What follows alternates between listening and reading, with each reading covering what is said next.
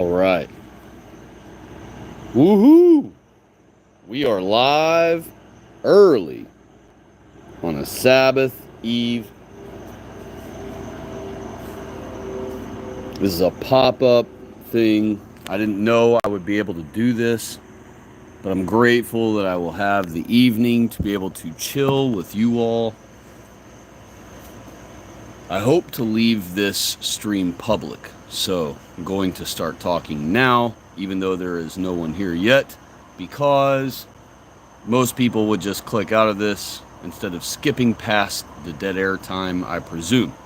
So, I will sit here and say hello to you all randomly, generally, until some folks arrive.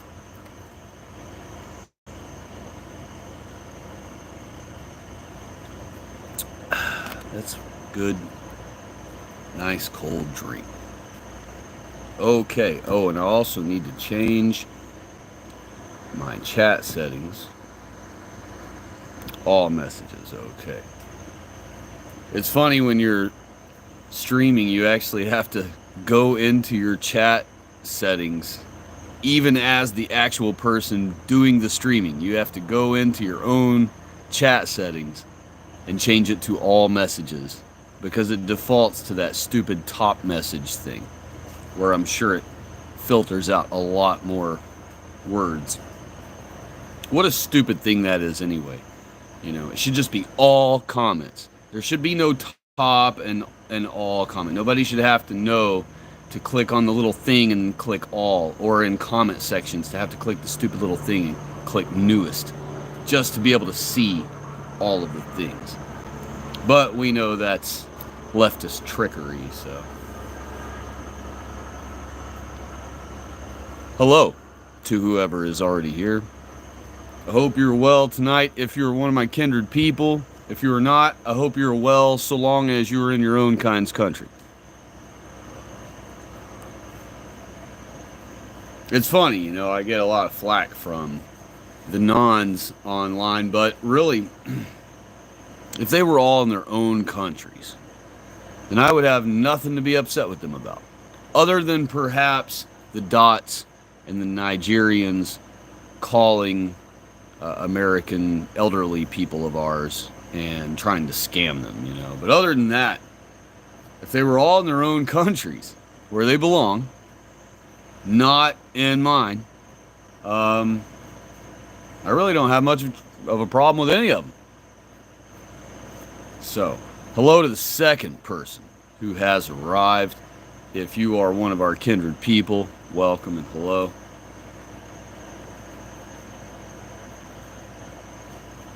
And what we're doing is we're just going to kill some time. And eventually, there will be enough people here, even if it's a small amount, but enough people, perhaps over a handful, that will do a early Sabbath prayer.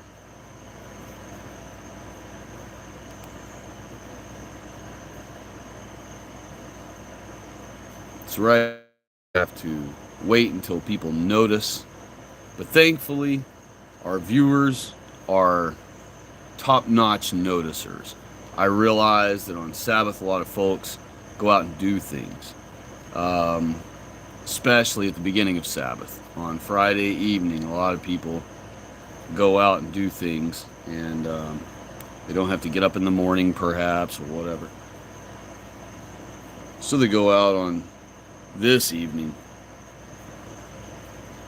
The good news is there's no one who matters who is streaming on YouTube right now, other than me, if I would like to consider myself one of the ones who matters.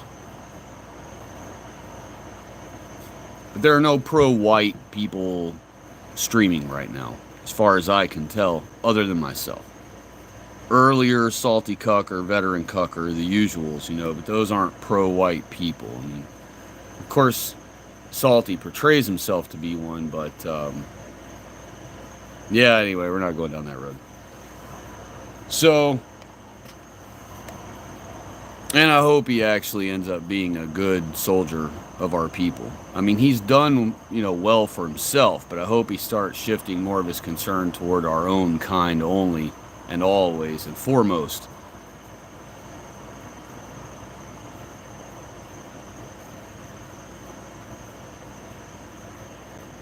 Three people in the chat now.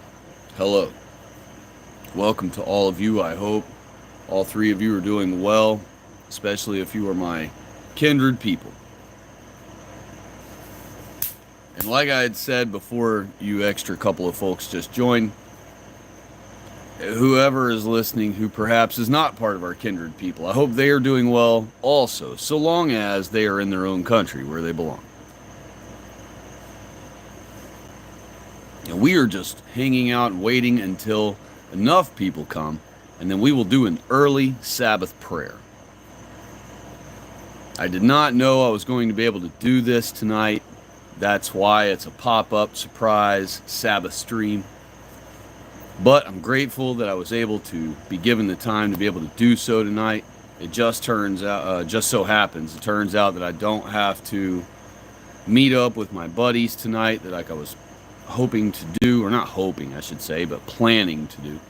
And kind of hoping. I was kind of looking forward to saying hi to them. Haven't seen them in a while. But that's all right. I have plenty of other fellowship days. I can meet up with those folks. And so I figured what better opportunity than bang, early, beginning of Sabbath, get her started. So here we are. A lot of things went on this week. A lot of things.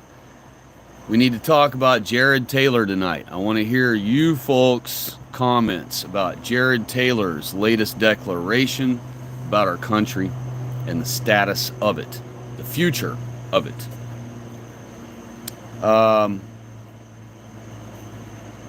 There were a lot of heinous crimes committed against our people this week. I'm sure a lot of you have seen some of those. A lot of dreidel spinning in the commercials lately, as usual. A couple of white pills I have noticed, though, and I should have taken pictures of those, and I will start taking pictures of the companies who do show nothing but white people in their ads.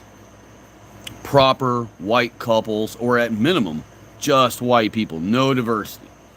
Part of me, I already had the inclination to do that when I first saw them, but I hesitated to do so because I know my channel is, obviously watched, and I don't mean watched in the good way. I mean watched, by the itty diddlers, and so I was not afraid, of course, that isn't the right word, but I did not want to send negativity indirectly toward these companies who are actually advertising correctly. So I figured in that moment of time when I thought to perhaps screenshot them and send them as white pills in a post, I decided not to, just because I don't want any heat coming their way. I'd rather see them be just quietly, politely, normally just reintroducing proper advertising. While we're here on the live stream, I'll tell you folks one of the companies I remember right off the top of my head before the stream ends. But I have seen another interesting phenomenon in advertising that I've been meaning to speak with you folks about. I meant to bring it up on last Sabbath's stream, but now it's on my mind again. I'm going to mention it now before it flies away into the ether under our dome.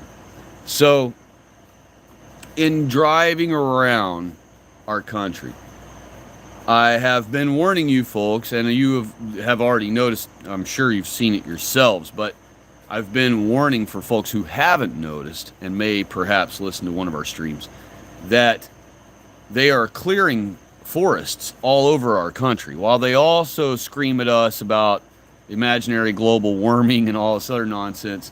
They're clearing entire forests in our country, out in the rural areas where our white people live in peace and harmony and quiet. And they are clearing these entire forests and building brand new neighborhoods with big 2-story, nicer, bigger than your house, 2-story homes, right? And the idea is, we already know why they're building them. They're in the middle of celebrating in news articles and on television segments about white people's population decline and birth decline and mortality rate going up. And so, why would they be clearing entire forests all over our country, out in the middle of the rural areas in the middle of nowhere, and then having to build them a food for less out there in the middle of nowhere? That's the first thing. I warned you in other streams that that's the first thing you need to be on the lookout for. If you're already a based white person who has moved yourself out to the country and you live out in the middle of nowhere, far away from town, as soon as you see a plot of land get cleared out in the country where you're at, totally cleared, leveled, that is your warning sign. That is your 5-year warning to get the heck out of that area. Doesn't matter if you've got your whole homestead built up there and you've built yourself 1,000 feet of wooden fence all by yourself. Doesn't matter if you dug your own well, paid 20 grand to have a professional dig it. Doesn't matter if you've built an entire barn, built the whole house yourself. Doesn't matter. You got a 5-year warning. From the moment you see that plot of forest be cleared, and then there'll be a construction sign that goes up by the road to let you know that they're putting in a Piggly Wiggly. And as soon as you see that, and you know in your mind, you're like, why in the world would, out here in the middle of nowhere, would they decide to just give us, 150 white families that live out here in the country our own gigantic Piggly Wiggly? Our own gigantic food for less. Why would they do such a thing? They're not doing it for you 150 random larger format property owners out in the middle of nowhere. They're doing it because in another few months, after they start getting that grocery store complex built, they'll get the pavement laid, after they get the piping put in the dirt. Once they start that, they'll start clearing forests all around it and start building these brand new gigantic neighborhoods. I don't want to say they're gigantic. They're actually usually small, but they're large enough to hold, say, 100 homes, 150 homes. That's still pretty big. And what they'll do for now, we know their plan is eventually to fill them up, or at least halfway up, with non-whites. That way, our white people who live out in the middle of the country, out in the middle of nowhere, to be in peace and quiet and solitude and live in an all-white world that's nog-free, that's dot-free, that's, sand, street crapper-free, all that. Living out in whitey world in rural area, all by ourselves in peace and quiet. They're building those neighborhoods to bring the non-whites to you. They already know your trick of moving out of the city. They already know that. So now they're going to flood the rural areas with them. They already have been doing this, by the way, for the last, I would say, 10 years now, since Obama times. But they're really ramping it up really hard now. So, a few things to note about it, but the thing I wanted to tell you guys and gals about now, before it left my mind, like it did last time, is that I've noticed as I drive by these new neighborhoods being built, that the gigantic full color print picture signs that are put out in front of these under construction neighborhoods, every single picture I have seen so far has shown perfect white families. White man, his white wife, their beautiful little white children. Every picture.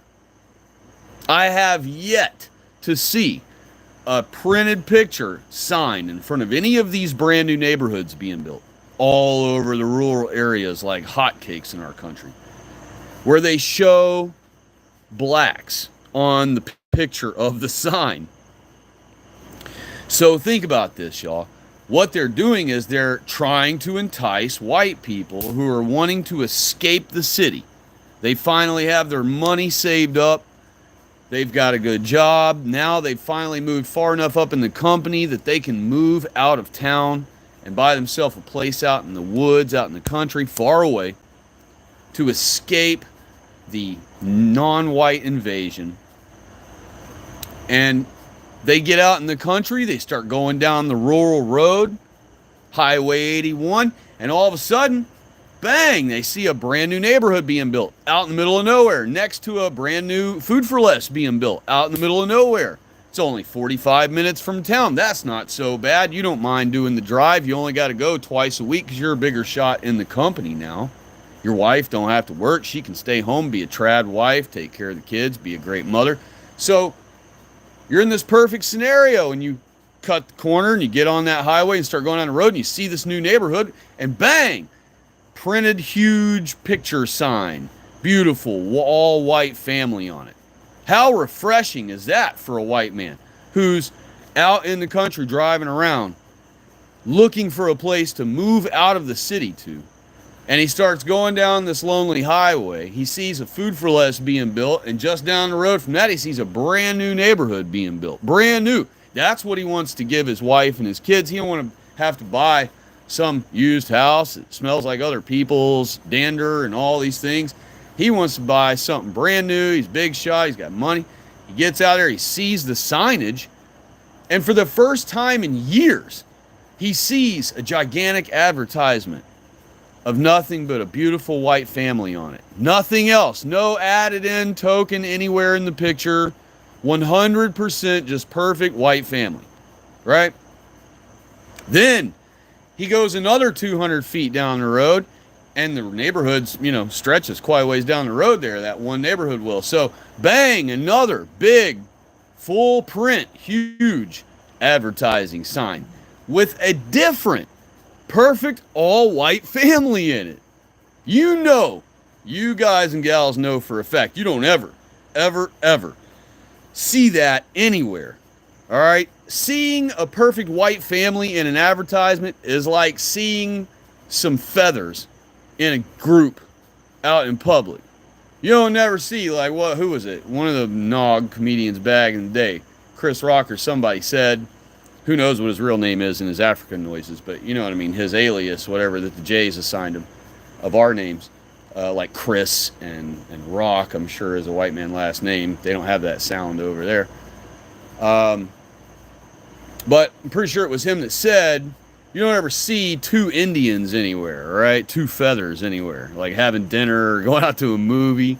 Well, that's how low of a ratio it is for us white people to see nothing but a perfect white family in an advertisement, be it a still picture or a commercial on, YouTube or Talmud Vision, and so, or a Juvie. So it's a massively refreshing thing for this guy who's trying to escape the city. He's got enough money now. He's out shopping for a place to go out in the woods, and he finds this brand new neighborhood. Bang, picture after picture. And I would say the ones who do these printed pictures of families enjoying themselves in the new neighborhood, the average I've seen in front of those neighborhoods is, I would say, 2 pictures, but some of them have as many as 4 totally different white families in each picture. 100%, zero diversity, right? In all 4 pictures, all the way down the stretch of the width of the neighborhood as you go down the road past it. So, what they're doing is they're trying to entice a lot of white people. They're trying to dupe a lot of white people who are trying to escape the city into buying into these neighborhoods, moving into these cookie cutter, they look nice, they're big, they're huge, they have a facade to them that matches your region that you live in, but they're all made like garbage. All right, they're all just cookie cutter, Tyvek foam board walls. I mean, you slip down the stairs and you'll fall right through the drywall. Not saying that any other house that has drywall, you wouldn't go through the drywall, but maybe that was a bad example, but any old high wind will blow the roof off, or blow the thing down. And they say that these cheap wafer board or Tyvek board built houses now are hurricane speed rated and all that horse manure. That's all a lie. You see all the time, the first thing gets destroyed, or the easiest thing that gets destroyed, are these new modern cookie cutter homes. The only houses you see that survive high wind stuff are old houses from the 40s, 50s, 60s, 70s, 80s, when our country was still correct and proper, or 100 million times more so than it is now. So they get the white family. They trick the white guy to move his white family into this neighborhood. And this has already happened to friends of mine, by the way. I'm not just speculating on this. This has actually happened to more than one friend of mine in the last, I would say, 20 years. And so, because they've been doing this stunt for a long time now. But now they've just ramped it up greatly, where it's happening everywhere in rural areas all over our country, everywhere. There's almost no rural area that's at peace from it, except for the Northwest. Once you get into like the Dakotas, and you get out in just the middle of absolutely nowhere in the West, the Wild West, and the plains and all that up north of the desert, you can still be, non-white free out there for now. But again, I've warned y'all before that the Yiddy Diddler's plan is to add 1 billion with a B, not 1 million.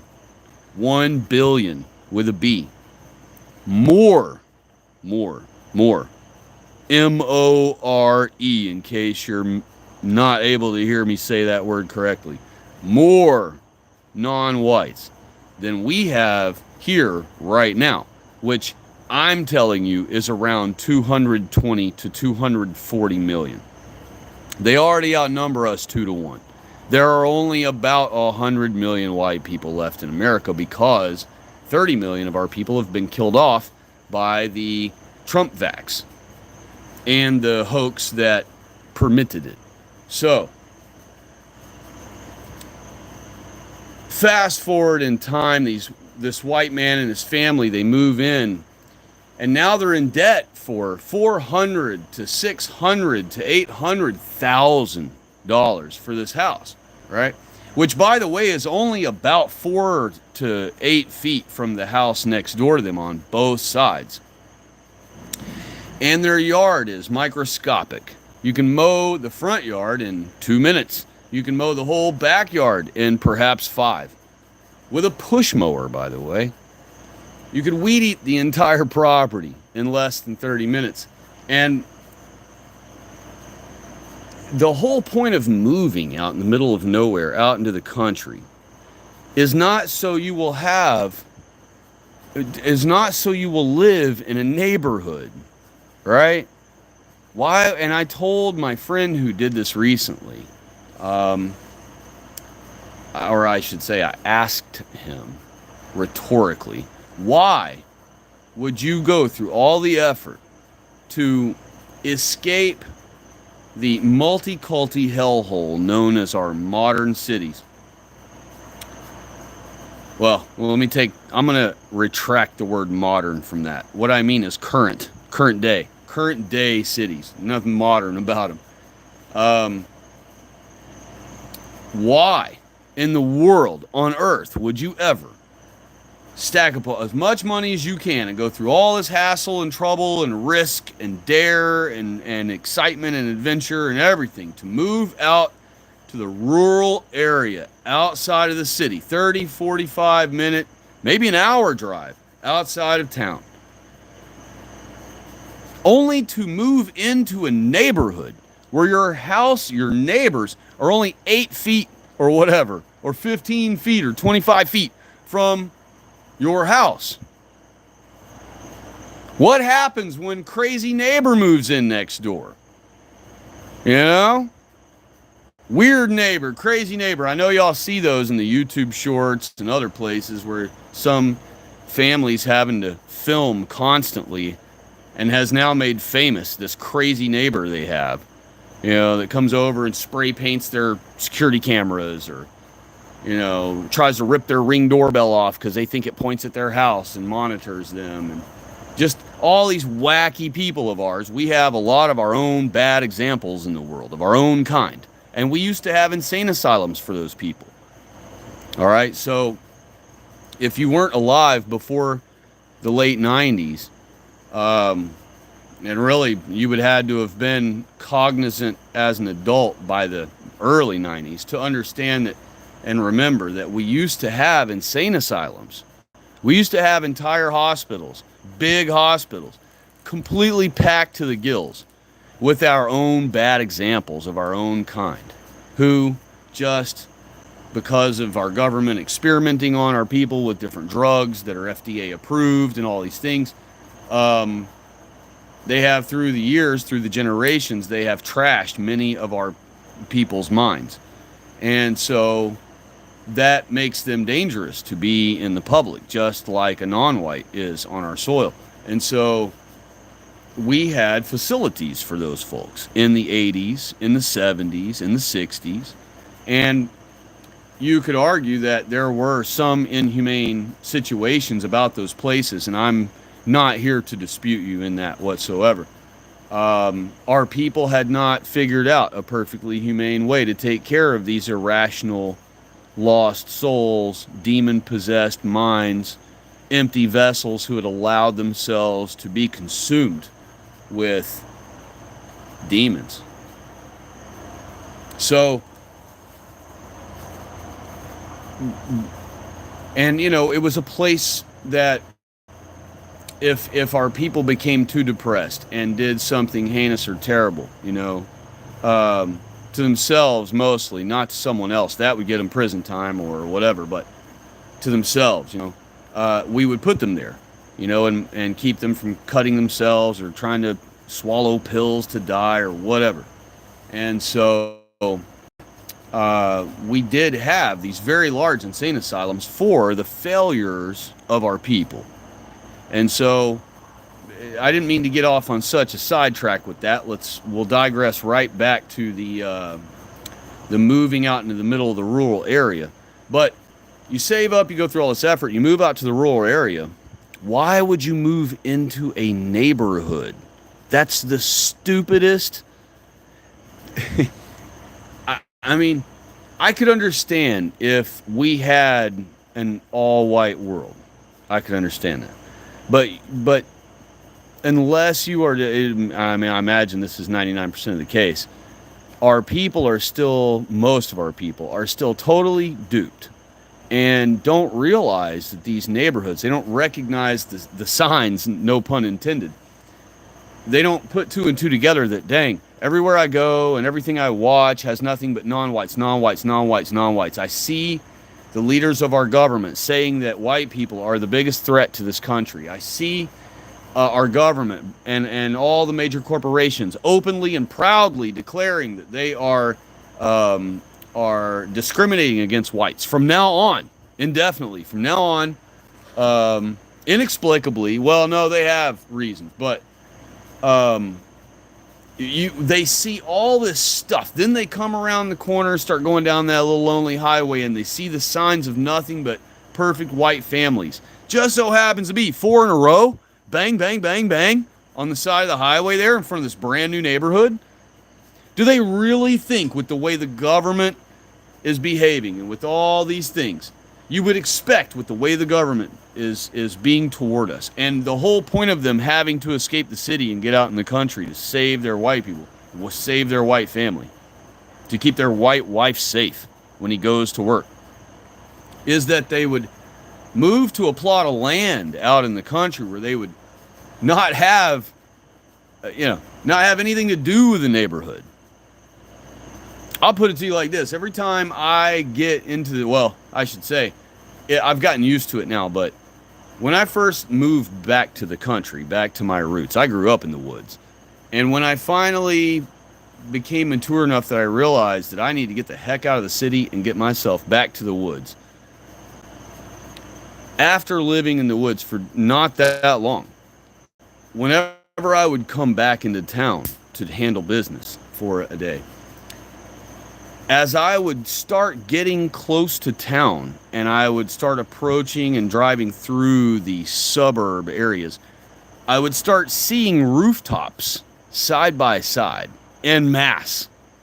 And just the sight of that would make me nauseous. Okay? You, as based white people, should be nauseated by the appearance of rooftops in your vision, in your view, in your periphery when you are out in the world in our country. Seeing rooftop peaks of different people's domiciles side by side, smashed together. It should not only make you nauseous, but it should anger you.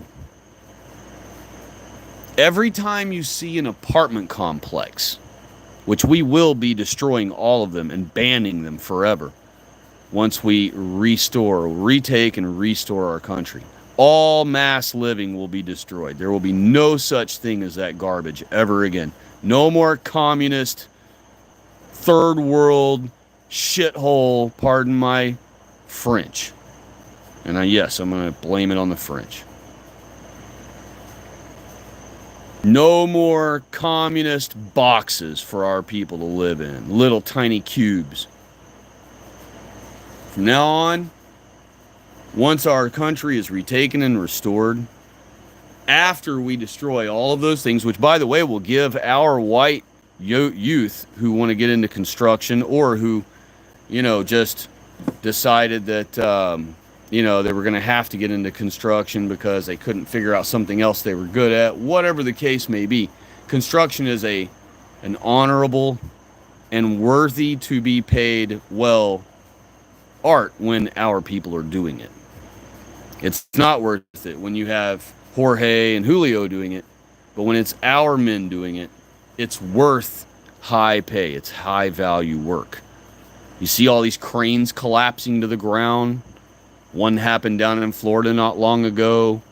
2 or 3 have happened in New York just recently.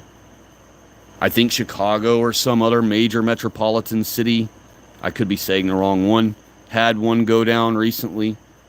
That's diversity hires. That's non-whites causing that. All right, our white men have been constructing skyscrapers and repairing skyscrapers and adding to skyscrapers and cleaning skyscrapers for decades now with no incidents like we've had. You realize we've had like 8 or 9 construction crane crashes in just the last year. And by year, I don't mean since this year started. I mean in the last 365 days from this stream backwards. We've had at least 8. That's probably more than white men collapsed in 50 years of doing the exact same job with cruddier metallurgy, by the way. Well, I would argue that our metallurgy back then was probably better, because the penny pinchers now who build the truss and the pins and the scaffolding and all the other things are now probably demanding more and more air be part of the structure of the metal. They've probably cut one of the tempering processes out of the process, which leaves a lot more air in, which makes it a lot more brittle, has a way lower shear strength. But white men would still be able to, if they had the cruddier metals we're using right now, the cheaper Chinese, thinner, cheaper metals we're using now. White men would be able to use all that stuff all the time, no problem, by the book, professional, upright. You realize that's how aviation still exists, right? You realize that's how you folks can, quote, fly somewhere. I got to catch a flight. I got to fly to so-and-so. Well, the only reason you're able to do that is because of millions of extremely serious living from morning to night, serious living men who do not perhaps drink even, who do not have party vices. They get up way before the sun's up, and they are serious the whole day. And in their seriousness, they have to be precise and exact and follow the book every single time. And that is how aviation works at all. If you don't follow every step and do everything with perfection, many people die suddenly in fiery, explosive deaths.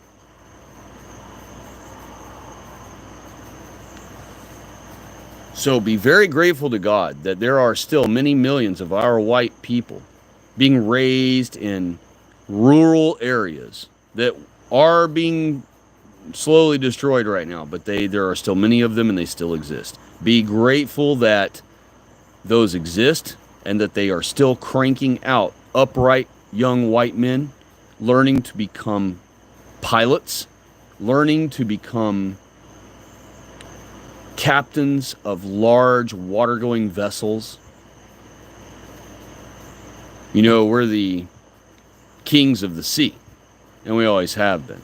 And so why would we suddenly want an entire generation of our people to suddenly not be top mariners of the world and be lowered down to a level somewhat equal with the other kinds? How shameful and embarrassing that would be of our people. So teach your children, to boat. Make sure your white children know how to swim. There should be no such thing as a white child who does not know how to swim by the age of 3. No excuses other than perhaps a mental ailment. Okay? By the time a white child is 3 years old, that child should be able to swim. Not just be able to swim, but be able to swim like a fish. And the more and more generations of our people, the more decades that go by of our people being in a homogenous country again, once we retake and restore this country, we will expect that age to be even less, to where when a child is just months old, they should be able to swim like a fish. Think of how many white children's lives will be saved to grow into adulthood and have their own successful families and children and produce more and more of our kind to replenish the earth with, if they don't die drowning from falling in a swimming pool that they shouldn't have had access to at, say, age 5 or 7 or 9. There should be no such thing as a 9-year-old child drowning in a pool that he fell in or she fell in. I mean, that's just madness. A 9-year-old kid falls in the pool. The only thing they should be upset about is that their phone was in their pocket and now it's probably ruined.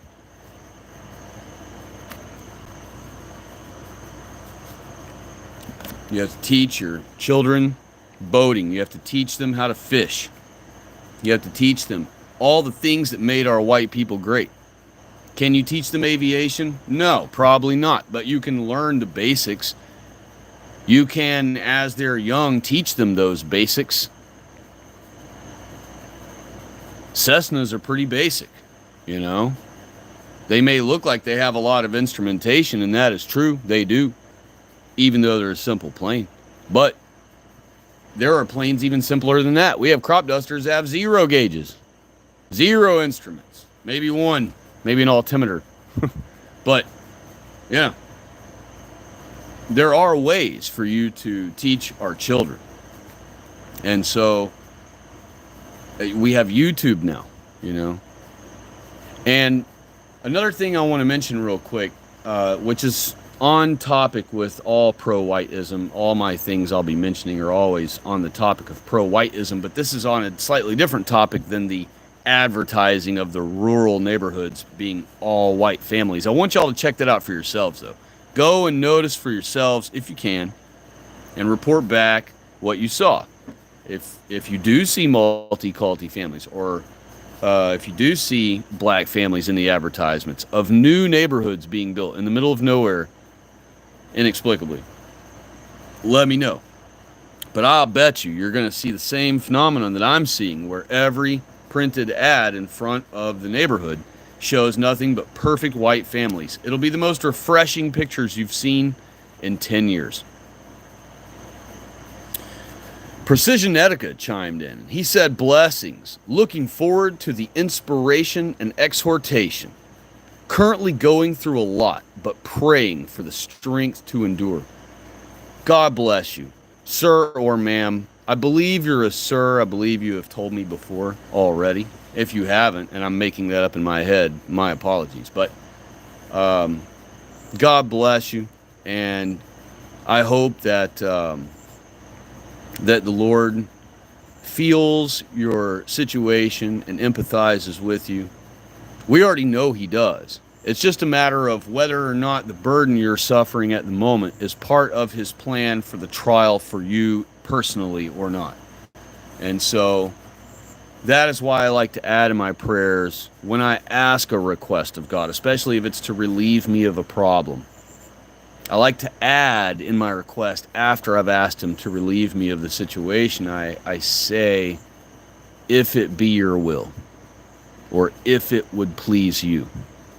Because after all, if it won't please God to relieve me of my suffering, therefore it will please God for me to remain suffering, then, that's a real conundrum there. And in that situation, you're supposed to want to continue suffering so that our Lord is pleased and His plan is continuing on as He intends. But for us who all love you as the same pure mortals, we of course pray for our brethren. We plead with the Lord. God tells us, come to Him and reason with Him. And so prayer for our kindred people who are in need or in help is absolutely biblical and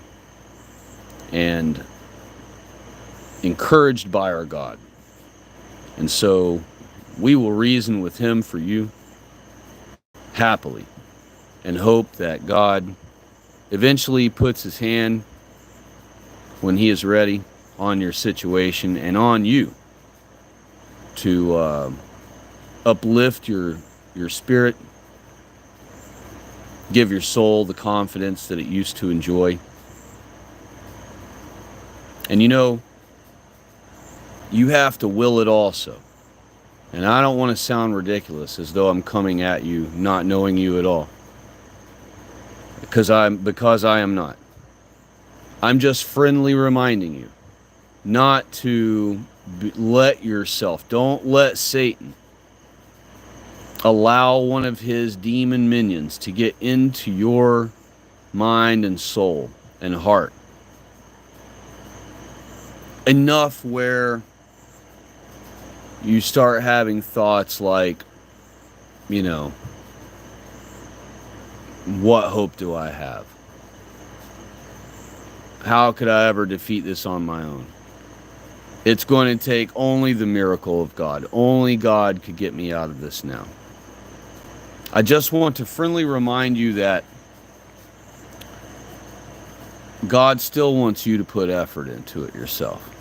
So, if there is anything you can do, it doesn't matter if it's something where you're like, yeah, I could do this one thing, but it would be such a crazy ordeal, an enormous task, a super cluster F, a massive risk. You need to seriously reconsider whatever that option is. As difficult, as bold, as audacious as it might be, you need to ponder that doing it. You need to envision yourself doing it over and over and over again. You need to vamp yourself into having the confidence to force that to happen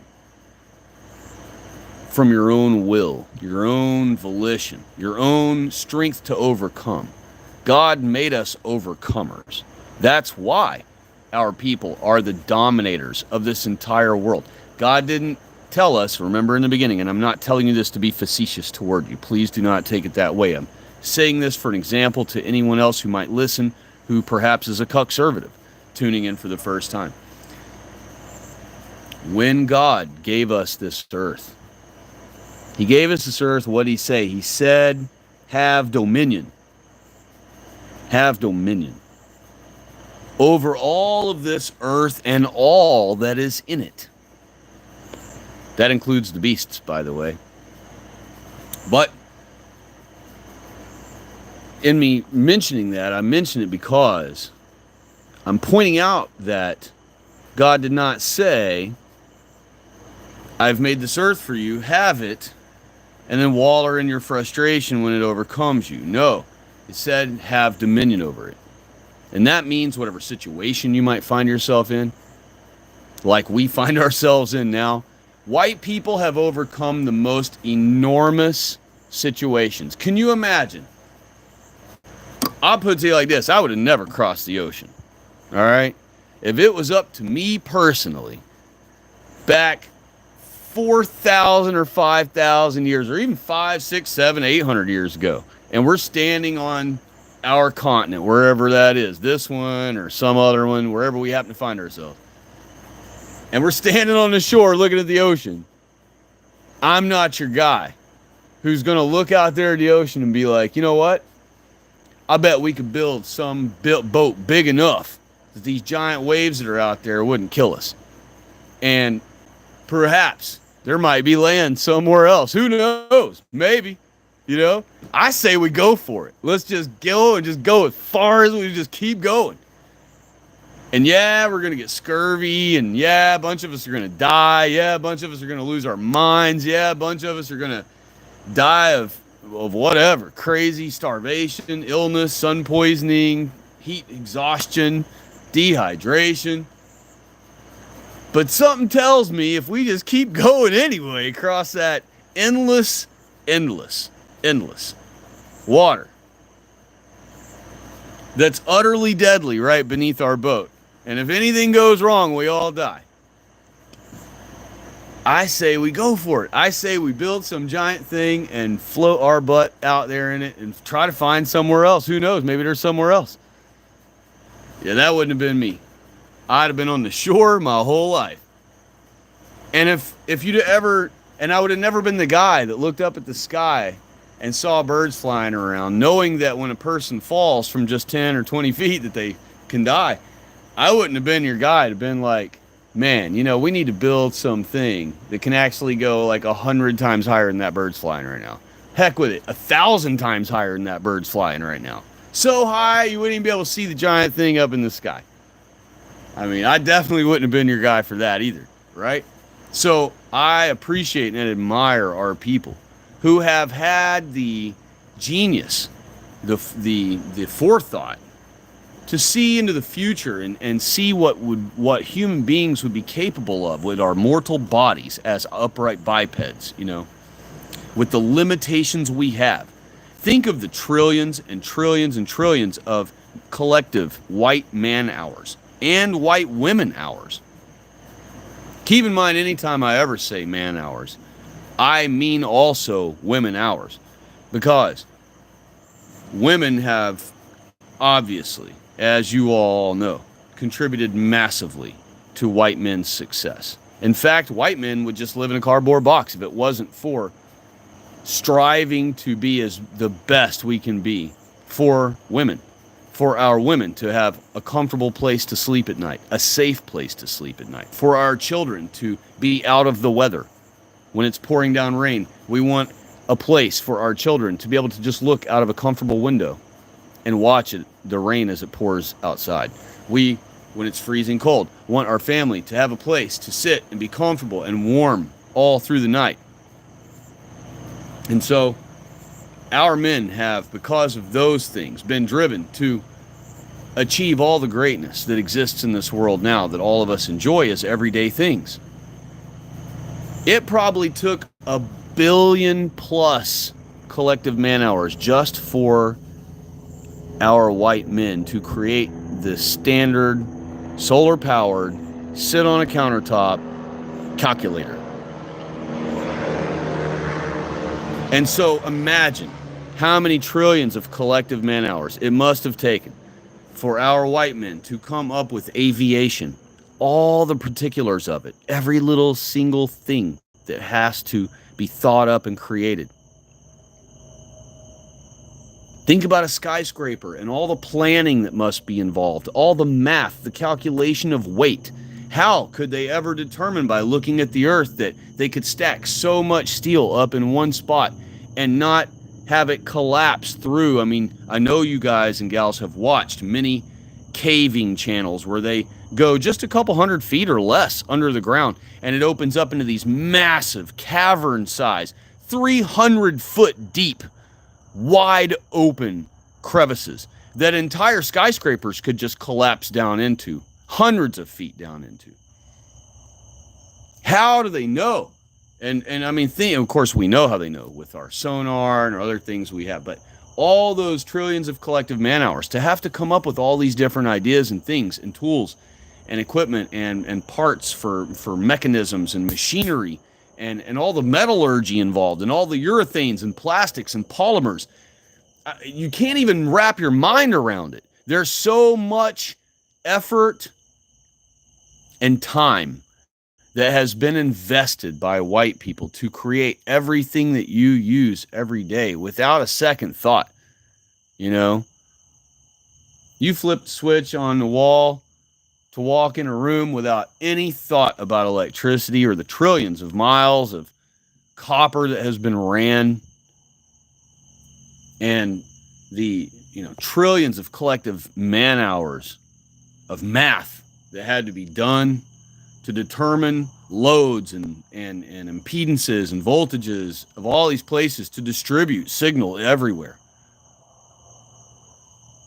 It's just, a lot of our people really don't ever sit down and truly contemplate just how many hours had to go into every single individual thing that exists in your world.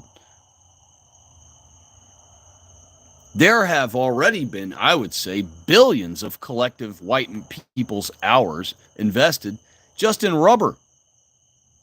Billions of collective white people's man hours invested in plastics. Trillions by now, I would say, of white people's collective man hours invested just in metallurgy and nothing else. Then you have the hundreds of millions, if not billions by now, of collective man hours, of white man hours for aviation, aeronautics, generally. You definitely have trillions of collective man hours invested in automotive industry. And there are indeed millions and millions. Well, no, let me add another trillions on here. There are trillions of collective white man hours invested into farming and animal care.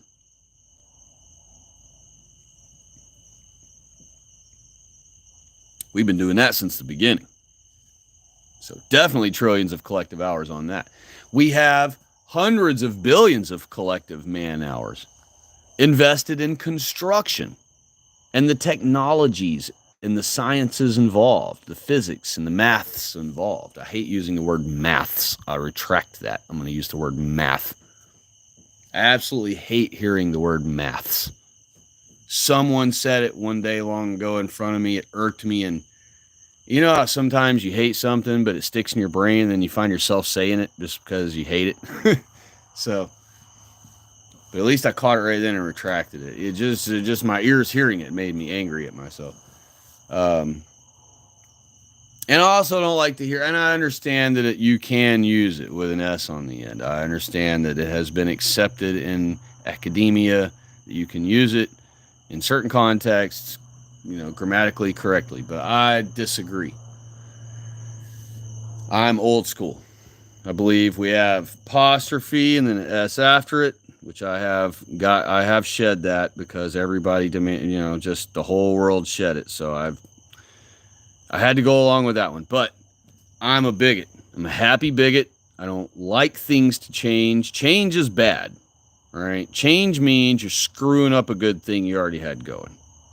Change means you're throwing in the garbage can the hundreds of thousands or millions or trillions, perhaps, collective man hours invested in something that all you had to do was come along, being a benefactor of that 100 years later, a few decades later, a couple decades later, and basically just with way less effort, enjoy the same thing that those millions of our white people had to invest so much time and effort into in order to create. We don't have the appreciation for our people, I think, yet, that we really ought to have. And this is why God gave us Sabbath. You got to understand, He gave us a white people history day every week. Part of it could be for us to communicate with each other about what different parts of the world's white people accomplished that week.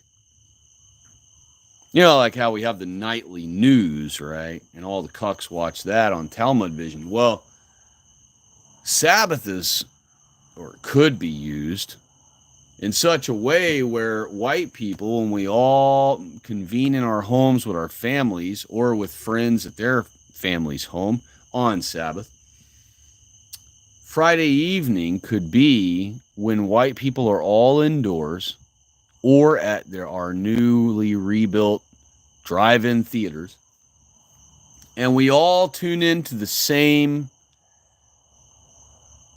this might bother people to hear, but worldwide broadcast, right?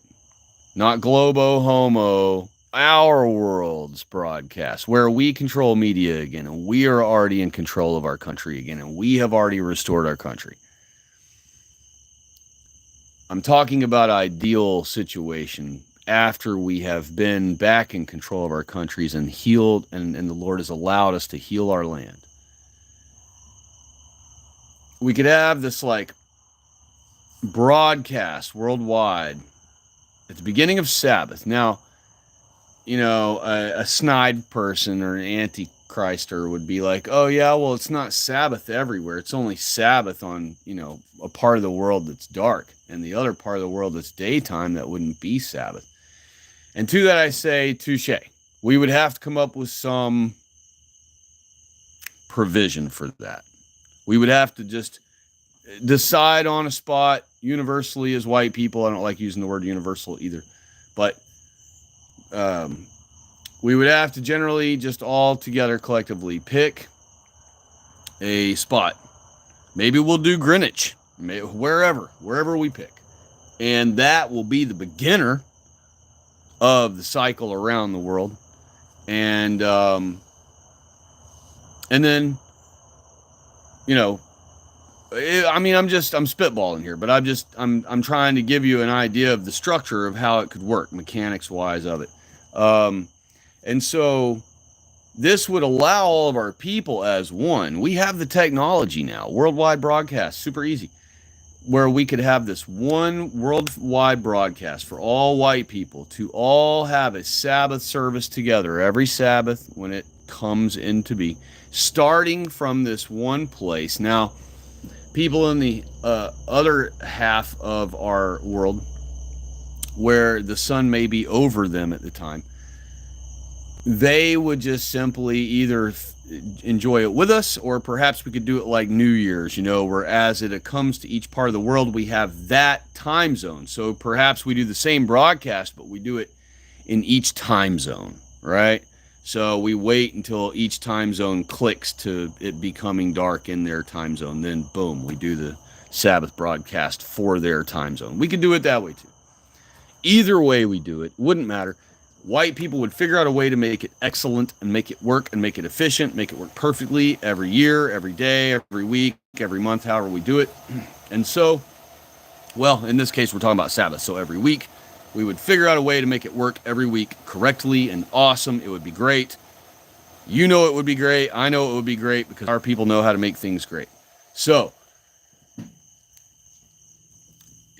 this would keep, and part of doing it that way is it would keep unity among us, no matter where we live in the world. And also, this us convening on Sabbath like that every Sabbath would give us a way to exhibit to each other, from one country to the next. Look what we did this week. Look what we accomplished this week. This week we didn't invent anything, but we managed to clean up a bunch of our garbage we've been piling up. That's an accomplishment too, That's an overcoming a situation on the earth as mortals too. So sometimes it can just be cleaning up our house that we exhibit to the other regions of our world. And they should know and will know to nod their head at it. Good job, y'all, cleaning up, keeping a tight ship. We won't look down at something like that. What do you mean you didn't accomplish anything this week? What do you mean you didn't achieve creating something or inventing something or innovating something or making something better? What do you mean? Instead, no, they will be applauded, whatever region it says, hey, didn't get anything accomplished this week, except we managed to clean house this week. Our whole country got cleaned up, or a whole section of our country got cleaned up. We had this big mess over here, downed bridge we've been ignoring for a year. We just rerouted around it. We cleaned that bridge up. All that busted up concrete and steel is gone. Land is clear. Now we can build a new bridge because we finally got it cleaned up. Whatever the case is, we are overcomers. And so every 7 days, each one of our countries has news to report to the other white people of the world. And we especially will have lots of news to report to the other white nations of the world every 7 days when we no longer have non-white parasites in our country. So, when our countries are restored to all white countries, that will allow our people to be basically unchained. We will no longer be held down. Our children will no longer be going to school surrounded by hostile non-whites, salivating at the chance to attack them, while they're trying to learn and become an adult and trying to learn how to become knowledgeable. And, could you imagine? I don't even, if I was a kid in this day and age, thank you God that I'm not. But if I was, I would have quit school, period, dot. I would have refused to go to school. I would have said, you are not sending me to that alligator pit. I'm not getting on the rolling yellow alligator pit. I'm not going to hang out at the multi-culti third world hellhole bus stop waiting on the yellow miniature rolling alligator pit to take me to the big alligator pit. I'm not doing it. I would have ran away from home, or my parents would have kicked me out, but I wouldn't have done it. I can tell you that right now. I moved out at 16, so I'm not talking out of my butt. I moved out at 16 and I never looked back. I don't want to say I never looked back because I love my family, so I looked back aplenty and went and visited all the time and still have a great relationship with my family. But in my era, when I was growing up, a lot of youth at my age, we were in a big hurry to grow up and be big people, all our own. And I was one of those that was a little too big for my britches back then. I was trying to, be in a big hurry to be an adult. And so I was given a very nice job opportunity that, required me to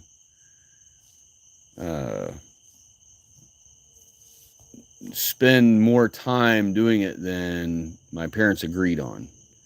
And long story long, I stayed friendly with my parents and still managed to move out at 16 on my own and get myself going because I didn't want to take no for an answer on what I deemed to be what I was probably going to do in life. And so here I am all these years later. The Lord has blessed me to have a nice life from doing what I decided to do. And it doesn't work out that way for most people. Most people are not strong-willed and strong-minded enough to be able to do what the Lord blessed me to do. But I recognized at that age back then, and even younger than that, that the Lord had blessed me to have a higher sense of, I don't want to use the wrong word, but awareness. I'll just say the word awareness, just for general speak. I seem to have a higher awareness than most of the folks around me, and I certainly did in where I was at growing up. And I didn't fall to the easy dangers that other people just stepped right into. And I wasn't naive enough to fall for the hype that was ever generated back in the day around me. And so I didn't fall victim to those things. And as I watched other people fall victim to those things that I recognized as obvious threats to my well-being, I slowly over time started realizing, dang, people cannot see, just like the Lord tells us in our Holy Bible. He hardens their heart enough to a point where they just cannot see. And that doesn't mean that our naive people are all hardened-hearted. In fact, most of our Christians are people who love Jesus Christ with all their heart. Okay, so while we rag on the conservative Christians of ours, the ones who think that they're Judeo-Christian because they don't realize that that's an oxymoron, 97%, I would say, of those white people of ours love God, Yahweh, and Jesus Christ, our holy Lord and Savior, and our Holy Ghost with all of their heart, mind, and soul. And that's why, do you get now why Christ was telling our uncucked Israelite people? Remember, anyone who was walking around with Jesus Christ and who had already given their self to Christ, or who the moment they heard about him, saw him, heard him speak, anything, from the moment they gave their life to him, repented and were baptized in his name, they became uncucked, right? Those were the uncucked people back then. And that doesn't mean that they were fully uncucked, right? They still may have thought Jays were white people, right? Obviously they did. But they were uncucked as far as our Lord and Savior. And that's the number one thing that you got to be uncucked from first. Think of all the atheists, and the Wiggers and whoever. They're all still fully cucked, where they don't even know Jesus Christ yet. A lot of the Wiggers claim they do. They wear big old golden crosses like all the thugs do, and we was our religion. But they're only doing that because they see they're copying the we wasers. So if it wasn't for that, they would just be some emo weirdo or atheist or whatever, some God-hating, daddy-hating leftist weirdo, that belongs in one of our mental institutions that we used to have back in the 80s and 70s. So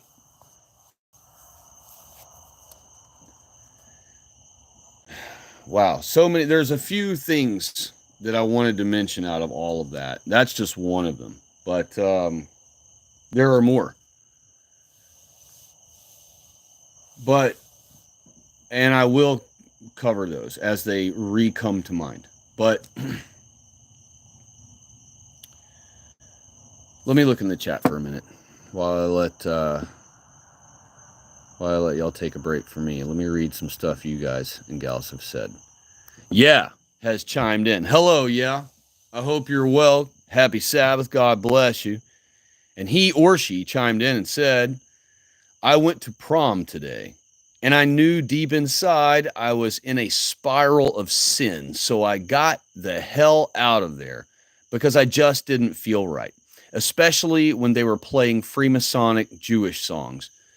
Well, I'm sure they were just playing rap the whole time. I'm sure it was just, hey yo, over and over again the whole night. I'm sure it was just nog music after nog music, because that's what, anywhere you go now, even if you look at like the mudding events, right? You watch Awesome Documentary or whoever on YouTube, and they go to these awesome mudding events. They always have gorgeous white women of ours on the thumbnails, and then they always show these gorgeous white women of ours having fun in their little bikinis and Daisy Dukes and stuff out at the mudding events.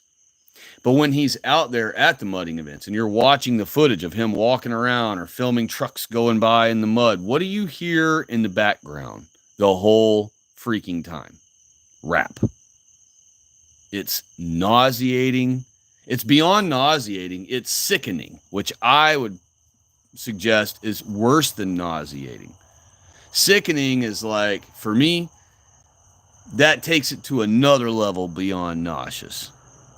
Nauseous, just, I might have to turn around over here and puke my lunch out. Sickening means, for me, that it's just nonstop projectile vomiting for hours. That's what I feel in my plums when I hear rap coming from all these lifted mutter trucks. It's the most white place on earth. Why are there rap songs blasting out of every... You know why. Because our people are still fully cucked. And so,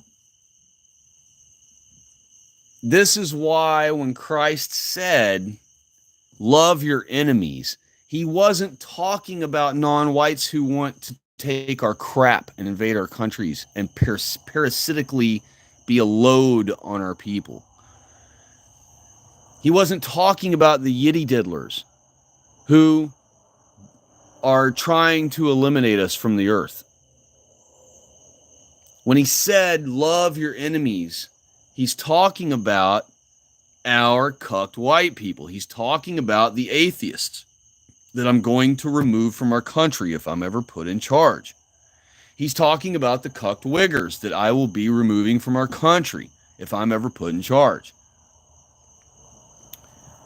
And you could ask yourself, well, why in the world would you kick them out of the country if God said Jesus Christ, or if Jesus Christ said he's coming to save those specific people? Well, he can save them all he likes over in some other country, where white Christian country is free from their infectious minds, their demon-possessed vessel mortal bodies. As long as you are not a white person of good character, meaning Christian, if you're not a white Christian, you're out of here as soon as we retake our country. And there can't be any cherry picking. You can't be like, oh, this guy's cool, let's let him stay. I get that. There are cool non-whites. Did you hear me say that? I'm sure it might have flabbergasted all four of you that heard me say it, but there are cool non-whites. They're not here. But if you think cool non-whites here, just know that they know that they're here at your white people's expense, at your white family's expense. They know that your white family and all white families in this country are living basically short-circuited in a ruined state until they leave. So keep that in mind anytime you think about someone who's a non-white who is in your country who you think is, quote, cool. They may be friendly with you. I'm friendly with plenty of non-whites that I know. Not to the extent where they feel comfortable and feel like they belong in our country. But by friendly, I mean I don't cuss them out and go get the hell out of my country, as soon as I see them. And so what I mean by he can save them in other countries is exactly that. They can go be somewhere else and be lost there, right? And eventually they will hit rock bottom, perhaps, in that place that accepts degeneracy, that accepts anti-whiteism. That would be where he would have to live, because if we banish him from our white country, we are going to be in a worldwide network, just like how if you get a suspended license now in some state, right? You can't go to another state and just get a driver's license, just move there and get a driver's license anymore. Why? Because of the internet, we now have all of the states connected. The states have cleverly gotten together and said, hey, all their 49 states, this state, us over here, we're willing to not let anybody from your states have a license in our state if they're suspended in any one of your states. And all 50 states made that law or announcement to each other, with the exception of perhaps 3 or 5. I'm pretty sure almost all 50 states have caught on by now, though. And so we will have that same type of network, country to country. So if we exile, say, an atheist from our country, that person will not be able, even as a white man, to enter any other of our established, restored white countries that are white Christian nations. That will include all of Europe. That will include Canada. That will include New Zealand. That will include Australia. That will include Russia. And that will include all of America, obviously. So the only places that a debased, a non-based, an unbased, a failure of our people, white person would be able to be sent, really, would be to an inhospitable place or an established non-white country. And so, most likely, that's where they're going to have to go, as an established non-white country. And we will have to work out something with certain non-white countries that will be accepting of our failures of our people. And, we'll cross that bridge when we get to it. But I'm just giving you the vision of the future. I'm trying to give you things to ponder that we will need to and want to point out to our newly formed, restored government when we retake the country. There will be many things banned, and I have been thinking about more and more of those things, and the initial thought of you saying to me that we're going to ban all these things is, oh my gosh, this guy's talking about turning America from being free and having freedom into being this fascist state. But in fact, that's what America was. It was a fascist state. And by fascist, you just need to understand what it really means. It doesn't mean production of the state and blah, blah, blah, blah, and who owns it and all. None of that horseshit means anything. What it means is your God of your religion's laws are the laws of your country. That's what fascism is. And that is why the Jays have rallied all the invader non-whites that they have flooded our country with to rally behind the idea of. So... and that's why they're rally against that idea, I should say. They say that they're anti-fascist because they know that a white Christian country, where a country is ruled by the Holy Bible's laws, that is fascism. Okay? So anti-fascist, Antifa means anti-Christian. Antifa means anti-Christ.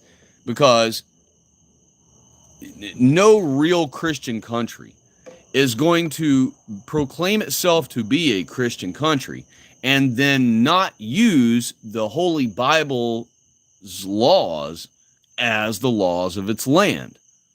All right? So that was what our country was. The Holy Bible was the law of our land. It was the reference for the law of our land. It's why we ever started swearing on it in the first place, to take an office representing millions of our other white people. And now we have strangers against our God's own command out of his own mouth. We have strangers in our government. But to get back to the freedom thing, freedom is dumb. I'm sure you've seen that euphemism before, freedom. D-U-M-B. And it's because it is. Okay? Freedom of speech is stupid. You hear me? Freedom of speech is stupid. Why would you want to give some God hater the right, as you call it, to spew vitriolic, disgusting, anti-Christ, anti-white, anti-our norms, anything out of their fat-cheeked, squishy-bodied, funky mouth? Why would you think it's a good idea to let corrupt white people who are in marketing and advertising to offer smut as advertising in front of children as they drive by it every day and see the billboard, or in magazines, or on Talmud Vision, or on YouTube?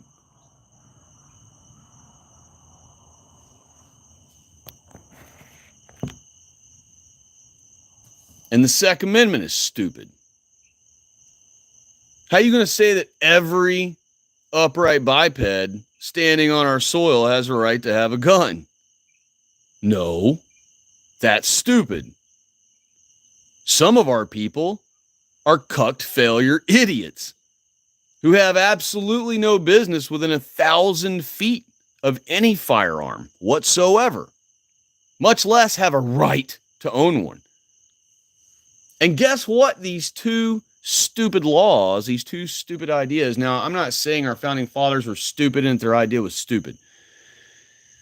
So let me just reword my sentence here. But what I mean is, you got to understand, it wasn't stupid when they created it, because they didn't have they never in a billion trillion years dreamed that our white people would be cucked into bowing and submitting to and handing over and cucking away all of our government and our country to non-whites. Never in 6 million years, right? Never in 6 Brazilian years would our founding fathers ever dreamed that we would have nogs on television telling us what's wrong with our dollar today, being judges over our white people in our criminal and civil courts, being congressmen. They would have hanged every white conservative that they found in the Fox News chat back when that stupid nog Byron whatever, I don't know, who knows what his real name would be in his African noises, when there were so many of our white conservatives in that chat section when Fox was running the whole thing about, who's going to be the speaker? Who's going to be the Speaker of the House? And this is back during the McCarthy or whatever was, and it ended up being McCarthy. Thank God, right? Yeah, McCarthy sucked. Yeah, he's pro-Yid. Yeah, he's all the things we don't want him to be, but he's not a nog. He's not a stranger like our Bible tells us to never put above us.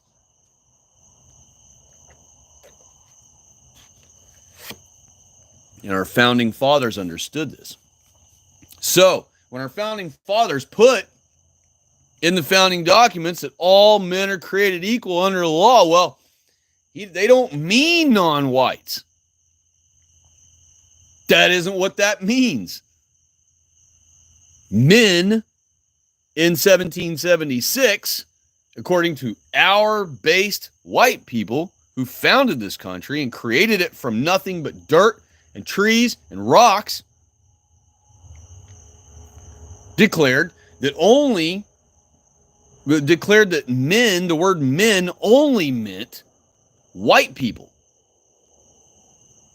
They spoke about non-whites. They wrote about them, I should say, not spoke about them. They wrote about non-whites in the founding documents. But they're not called men because our ancestors understood standard biblical observation. They look around everywhere they went, everywhere they explored in the world. They found nothing but non-whites living like animals, living in squalor. And they had some organizational processes. The dots did, the feathers did, the Asians did. But they still were millennia behind our technology. And even to this day, had they never came across white people, if white people, I should say, had never explored the world and came across them, and therefore they would have never known white people at all, would have never known any of our inventions or anything, they would all still be living in the exact same state that we found them 450 years ago.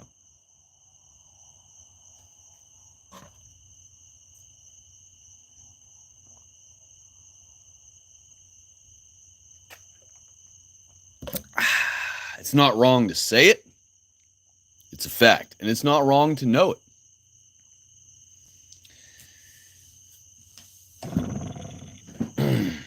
Let me get in the chat here real quick before I keep going. I don't want y'all to have to wait for 2 hours before I say hello. My apologies, y'all. Squatch is here. Hello. Happy Sabbath. And he said, haven't managed to catch a stream in a while. I hope you are all having a grand evening. Thank you, sir.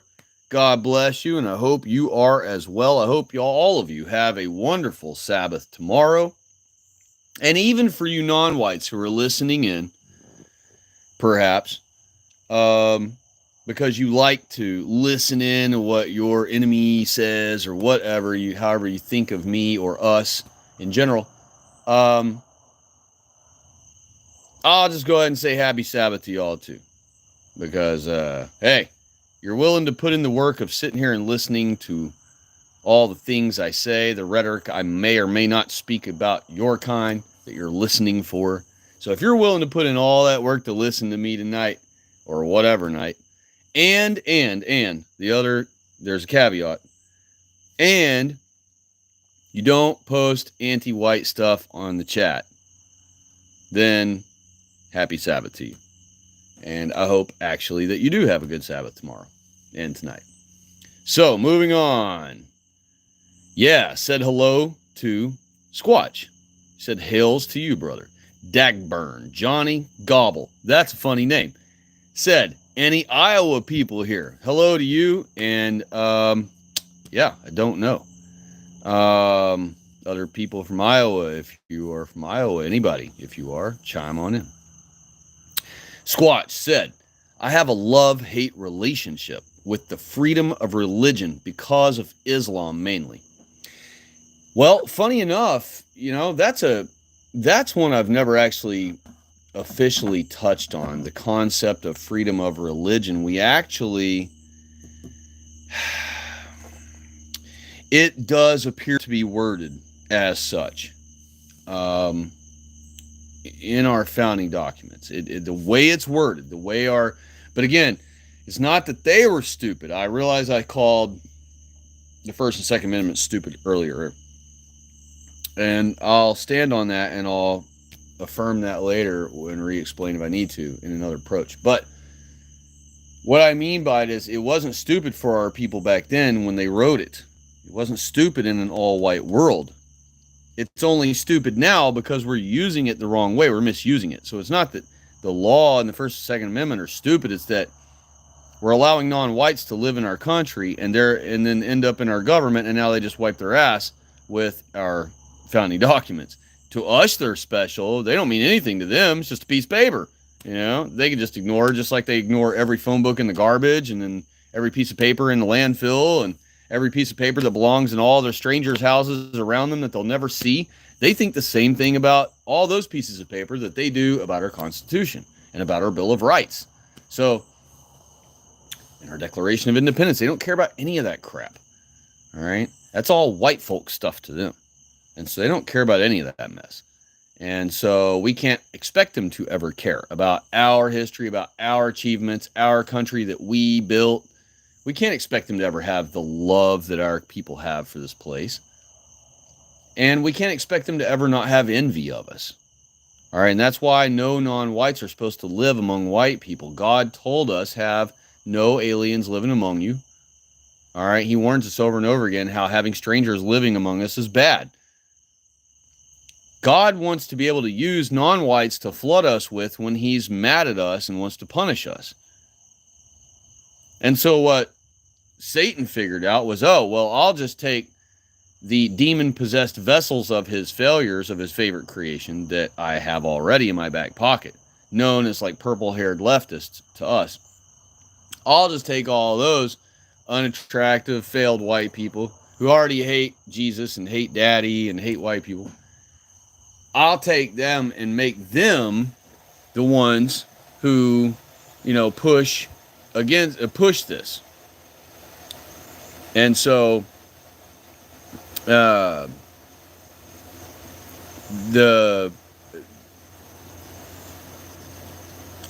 they do so because they always use Shabbos Goy to do their things, because then it looks like white people are who are having a change of thought about how we already had things going, when really it's just a purple-haired failure example of our people.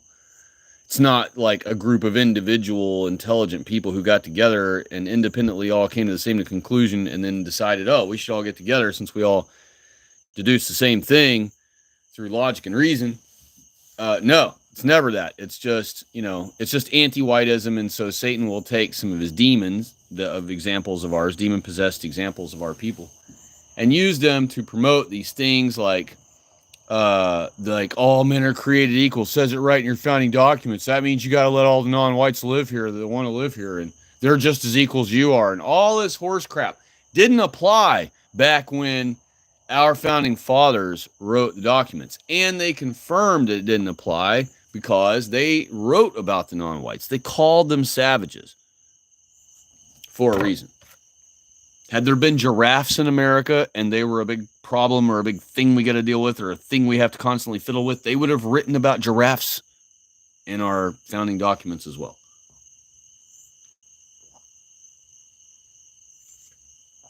Instead, we had a handful of non-whites in our country, and our white men needed to mention them because there was enough of them that, scattered around, our women are going to randomly run across one while she's alone or with the kids. And so we needed to be able to address their existence on our soil, since we had allowed the Jays to smuggle them here onto our land. And by the way, that's how they got here. We didn't freely welcome them here. I want you to know there was no internet or Talmud vision back then. So when Jays were boating them to our shores, just like you see now you actually can see it on camera because we have cameras and video and internet now. But just like you see little dinghies full of blacks showing up onto the shores of America and Europe now, the Jays have been doing that with them since all the way back when they first introduced blacks to our country. And so that's been happening the whole time, but we didn't have cameras and the internet and social media to be able to post, for somebody to be able to film it and then post it online, and then all of us have access to see it. And so that's why it looks like a modern phenomenon, but it is not. The Jays started flooding America as best they could, their version of it back then in the 1600s. They started sending little boatfuls here and there as they could of blacks into our country.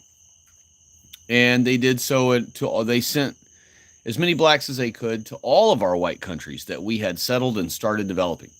And so America was one of the primary places, And so, but they sent actually very few here compared to other countries. They actually sent way more to South America than they ever sent here. In fact, I would say the bulk of the blacks, and we should all be grateful for that, they foolishly sent to South America. I think they thought that Whitey was going to turn South America into the United States, not North America. And so they kind of bet their chips on down in South America with all the blacks. So they put, I think it was like 85% of the blacks that were ever bought by the Jays and sold all over the world and shipped all over the world I want to say it's 83 or 85% of them it's a huge number like that, were sent to South America. So, it's been going on the whole time. And so there were some back then, enough where, even though it was a tiny, tiny, tiny little group, there was still enough of them that it needed to be written about. And so they is a very classy way of doing it, where they called them savages later in the word to let you know that when they wrote the part about all men are created equal under the law, that they only meant white people. And then they doubled down on it with the Naturalization Act of 1790. They doubled down and put that only white men of good character could be naturalized into our country. And it's very it's very telling that it wasn't enough for you to be a white person. Okay, you had to be of good character. And how was that determined? That seems so vague, so arbitrary, so obtuse. I mean, anybody could determine either way. Like, certain people might like you and certain people might think you have terrible character, even though you're a super nice guy to everybody else you know. So who's going to be the judge of that? The person that dislikes you already or thinks you have a bad attitude, or a person who likes you just fine and thinks your attitude is great? So what did they mean by of good character? Well, I'll tell you. It meant that you had to be a Christian. You had to be a Bible-following, God-fearing, God-loving, Christ-trusting Christian. If you were found to be an atheist or found to be originally a Catholic, we came here to escape the Catholic Church, believe it or not. It's funny to watch all the Catholic cucks, I see them in the chat and this and that. I get in arguments with them now and then. They want to deny, or they just weren't aware until I told them, and then their ego makes them deny from that point on in the chat that over 50 million white people were murdered by the Catholic Church over a period of 1,260 years. And they did so because they wanted to force, the Jays were in control of the Catholic Church, have been since 40 AD, which means the whole time it's existed. And they used the Catholic Church to make it look like white people are who changed our holy Sabbath day from Sabbath to Sunday. All right. And they did so they used their Shabbos Goy. They used, in 321 AD, they first got in Constantine's ear to do so. And so he did so legally at the state level. And then 40 years later, they had it completely codified into the Catholic Church. And then that gave them the right as the church to go out and enforce by penalty of death, keeping Sunday. And it wasn't enough. Like, white people couldn't be like, all right, fine, Catholic Church, fine. You got firepower, you got all the bully soldiers to come kill us if we don't do what you say. Fine. We will honor God, we will honor our God on Sunday. But we're still going to keep our Sabbath too, right? That wasn't good enough. You could not be caught celebrating or keeping Sabbath on the Sabbath. So the Catholic Church did not go around looking for people on Sunday who weren't worshiping God on Sunday. They went around on Sabbath, every Sabbath. They went around looking for white people who were keeping Sabbath. Those are the people they would drag out in the middle of the neighborhood, and they would kill them in front of the neighbors, so the neighbors would be afraid to be caught acting the same way as their fellow white person neighbor they just watched be killed. The other reason they would kill anyone for over those 1,260 years, which they did kill many, 50 plus million, is if any person was caught with scriptures. Now, why would a holy church of our God, the supposed holy church of our God, Kill anyone for 1,260 years. Kill any white person who's ever caught with even one verse of the Holy Bible written down. And I realized the Bible didn't exist all the way back then. I realized it was broken up books, but I mean that those books of the Bible. You couldn't be caught with one verse of any book of our Holy Bible. Not one verse. Not John 3:16, not Psalms 1:18, not anything.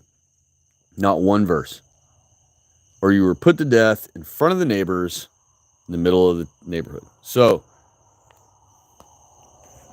let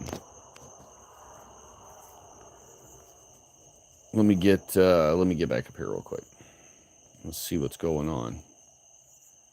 Oh, okay. I haven't missed anything. But yeah. But to get back to the freedom of religion thing, let's keep going on that for a little bit. and generally the right to bear arms and freedom of speech and freedom of this and that. Freedom, as people like to call it, for good reason. Freedom means corruption. All right. Freedom is not, white people, when they see the word freedom with their eyes, they usually see an American flag right behind it in their vision. Just in their mind, they would just see. Anytime I see the word freedom, there could be no American flag around, but when I see the word freedom, my brain automatically puts an American flag kind of waving, like a wavy American flag behind that word freedom. It could be painted on a yellow tractor, and I would still see, in my mind's eye, I would see an American flag behind that word. And in an ideal white world, freedom, the word, the concept behind that word, would perhaps be fine.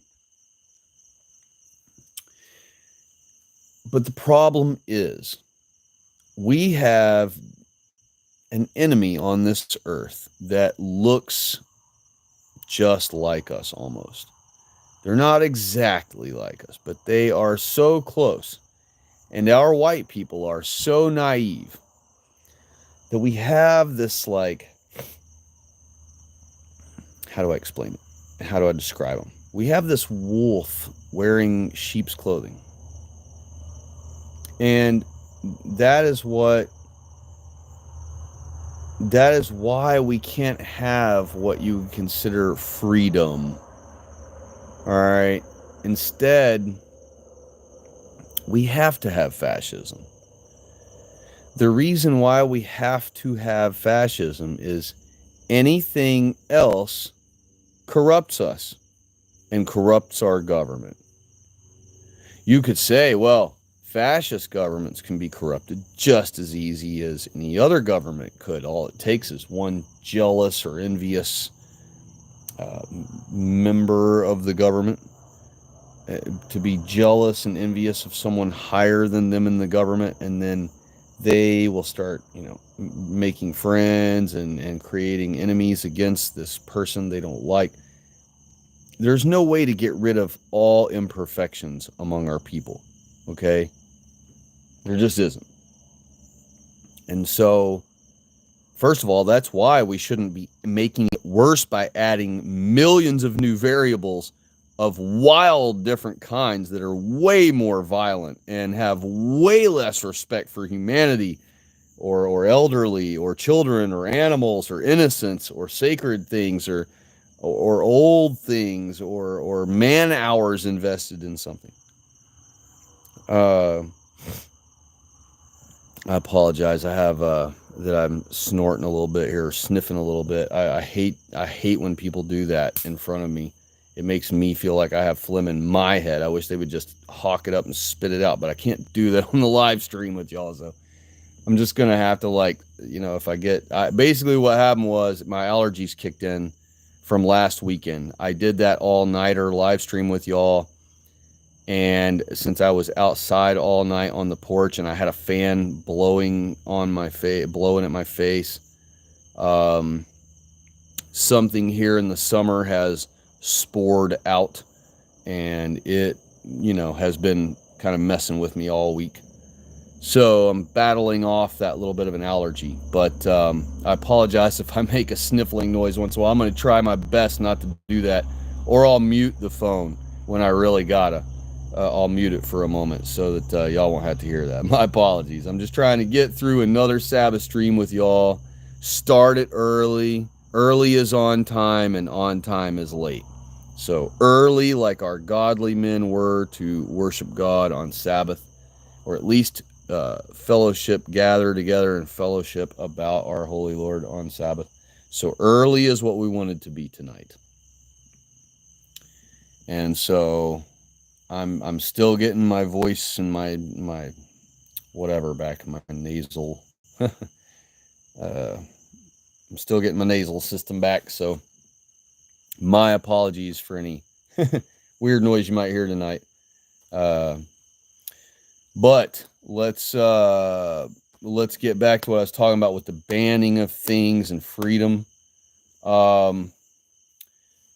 Because we have these yiddy diddlers who can throw on white people clothes and put on a little white people makeup, perhaps wear a white woman wig, or just style themselves up like a white person. They might look just enough like a white person, like Julianne Dreyfus or whoever, that they're perfectly acceptable looking as a white person. And so the typical white person wouldn't even be able to notice. They'd just be like, oh, it's definitely, you would just definitely assume they're white. And because they exist in our world, right?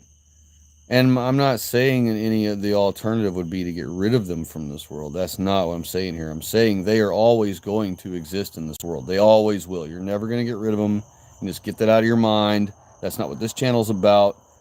Because that's a fantasy. Our God says that they will be in charge in the last days, and they will be who brings upon the beast system. So they will last all the way to the end.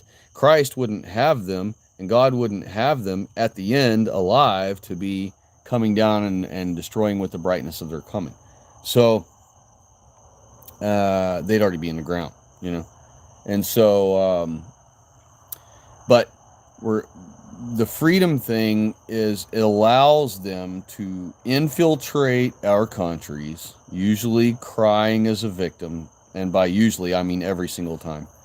Starting off crying as a victim. Poor me, help me. It's no different than some chick just on the side of the road with her thumb out, and people are driving by and she's got her thumb out going, please help,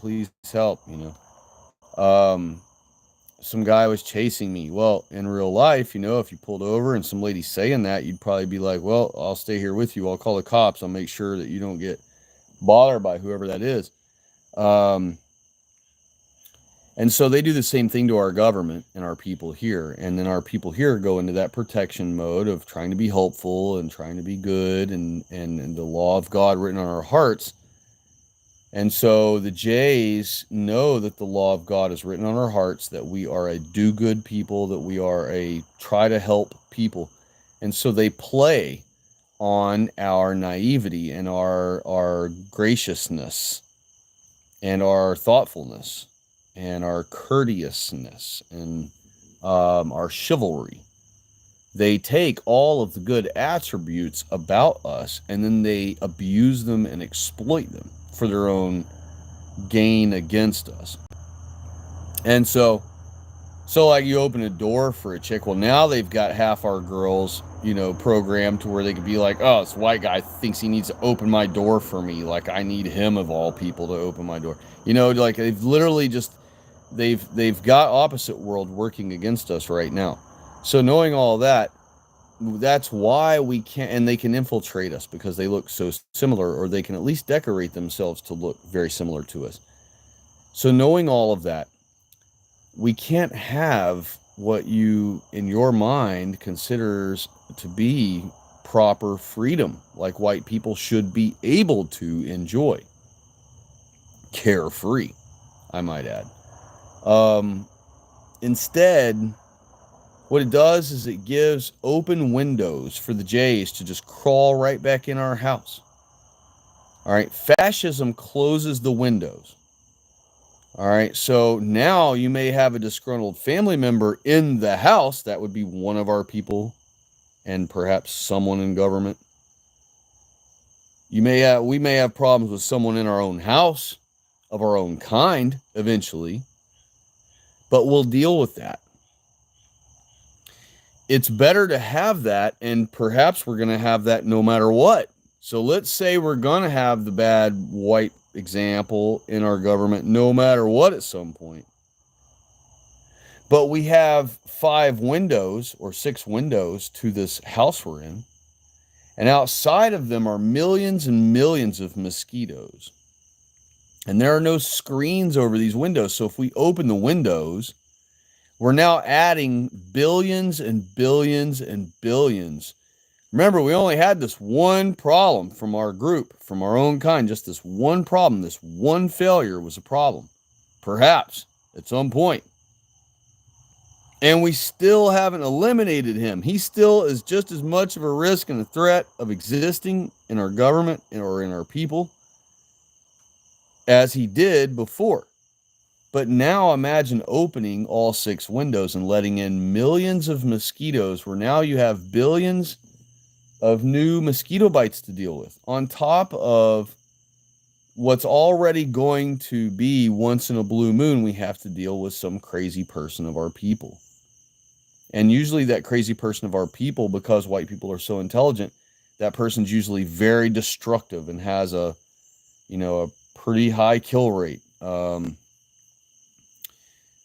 Whereas non-whites can shoot at a car like the one did the other day. Or was it 28 times, I think they said, or 25 times? This guy shot at a car just from the distance of his little short cookie cutter house front yard of one of those brand new neighborhoods that dogs are being moved into. I guess he didn't hit anyone. He didn't even hit the cars. So 25 bullets just across the yard, and he couldn't hit a whole car. So that's the difference, And so why would you want to add all these billions of new problems and variables from these millions of other kind invaders? It's idiotic to want to welcome that. It's idiotic to think that we can maintain it. It's stupid and suicidal to insist that we are already done for and that there's just no way that we'll ever be able to remove the non-whites. I realize that it does look hopeless. I realize that it does indeed look like we will definitely never be able to rid our country of these millions and millions and millions, 240 million, I would suggest to you, non-whites from our country. Especially, you think of the ones who are in the military. Oh man, they all seem like so much like a normal white guy. They got their tall, got their big old backpack on, got their soldier helmet and their uniform. By golly, they're just as American and just as white as you are, huh? But no, they got paid a paycheck, so we don't owe them any thank you for their service. It was just a job for them. Okay, they got paid to be there. They got paid for every day they worked as a soldier. Okay, they didn't serve. They didn't sacrifice it for free. It was a job. They got paid every day to do this job. And eventually, when we retake our country, we will relieve them of being in our government and our military. And we will revoke all citizenship of all non-whites. We will be banning all non-whites from becoming a member of our society. All non-whites will be banned from our country. And thank God, all of this happened now, this day and age, while we have millions of hours of footage, billions, I would say maybe perhaps trillions of hours of footage now already, of examples of why we should never have non-whites in our country ever again. Not even one. Because that's your, when you see one in your neighborhood, that's your 1-year warning. Okay, I told you about the 5-year warning earlier. The 5-year warning is not seeing one of them. The 5-year warning is when you see a whole forest inexplicably cleared out in the middle of nowhere where you live, and they're putting up a grocery store or a Walmart neighborhood market for no reason. There's no one out there but you and 100 other people, perhaps, crackers, out in the middle of nowhere. When you see that store being built, that's your 5-year mark. Well, when you see an actual nog in person in your neighborhood, that's your 1-year warning. You don't get 5 years after you see the first nog. You get 5 years. You can stay 5 years longer. But 2 or 3 of those last 5 years, when your wife tries to pull out of the driveway and go somewhere, she now has to drive past the makeshift basketball court in the road. And as she pulls up and all the nogs are out in the road blocking her path of travel, they will step out of the way as they recognize the pretty blonde lady coming their way. And they will all stare at her straight in the eyes, salivating and talking smack to her as she drives by with her windows up, going, please God, don't pull on my door handles. Please don't attack me. Please don't jump me. And that will be your daily life every single day. And then they will know your wife's pattern. They will know your pattern. They will know when your wife is home alone, when your kids are home, and when they're not. They'll know everything about your life. Why? Just because you will be suckered into paying $450,000 to $800,000 to move into one of these cookie cutter neighborhoods out in the middle of nowhere, trying to escape the non-whites. And then guess what? Here comes Trump hired Ben Carson, leader of HUD, I should say, HUD, HUD Homes, which just means grift whitey. It means whitey pays for it. It's all HUD means, is steal from white children and white grandchildren of yours and give to the non-whites to have a place to live. Well, guess what? They get 30% of the houses in that brand new neighborhood for free, thanks to good old Trump hired Ben Carson. And what were all the stupid conservatives doing when Trumpstein hired them? They were celebrating, oh my gosh, we got a black brain surgeon, y'all. Oh man, he's in charge of HUD. And I don't know what white people thought in their minds. I guess in their minds they thought that he might be some black that's going to tell the blacks to pick themselves up by their own bootstraps. We're shutting HUD down, or we're not going to let y'all just move into any nice, expensive place you want to live because you don't deserve it. No, his job, and every HUD director or whatever's job, is to go around and find brand new neighborhoods being built, because there are actually developers that are building neighborhoods in hopes of escaping the diversity imposition upon their developments. They actually want to make a whole $800,000 out of each white person. So there are some neighborhoods, it might be ones like what you see where they show only white people ads. That might be their little clever way of saying, hey, don't bother applying here unless you're white. It's probably not what it means, but that's what it could mean, and it's what it should mean. But, you know, those HUD things, the HUD programs and housing assistance and all other garbage, are just ways for the Jays to move blacks into those brand new, nice white neighborhoods, or those brand new, what were supposed to be all white neighborhoods, so that they can be ruined. All right. And so freedom, again, allows all of this to start. It allows the Jays to cry and piss and moan their way into our country. And then because we still use our founding documents about men and women having rights, they take that and misconstrue it and exaggerate and just flat out lie about what its context and meaning are, so that they can then grift us into capitulating more to them, all the way to the point where we end up prostrating to them eventually, which they've had our churches doing now for who knows how long, 50 years, 60 years. So freedom allows cuckery, you know, freedom allows cuckery. That's the bottom line. Fascism, on the other hand, does not. Fascism says, nope, if it goes against our holy Bible. Doesn't matter what it says, doesn't matter what the idea is, doesn't matter how cool the concept is. Does it go against our Holy Bible?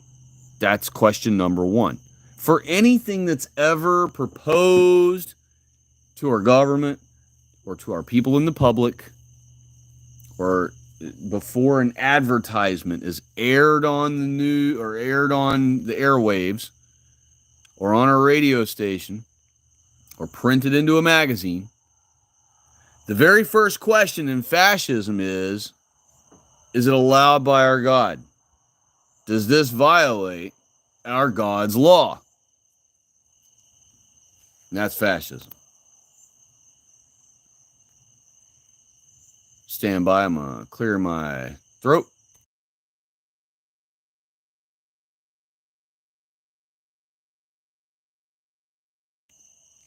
All right, that should hold me over for a while. Let's have a look here. Squatch chimed in and said, although I have no proof, I assume that freedom of religion originally meant the freedom to be Protestant, Catholic, etc., and not a non-Christian religion. Yes, I didn't finish addressing your exact comment. So let me just finish that first, and then we'll expound the rest of the way on freedom. But you're exactly right. Only with the exception of Catholic not being in there. You were free to practice whatever Protestant religion you wanted to.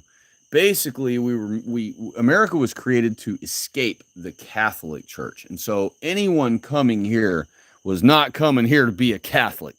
They were coming here to escape the Catholic Church. And so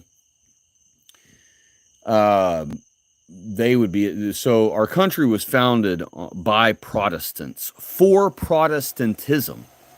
That's what you can even call it, the United Protestant States of America. That's what it was founded to be.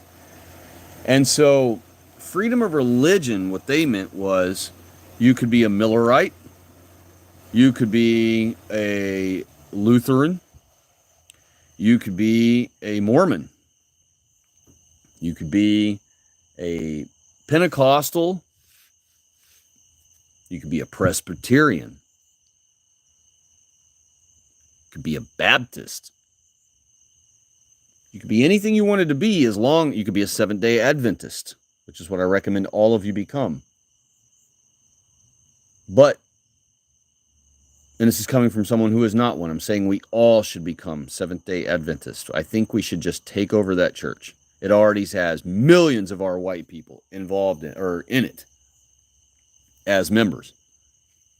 And by ways of infiltration and by ways of just not really deception, like I alluded to or directly stated in the last stream last Sabbath.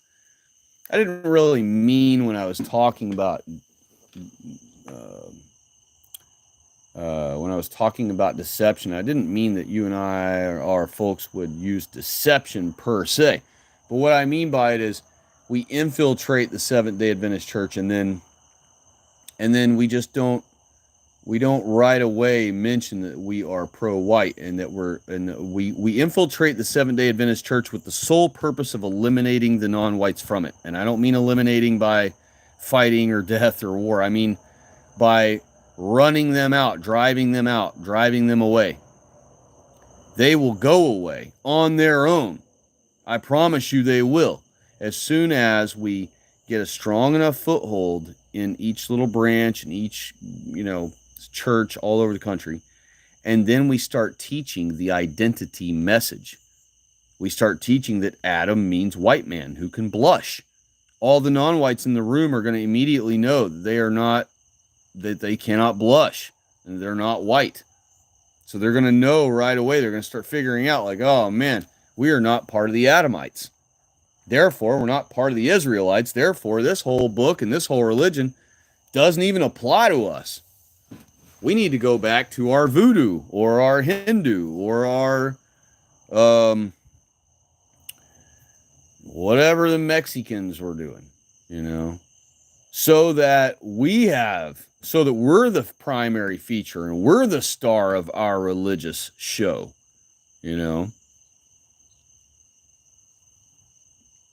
Think non-whites are going to keep dressing up and going to a Seventh-day Adventist church every Sabbath when now they've got these new white people that are involved in the church that has the whole church learning about how white people are Israel and how Jews are not, and how they're liars and imposters.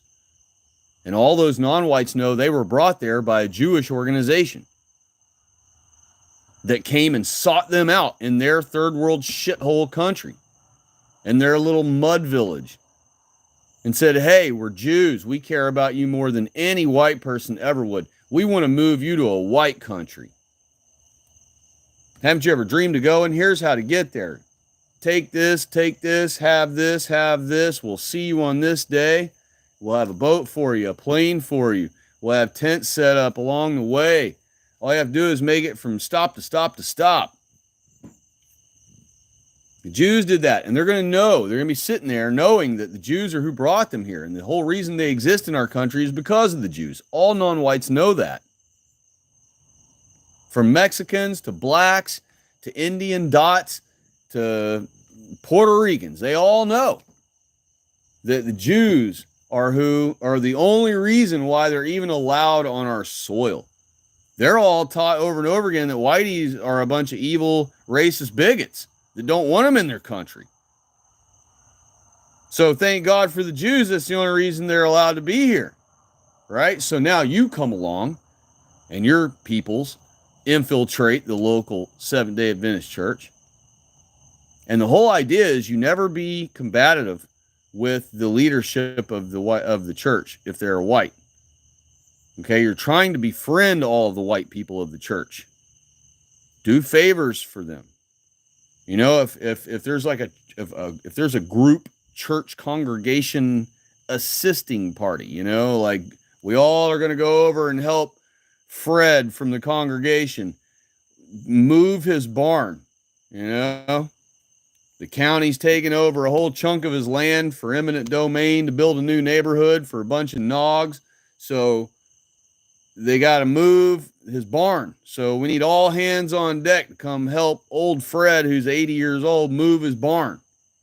So he don't get fined $1,000 a day until he moves it. You volunteer. You're a brand new member, but you volunteer. Be involved. You know, whatever. I'm not telling you to do these things. I'm suggesting. These are things. I'm just kicking these ideas around, spitballing with you folks right now, live in real time, just for us to kick ideas around. This is how the future gets started, is by us starting with the ideas, kicking the ideas around, coming up with newer ideas, figuring out, oh, well, that new idea comes with these problems. How would we iron those kinks out so that our new idea would work? And that's how we have aviation. It's how we have 9 ways of aviation. That's how we have automobiles. It's why we have everything we have, is from kicking around ideas and then hashing out all the details. And so infiltration of the Seventh-day Adventist church would be an ideal situation for us, honestly. What else should we be trying to infiltrate other than all of our white people who are already pleasing our God, keeping Sabbath every 7th day? You realize what that means, right? That means all of you who feel lost and feel like you don't have a place to go and feel like you don't have a church that you can go to worship our holy God on the correct day as it's supposed to be. You feel like the rest of the world is total opposite of you. You figure they're all going to church on Sunday. You figure that you're the only person you know that keeps Sabbath. You know, a white person that keeps Sabbath, knowing that it's not for the Jews. You're such a weirdo. What you don't realize is there's a Seventh-day Adventist church. There's 5 of them in every city. There's 20 of them in major cities. Probably 40 of them, who knows, in major metropolitan cities. There's one in almost every neighborhood. And that whole church, every Sabbath, first thing in the morning, they're going to be there with their children, dressed as best they can dress. And they're going to sing songs to our holy Savior. Tomorrow morning. Hundreds of them in one room. And keep in mind, there are Seventh-day Adventist churches in parts of our country that have no non-whites in them. Zero diversity. And if they do have a non-white, it's not a nog, it's a whatever. You know, they exist. We have to find them. That would be the best ones to infiltrate, because then you don't have to weed out the token black that they've moved up to president of the church. You know what I mean?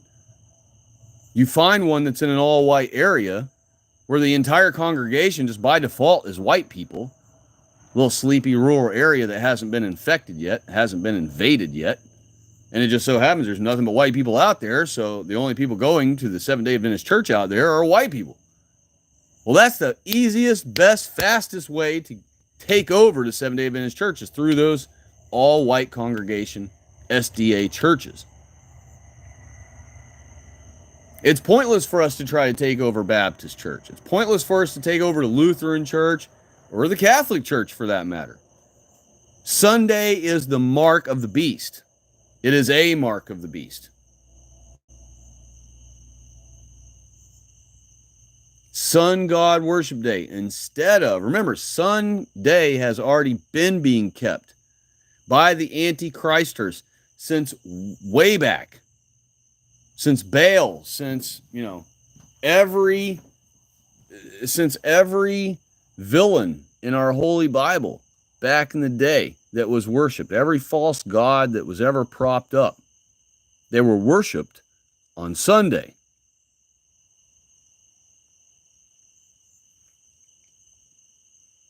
And the reason I keep suggesting it is because the Seventh-day Adventist Church is the only church that is truly Protestant of that mark of the beast, that Sunday forced onto white people, forced onto our people.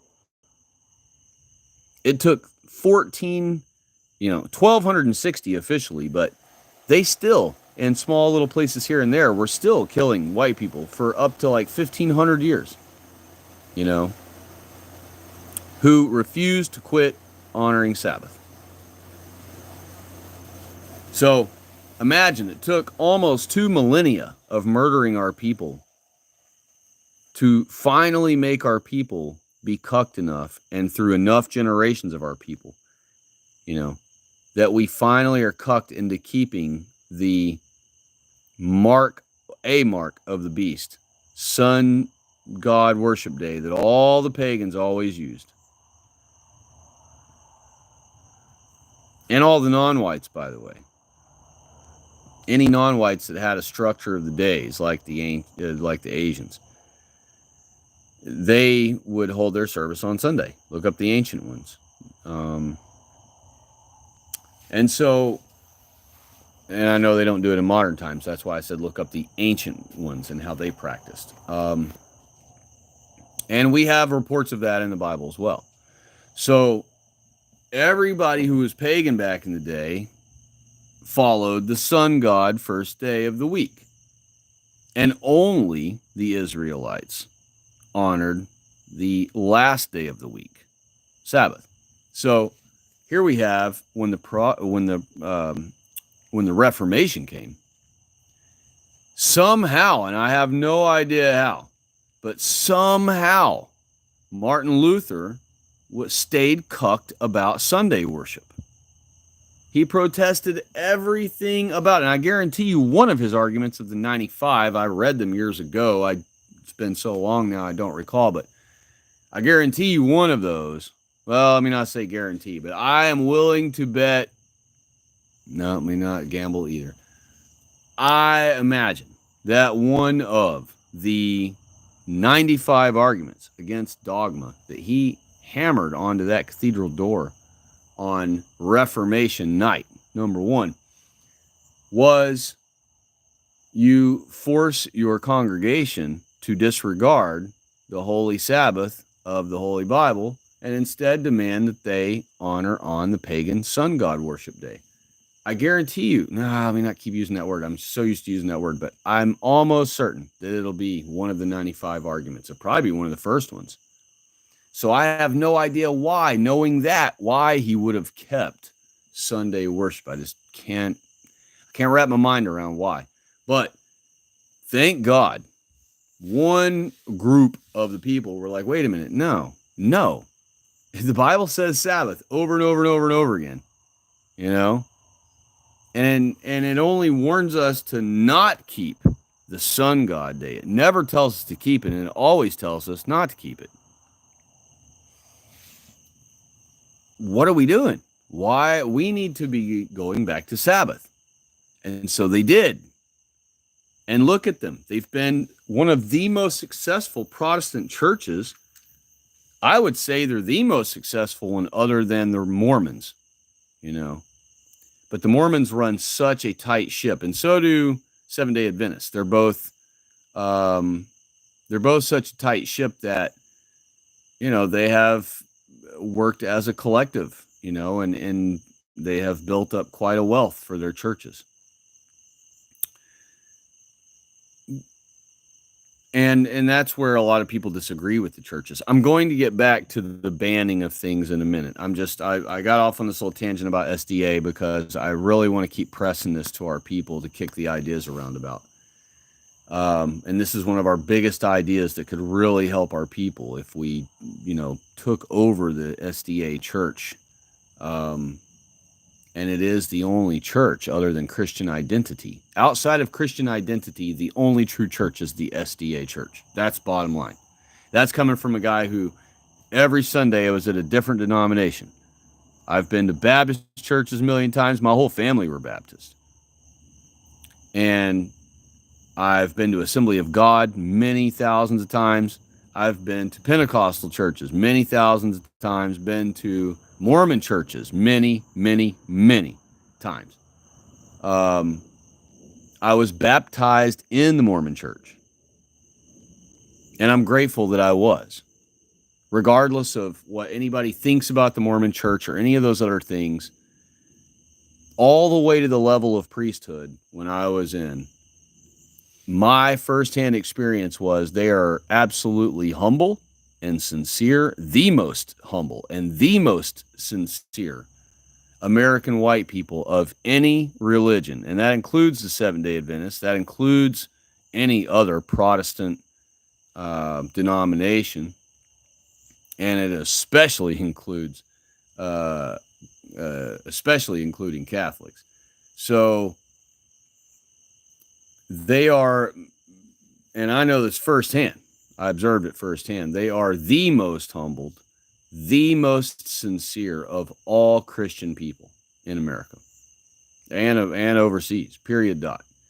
So I am grateful even that the Lord picked the Mormon church for me to decide that I wanted to be baptized in. Keep in mind, I attended all these different Baptist churches. I didn't just attend one Baptist church many times. I attended many Baptist churches. And I attended many Assembly of God churches. And I attended many Pentecostal churches. And I attended multiple Mormon churches.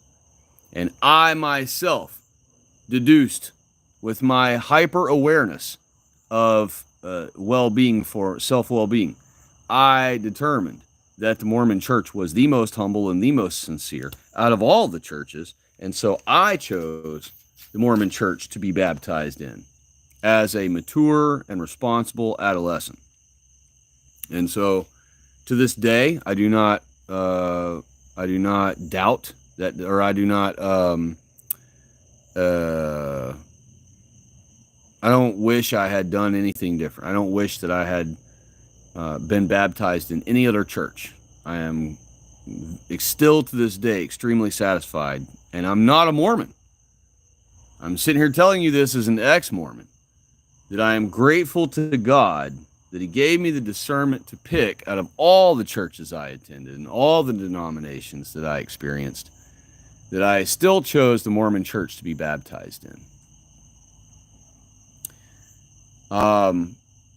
And any of you who are not baptized, I mean fully submerged in water in the name of Jesus Christ, not sprinkled on with water when you were a kid or a baby in the Catholic Church or something like that. I'm talking about you have to be submerged completely underwater. Head and shoulders, hair and all. If you have not been baptized in the name of Jesus Christ, you absolutely must do so. No questions asked. No excuse, no reasoning. You must. If you get swimmer's ear, plug your ears. If you're phobic of water, you're going to have to get over it. You take showers, so you're not that phobic. You're going to have to do something. And don't let not having a church be your excuse. You have a church. You have the Church of Israel, Missouri. You have the church that Pastor Jennings, Charles Jennings, is in charge of, who has the Truth in History YouTube channel. You could contact him. He is I apologize that he keeps Sunday still. We have not reached him on the truth of Sabbath yet. I'm working on that. But in the meantime, he is a Christian identity pastor who knows that white people are the Adamites, and he also knows, therefore, by default, that white people are Israel. He knows that the Jews are not Israel. And so he would be a great pastor to have you baptize you. Chaplain Bob could baptize you. You could contact him. You could have Pastor Rob baptize you from their church in Harrison, Arkansas, I believe is the town they're in. You could also be baptized in any Seventh-day Adventist church. Now, they may put up a little bit of a fight. They may not want to baptize you unless you fully commit to their church. And if you run into that, just pick a different Seventh-day Adventist church. Be like, look, I'm trying to find a Seventh-day Adventist church who cares more about a person being baptized in the name of Jesus Christ than they care about whether or not I believe in all of Ellen White's writings. And so when you do find one of those good SDA churches that says, you know what, whether our church expects that of our congregation before we baptize them or not, I agree. The whole purpose of our church is to win souls to Christ, to get them baptized in the name of Jesus Christ. And if you're willing to be baptized in the name of Jesus Christ without knowing anything about Ellen White's writings or John Miller's writings or any of those things, well, I say Godspeed to you, and we'll baptize you here. That's the SDA church that you're looking for. So they exist, and they exist like hotcakes all over the place. So you will have plenty of options to find. You may have to drive further than expected to go to one that plays ball the way you need them to. Or you may have to drive extra to find one and attend one that is all white people and doesn't have a token nog or all token nogs taking up all the positions of power in the church, which I'm sure a lot of them are like that by now. In fact, their primary speaker, whenever they would have what's called General Conference every year, that's their big mega conference that they have every year where all the who's who of SDA church who can afford to go will go and attend this massive mass meeting. They always have as their primary closing keynote headliner speaker, they had a black. And I'm not going to insult that particular one because even though he was a race grifter as well, and I caught it in his teachings, he is the one who, through his arguments, and they're not his arguments. It's just he is who God used to speak it to me. But he was repeating the Seventh-day Adventists' arguments in his preachings, and he is who God used to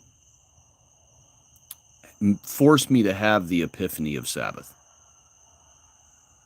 And so God will use non-whites sometimes as an instrument or tool for our help. I'm sure you've heard the little story about how a man was drowning in the ocean, and along comes a plank of wood, and he's been praying to God to save him, and he's like, no, that can't be it, and so he lets it float on by. I'm saying I'm going to butcher the story badly, but then something else comes by, uh, you know, uh, an abandoned raft comes floating by, and he's like, no, it's the Lord's going to save me some other way, and then eventually he drowns and dies. And then when he gets to meet the Lord face to face, he says, Lord, I was waiting on you to save me. Why didn't you? And he said, I sent you a piece of wood that was floating. I sent you an abandoned raft. I mean, what more do I got to do? So we got to be able to recognize when God is using something we don't expect to help us or to save us. And I recognized that I recognized that he was, he does the whole faux 100 years in front of all the white people there, and stuff like that. And he preached at a lot of black SDA churches, so he's basically a pro-black. He's deceased now, but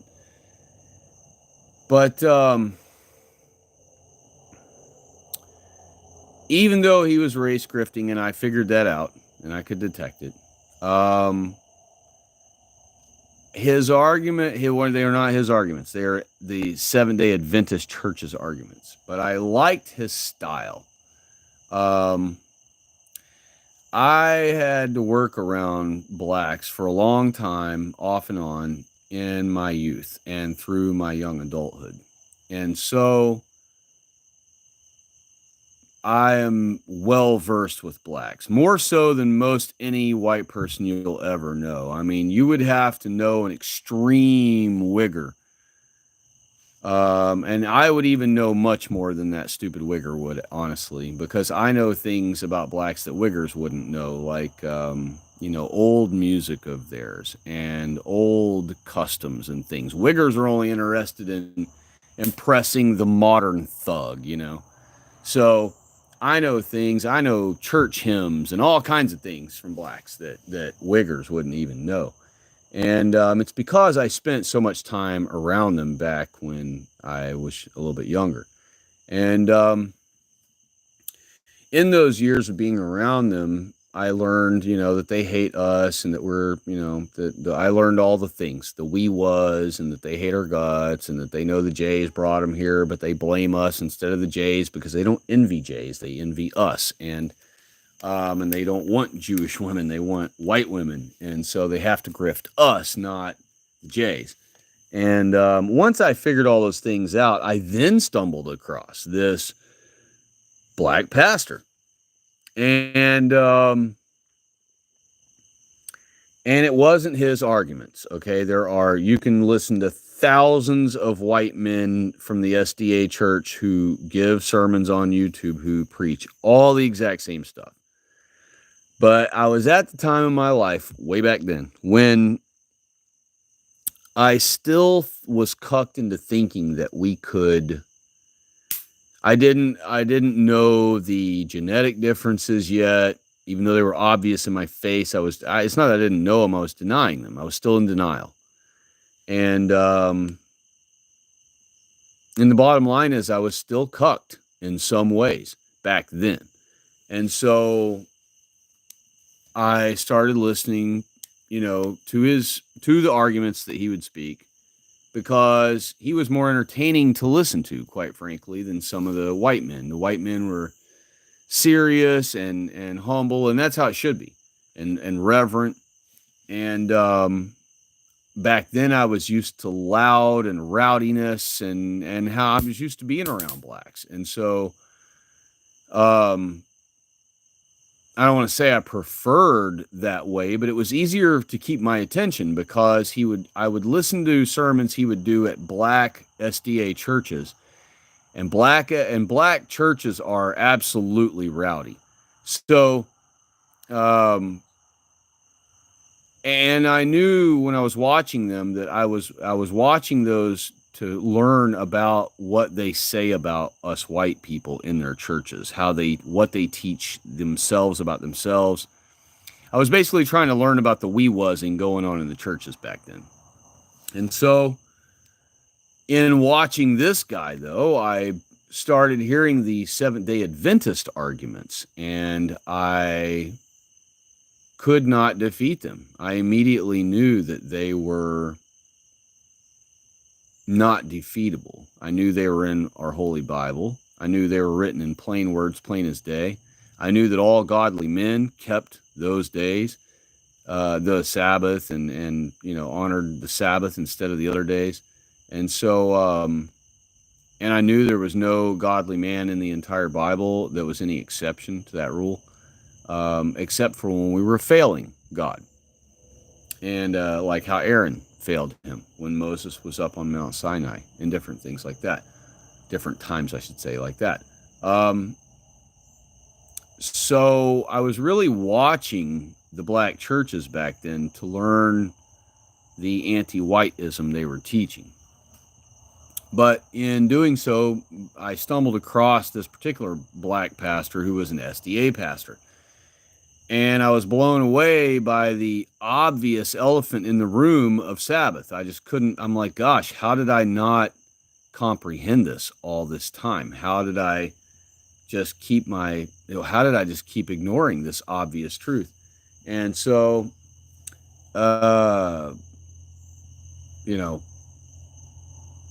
it's all right if once in a while a non-white saves you or teaches you something that you otherwise may not have known.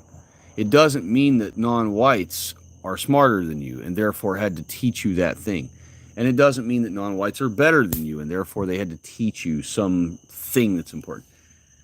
It doesn't mean any of those things. It means that God sometimes will use a non-white to act on his behalf, to teach you a lesson on his behalf, or to help you in some way, or save your butt in some way on his behalf.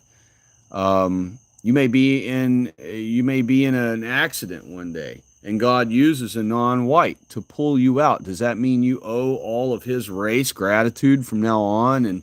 And does that mean that you can ignore, let's say it's a black that pulls you out of a burning car? Does that mean that now all the other 99.99999% of the blacks who attack thousands of our white elderly and women and children every day should be disregarded, and now blacks should be revered and honored and respected everywhere you go because this one random black just so happened to this one random black saved your life? No. You need to give God the glory, not blacks, not that black and not blacks. You can thank him. He deserves a thanks. So give him a thanks. Maybe even give him a very outspoken thanks, like, hey, no, seriously, man, thank you. Don't call him man, but, seriously, bro, thank you. I know he's not a bro, but, use it as slang. Seriously, good job, and thank you for that. You could give him a for real gratitude, and even throw him something, some kind of a reward, if you feel in your heart. But it doesn't mean you owe his entire race gratitude. It doesn't mean that his entire race is now off the hook for all the things they've done to our people. It doesn't mean that his race is now suddenly all well behaved, and that you know that you could just go around the corner in any old ghetto and be killed right away. So this one black that happened to save you or whatever in this hypothetical scenario does not mean that you now need to cuck to the blacks all the time. It just means that God used a random creation of his. He might, someday he may use an animal to save your life. I'm sure y'all have seen the video recently of that little girl who was attacked by a dog, but then her dog came to the rescue right on time and attacked that dog who was attacking the little girl and defended the little girl and ran that other dog off. Does that mean we, would think that, oh, dogs should be in our government now? And dogs are just as white people are. And dogs, gosh, we should decorate dogs in white people's clothes and let them start driving cars and let them start making decisions and let them start voting. No, it just means that God used an animal or any other thing on earth to save you in that moment or to help guide you in a certain situation. And that is what God did with me. He used a black to teach me Sabbath. But that doesn't mean that blacks have a corner on Sabbath or that Sabbath is even for the blacks. It just means that God used something on this earth to be the instrument to interact with me and teach me. That's all. And so just keep that in mind in case you ever have to learn something from a non-white about life or about your own faith or something like that. I don't recommend listening to black churches to learn your religion. I was listening to black churches to learn what they say about us. And so I've spent many thousands of hours listening to black preachers speak all kinds of things you cannot even believe or imagine. And I will cover those as we do more training day videos. But for now, just know that black churches and black supposed mosques, they all teach every Sunday, just like every synagogue does every Sabbath. They all teach death to America. They all teach that whitey's going to be their slaves someday. The Jays teach it slightly different. The Jays already know that whiteys are their slaves now, and they long for the day when they eliminate whitey, and then all the world's non-whites are their official, open, outright, they know it, everybody knows it, slaves. In other words, like all the non-whites will know that they are physically owned as slaves by the Jays. That's the days they long for, openly every Sabbath in their synagogues. And the mosques, every time they get together, they all celebrate that they are infiltrating and invading and eventually overwhelming and overtaking and conquering America and Europe and Canada and Australia and New Zealand and wherever else that we've allowed them to go. So let me get back to the banning of things now that I beat the Seventh-day Adventist thing into the dirt for you to remember to think about. We have to take the freedom away. Freedom is stupid. Look up the word freedom in your Bible. See how many times you see it. What we're supposed to be is yoked. You know what yoked means? You know what yoked means. I bet you everyone in the chat knows what yoked means. We're supposed to be yoked, y'all. Remember the passage in the Bible where it says that you're not to be unequally yoked with unbelievers? And then it continues on with, I have it on the tip of my tongue how to recite it word for word, but I can't, even though it's on the tip of my tongue. But it's basically, for what fellowship hath believers with unbelievers, And where is their righteousness in unbelievers? For you to even be fellowshipping with them, expecting to enjoy righteousness among them. There's just no, and that isn't what it says. I'm just ad-libbing on that part, but that's what it's getting at. It's saying, why would you even waste your time being with unbelievers? Now, keep in mind, Christ sat with sinners. Christ supped with sinners, ate dinner with sinners and things. But remember who were calling them sinners. That's what throws people off about Jesus Christ. Our white people read in the Bible that Jesus Christ ate with sinners and sat with sinners. Okay? And so they think, oh, Jesus is cool with anybody who commits whatever kind of crime. You could just be a sinner and whatever. And Jesus eats with sinners. Jesus sits with sinners, so you're all good. But that's not what was going on. And granted, you could bring up the prostitute at the well, the woman at the well. You could bring up the prostitute that was going to be stoned. But what I mean here is that, I hope I don't lose you. I'll go too far from the box here. I'm just looking for something real quick. What I mean is, that, oh, it isn't here. Okay. Never mind then. Gosh, let me make sure I articulate this as best I can.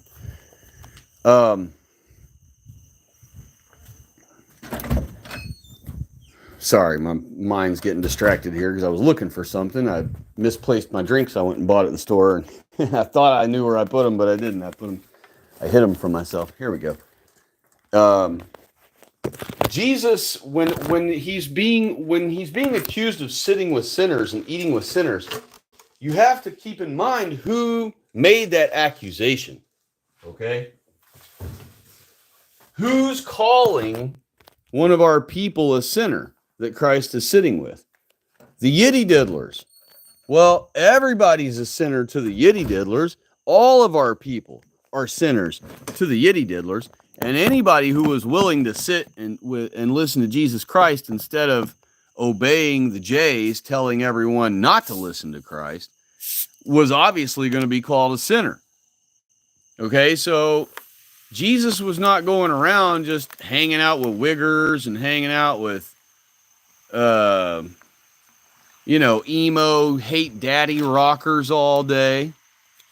It's not what he was doing. He was hanging out with our own people who really genuinely wanted to give their lives to him. And they might say to him they're a sinner. They might confess to him that they're a sinner, but they were giving their lives to him right then. Why do you think they had him sitting at their table to eat with them?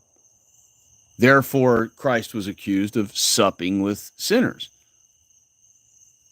The, quote, sinners were inviting Christ into their home to eat with them.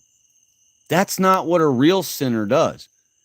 A hate daddy, hate white people, hate America kid is not going to invite Jesus Christ of all people, into their home to eat with them.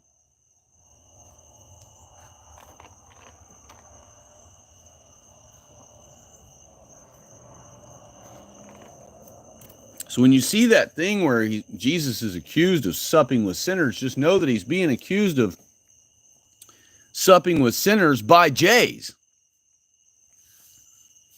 Right? And we already know how truthful and how accurate and how totally unexaggerated Jewish accusations are. Right? So,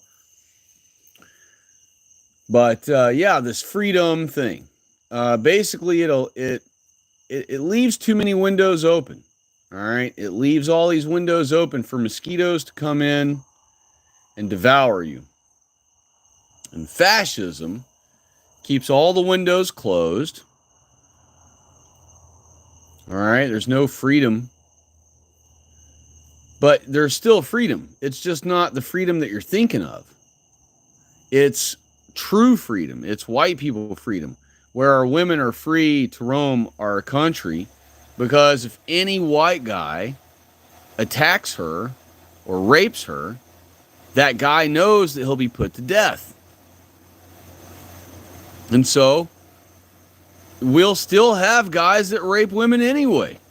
As crazy as that is. We used to hang men who stole horses. If you stole a horse, you were put to death in town square by hanging. That's how based our people used to be. We didn't even bother cutting fingers off like the Arabs and whatever. You hear about the Islam. Oh, you steal over there, you get your whole hand cut off. And if you steal again, then you've got both hands missing. Then it's real hard to steal. Well, our people were light years beyond that. Our people, if you got caught stealing, you were put to death. If you were caught stealing something like a horse, which was considered a man's livelihood. It was considered his work tools. Stand by real quick.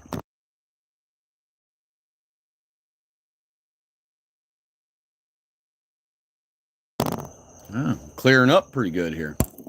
I should take a Zycam or something. I think I have that's like the one brand name thing that I don't mind taking is something like Zycam. And I only take Zycam. I only learned about that and decided to take that because that's what I discovered firsthand from people who have to work in very extreme environments, that's the only thing that would allow them to stay going during, because the environment makes them sick. And the only way to survive it, they said, was to use Zicam. So maybe I'll go take one in a little bit, but I'm clearing up a little bit now, so that's good. Yeah, so just keep that in mind when you hear, or when you read, or someone reminds you about that it is written that Jesus Christ supped with sinners. Just remember that it was Jews who were calling those people he was supping with sinners. But the freedom thing, it allows them in. You know the drill. Once they're in, they whine and piss and moan their way all the way into positions of power of our government. Our God told us, be ye separate. And the reason why he told us to be separate is because our women cannot go anywhere in peace with non-whites salivating at them, looking them in the eyes, basically telling them eyes to eyes, I want to rape you and chop you up and eat you right now. That's what our white women see every time they drive down the road, or they walk through a mall, or they walk through a school building.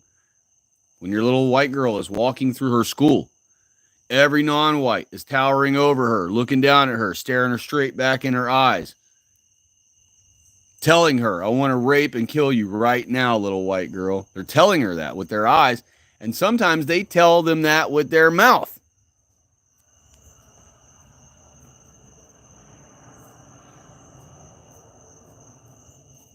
And your little white girl is scared to death to come home and tell you, because A, she's afraid of what you'll do and get yourself in trouble. B, she's afraid she'll have repercussions and be attacked again by his friends, or maybe by him himself, because you went and snitched. And she knows, and all kids around blacks know, that snitches get stitches. Or she doesn't want the school to side with them and think she's lying.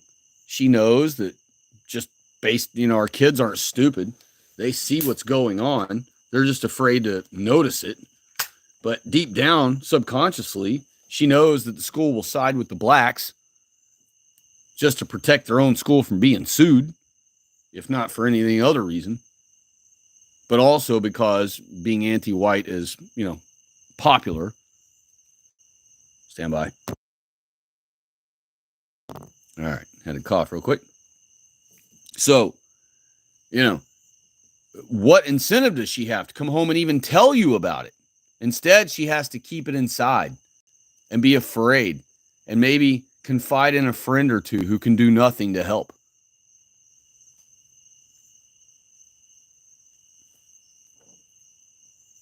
It's awful what our children are being put through.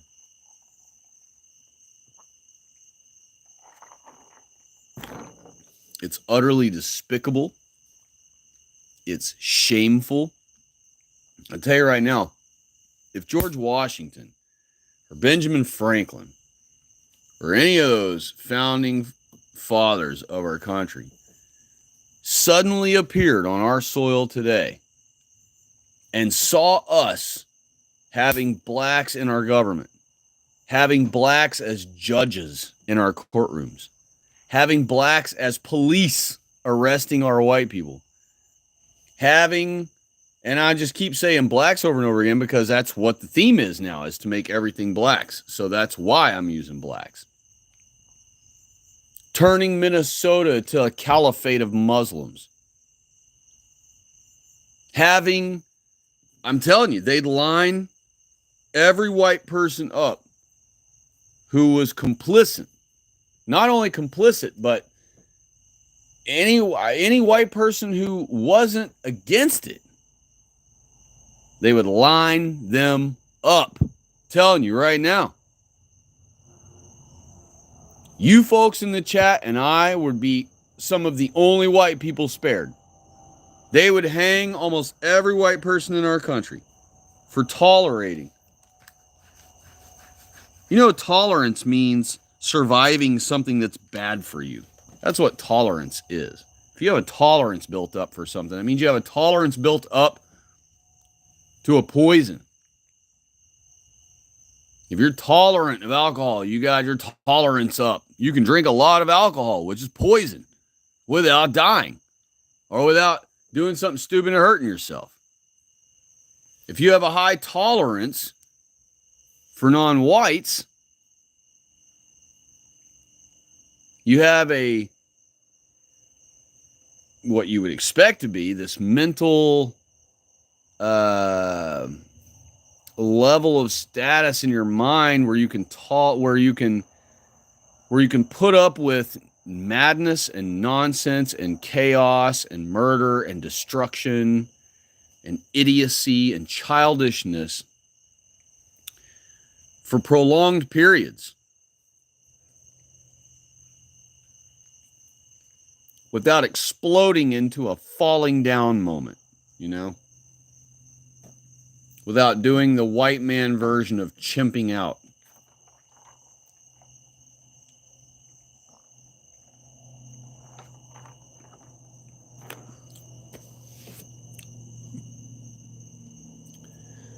So going back to the law thing here, when we take over our country again and we restore our country and we rid ourselves of the parasitical load that is this infection that is all throughout our body, and we can do so. Don't listen to fools that tell you that it's a wish. All right? Anybody that tells you it's just a wish that white people can do something obviously doesn't know the power of white people and clearly has not read history books. Every history book that's ever been written, just about 99.5% of the history books ever written, have been written about incredible achievements, incredible accomplishments, incredible, against all odds, accomplishments of white people. Keep in mind, almost nothing that white people have accomplished was easy. In fact, I can't name one thing that white people ever mastered that was easy for white people to master. We failed miserably at aviation until we got it. We failed miserably at electricity until we finally got it. We failed miserably at all kinds of things until we practiced it enough times, we tried it enough ways, enough trial and error, enough rebuilding until we finally figured out that this quality of material is best for this, and this type of joinery is best for this type of application, and this type of material seals best for this type of environment. And collectively, through all of that, trillions of white man hours dedicated and invested and spent already to learn all these things. That is how our greatness was achieved. That is how any history book ever got written, and why any history book ever got written. So to think that white people cannot rise up, I know it looks like we can't. And you got to understand the reason why it looks like we can't is because so many of our people are still cucked. They're not alarmed, and the cuckery comes from so many directions. From sports, you have your kid in sports. Well, all his fellow athletes are blacks. So guess what he's got to learn to be cool with? Guess what he's got to try to win props from? Guess what your kid's going to always look up to? Black athletes. And so guess what's going to happen? Then you're going to be interested in sports because your boy's interested in sports because you got him into it. Well, now you're going to want to watch sports with him. You got you a sports watching buddy now. So now y'all can cheer on your favorite Nogs as they run up and down an arbitrary amount of distance with a particular ball, doing a useless activity that serves white people no purpose whatsoever unless we are involved in the activity ourselves. And so it looks hopeless. I get that. It does look like and I've even said in my other streams, and I still will stand on the position that it will take a miracle of God now because the odds are so against us. There are so many non-whites here now, and by the time our white people are finally uncucked enough to be alarmed and say, wait a minute, this is enough. Enough is enough. We have way too many non-whites here. Our country is ruined. What were we thinking? By the time they finally get to that, the Jews will have already placed that whole 1 billion, perhaps more non-whites into our country before white people finally admit that they were wrong. You understand, white people have a huge ego too. And just like any other race, we don't want to admit when we're wrong. And so that's why God gave us the attribute of blushing. You know, a true, honest white person will blush when they try to lie.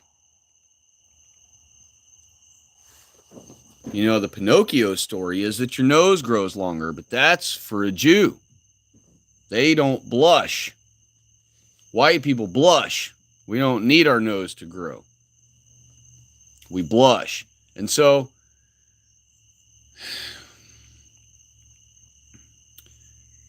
I realize that it looks impossible. And I'm still stand on the position that it will take a miracle of God, like it did take a miracle of God to free us from Egypt. It will take a miracle of God to be on our side. And you think to yourself, yeah, but we have all the weaponry and all the stuff. Yeah, but it's still going to take the miracle of God because we're training non-whites to use all of our shit right now. There are millions now of non-whites who know how to use AR-15s and machine guns and switches and any kind of pistol. And, you know, we literally have sand niggers that know how to shoot rocket launchers, RPGs. They know how to use mortar launchers, and they know how to make bombs. I mean, we literally have sand critters that have been making bombs now that work. You know, they have timers on them, they have triggers on them, all this stuff. They freaking work and they explode and they kill people all over the place when they decide to do some kind of bombing. So by the time our white people are finally alarmed, there will be so many non-whites in our country and in our military. Remember, you see all these cuck service talking about, oh, we're going to have eventually the UN Army is going to be here. It's not going to be the UN Army. It's going to be our army. Our own military is what the Jews plan to use to destroy us, along with the Israeli army, by the way. They're going to bring them over so they can all have their fun at killing white people. And they're practicing what they're going to do to America in Gaza right now. That's what all of this in Gaza is for. This is all just practicing what they're going to do to America. And it's for another reason, too. It's because they're clearing land to make their new third temple. But they're also, the main primary thing for it is not only to steal all the land for themselves, but also for practicing what they want to do and what they plan to do to American soil. All those destroyed buildings that were full of children, they're all dead. But the schools, hospitals all bombed, food supply cut off. That's all the same stuff Jews did to Russia. That's all the same stuff Jews did to Ireland. That's all the same stuff, or Scotland. That's all the same, Scotland and Ireland both. That's all the same stuff that Jews did to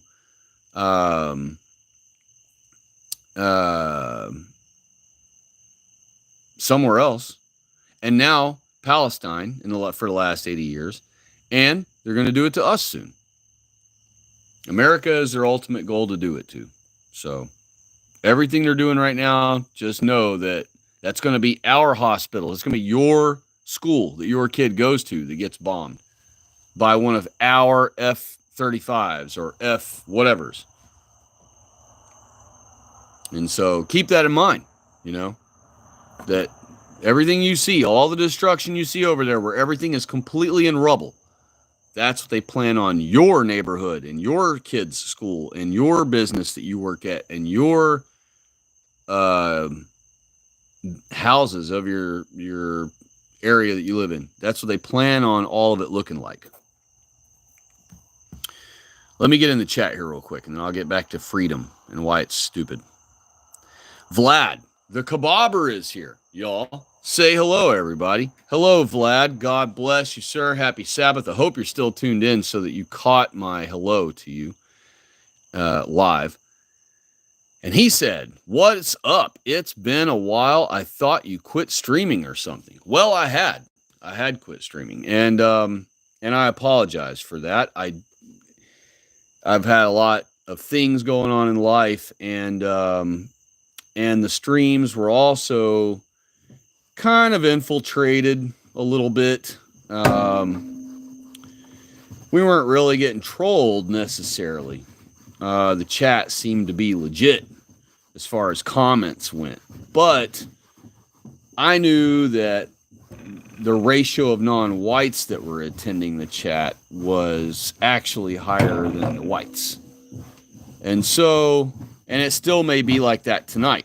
Sorry you're hearing that weird noise. I'm using the bug zapper and rubbing it all over this thing that bugs like to accumulate on, and then they take turns flying off of it and biting me and then landing back on it. But if I just take this bug zapper and rub it back and forth across here, it zaps them all. Okay, I'm done. Apologize for that. So an unknown is here, you all. Hello, unknown. And he said, "Yo, what's up?" And he said, "Yep, these sand niggers learned it from the best, the white man." Correct. And they would still just be eating, worms out of the sand or whatever they'd be doing if it wasn't for white people. Dubai wouldn't exist. All that magnificent stuff they have over there wouldn't exist. None of their palaces, none of their expensive cars from Italy. None of the stuff they have would exist if it wasn't for white people. And oil to them was a useless black liquid. They had no idea what to do with it. They had no concept of anything that they could make use of it for, other than to maybe set it on fire so they'd have fire when it's cold at night.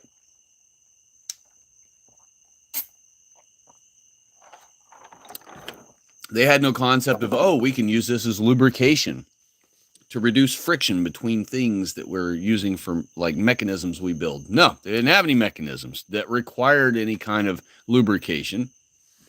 And so they didn't think about using it for lubrication, except maybe sexually, perhaps, because they're weird like that, maybe. But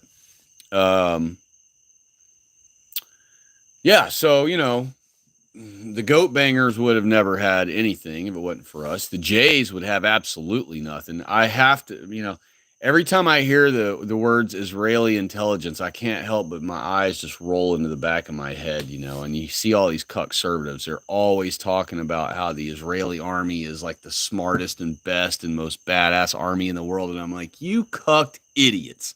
How do you not know that without white people, Jews wouldn't have anything? They literally would not own a gun. They wouldn't have they don't make anything. They don't make anything. And nowadays, now that they've taken all of our technology from us because we just cucked it all away to them, now they actually have the audacity to say that they have created all the things, just like they teach the blacks to do. Now that they've been using our toys now for a few years, well, now they claim that they invented them. Like the building down in Florida that they collapsed to kill somebody. And that's what that was. No building has ever just free fallen in Florida, ever. But that one did. And oddly enough, who showed up? Right when the building collapsed. Who was right there on site 30 minutes afterward? Keep in mind, Israel is a however many hour flight away, probably 20-hour flight away or more. But just 20 minutes after that building collapsed, suddenly a uniformed Israeli army is there. Huh? What? In uniform on American soil, talking about yes, and on the news it's saying, the Israeli government came over here. The IDF came over here and they brought their 3D equipment they invented to be able to scan every room or every level of the building and be able to figure out, how many survivors there may or may not be and where they might be in the rubble. They attributed the 3D scanning of the building to the Israeli military creating it. Literally, they said that they created it, which is horse shit, because all scanning equipment and all those things were invented by white people a long time ago. White people have been scanning the inside of buildings now for like 15 years. So for them to come along 4 or 5 years ago, whatever it was, and say, oh, we invented this scanning device, and look, we're going to help you Americans out 20 minutes after this building collapsed, even though we're 20 hours away. We just magically showed up here at this collapsed building, and we're already ready to go with think about it. If that building had collapsed and the story was as real as they tried to portray it, right? It would have took 1 or 2 days for them to get to America, for one, because they would have been in Israel where they belong. And two, it would have took 1 or 2 days before they even shipped them out to America, perhaps, before they figured out logistics of what they're going to do. Okay, how many troops do we want to send? Okay, and what all do we think we're going to need? Are we going to need to send some? They're going to have plenty of tractors and lifts and all that, but what do we need to send? What do we got to fly over there with you? Or do we just send you over there with just your in your uniform with nothing else, and then be able to acquire whatever you need over there once you get there? Logistics would have had to have been figured out. So if the story would have been true that IDF soldiers just wanted to come over here to help this America with this one collapsed building. We have buildings that explode due to gas explosions and all these things. Never see Israeli government showing up in uniforms. But for this one collapsed building that ever free fell in Florida, or that ever just collapsed for no reason, inexplicably in Florida, suddenly the Israeli government's standing there with all their 3D scanning equipment, just so happens to scan buildings with and everything. If that isn't a kosher collapse, I don't know what is. So, yeah, it looks impossible because of, how much influence and control they have had over us for so long. And I do realize that it looks like that, but it's not a wish. It's not just a stupid wish that white people can actually rise up together and arrest and round up all the politicians. Not just in D.C. You have to round up the local mayors. You have to round up every state governor. You have to round up every non-white that's in our government. Every J and every non-white, and any sellout whites. Okay, any of the Freemason whites that are in our government, they have to be all rounded up with them. And this is why Germany got. This is why the Jays made up that big lie about Germany arresting all the undesirables. They were talking about, they would even arrest you if you're German. They didn't care. They would put you in the death camps if you were German. If you just disagreed with their ideology of Nazism and all this stuff, right? Well, none of that's true. They arrested a lot of Germans. That's true. They put a lot of Germans in the camps with the Jews. That's true. But they did so because those white people were in the German government, working for the Jews, selling their German white people down the river. They were the ones working in the Jewish-owned smut stores, selling merchandise, selling sexually perverted books to our white German children. They were the ones working in the Jewish-owned strip clubs. So what Uncle A did is he said, anyone who's been working against white people, any person, doesn't matter if they're white or non-white, who has been actively working toward the destruction of white people, be it indirectly or directly, if they have been working toward the destruction of white people, knowingly also working toward the destruction of white people, you go into the camps. Now, any worker who did not know, but still was working toward the destruction of white people, but maybe perhaps wasn't aware of that fact. And that was very far and few between of those. Very few examples of that. But if there were any examples, the very few that there were, I'm sure were treated differently. They probably weren't put in the same extreme lockdown. They were probably put in a more relaxed type of imprisonment. But yeah, he rounded up a lot of Germans because they were working against our people. And that's the same thing that we're going to have to do when we arrest all the government's employees. We're going to have to arrest, of course, all the non-whites and Jays. That goes without saying. But then we have to also round up any of the active white people. And what that means is basically all of them, because name a white person who is actually in our government saying, defending, quote, white people. You know what I mean? I'm not talking about a politician that's uttered the words white people one time. I'm talking about goes into session every day and says, bull crap, vote no on that. I urge all of you to vote no. It's anti-white. I urge all of you to vote no. It's against white people. I urge all of you to vote no. This is blah, blah. I'm voting no, no, no. All this crap is against white people. Screw you. I'm not voting for it. Or I'm voting against it, I should say. We don't have any person like that in our government. Therefore, all of them work for AIPAC because, again, you don't even get to run for any office of our government unless you've already signed the deal. Not a deal, the deal. Meaning there is one deal and you have to agree to it or you don't get to run for any office. Every politician signed the deal in order to be able to run for any office. So yes, looks like a wish for sure, but it is possible. It's going to be almost impossible, but it will still be possible. And with God's blessing of a miracle, we absolutely can round up all of them eventually when the great day comes and take our country back. And that's what we need to pray for. We need to keep Sabbath so that our God is pleased with our behavior, so that we're functioning as intended. And then we can reason with our Lord as much as we can to please awaken our people so that we can finally restore our country and stop humiliating ourselves in front of our God. We are just acting pathetic and shameful in front of our God. And the sooner we restore our country, or the sooner we take action to restore our country, the sooner God will bring his blessing down upon us. So, Unknown said, these conservatives would be pro-police until the unjustly killings come to them.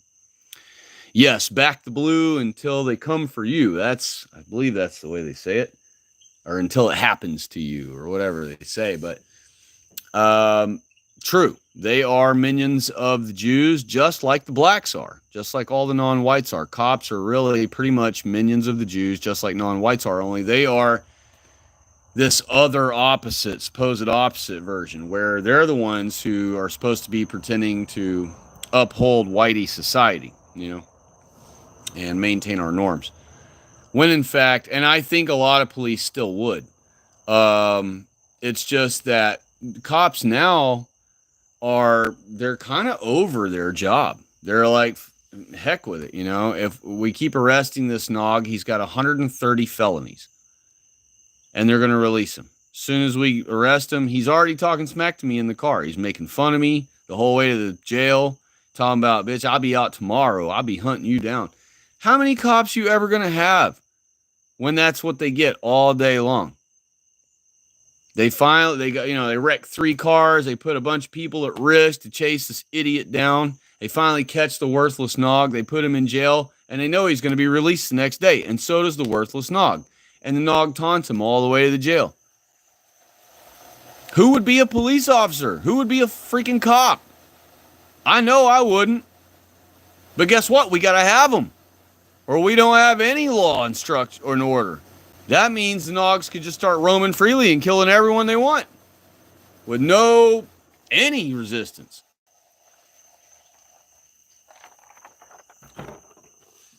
So we have to have police. The problem is we have to have white men in charge of our police, and we have to have white police, and we have to have a white government. Once we have all that again, our police will be just fine. We'll be back to freaking Andy Griffith. And our neighborhoods will be back to Mayberry. You know? Quiet, peaceful, no donuts in the middle of the intersection takeover with nogs hanging out the windows and getting smacked and back flipping over the trunk when they get slapped by the back of the car as it spins by them. None of that.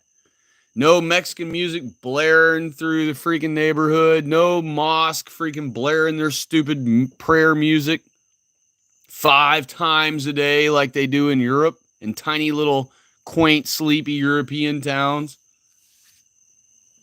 No more chanting and riots. All right, riots will be banned in our new country, in our reestablished, our restored country, I should say. We will be banning all protests. There will be no more protesting our people or our government structure, period, dot. And it may be that a lot of you would be like, oh, that's stupid because then, what if it becomes corrupt and then we can't protest it? Bull crap. We will figure out a way to structure the government this time around where it is much, much, much, millions of times more difficult to be corrupted. Yes, it'll still have a way to be corrupted because white people can always find a way around. But we will structure and word everything every which way, knowing all the things we know now, okay? All the new word trickery we're aware of, all the new take whatever we say and try to apply it to non-whites too. We got to keep all the things in mind as we restructure our government documents. We're going to do away with the original Constitution. The original Constitution is useless to us now. The reason why is because it's not worded accurately enough. All right, we can't keep using documents that non-whites and Jews can keep claiming apply to them also. So our documents need to be rewritten where they specify, even more so than our documents do now, that all white men are created equal under the law in this country. And that all white people are, we're going to have it all in there, that white people are God's Israelite people. And that only God's Christian people are allowed to be in our country. And that only white Christian men are allowed in our government. Women will return to their traditional roles that they are supposed to be playing right now. And men will return to our proper roles.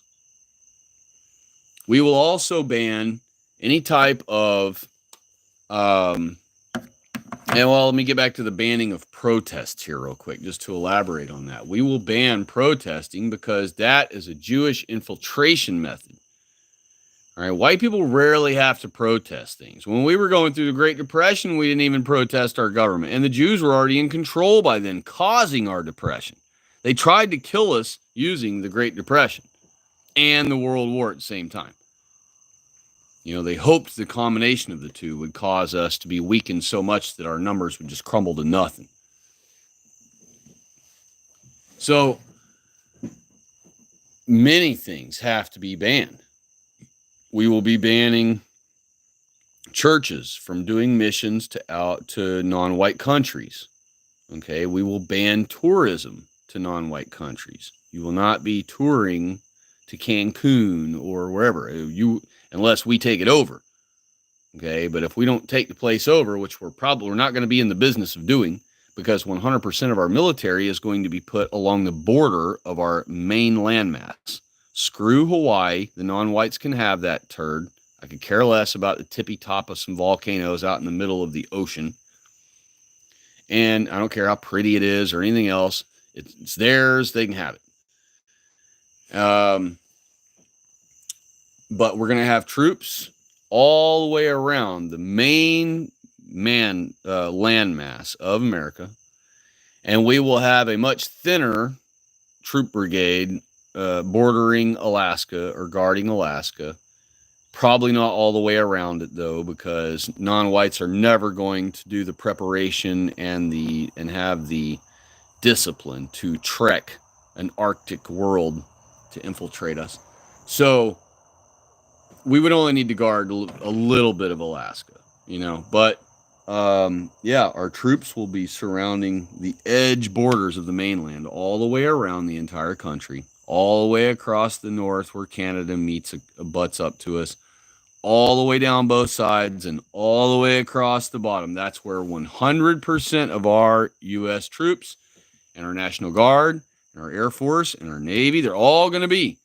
Well, our Navy will be in the water, of course, but they're all going to be right there at our borders and nowhere else.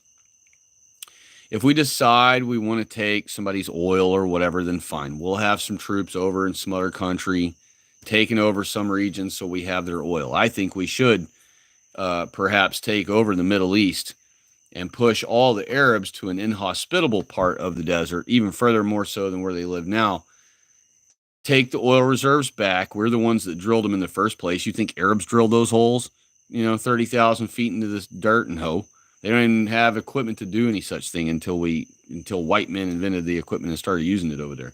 So they had no way to drill any of those holes. They have no concept of how to do oil rigging, drilling, or any of that. They just own stuff now because they own the land.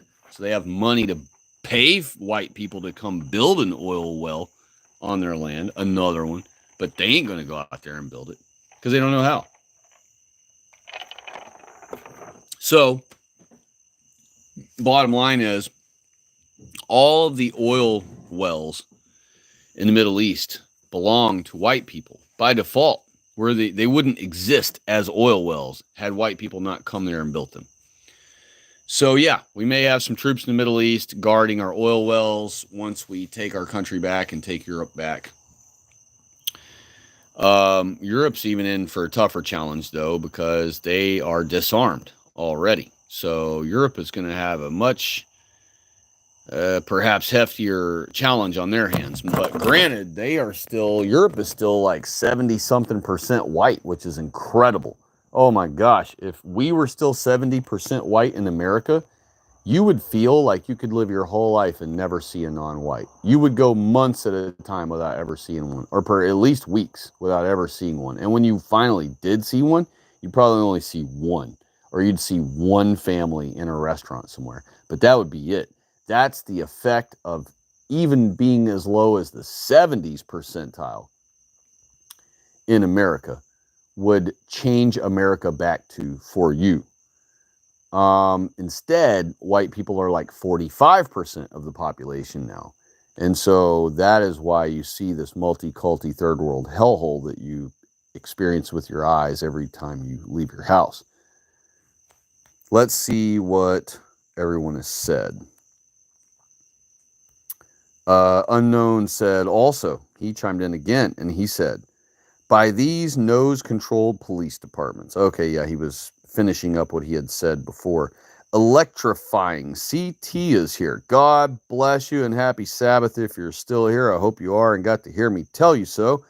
And he said, absolutely. You've been reading America, Free, White, and Christian by Charles Weisman. I have not read that. I have never even heard of that. But, well, no, I think I have heard of Charles Weisman. I think I have heard somebody mention that book before. I'm going to screenshot that right now just so I have that to go look up and purchase. I have not read it, but these are all things I just deduced from being, just observing the world,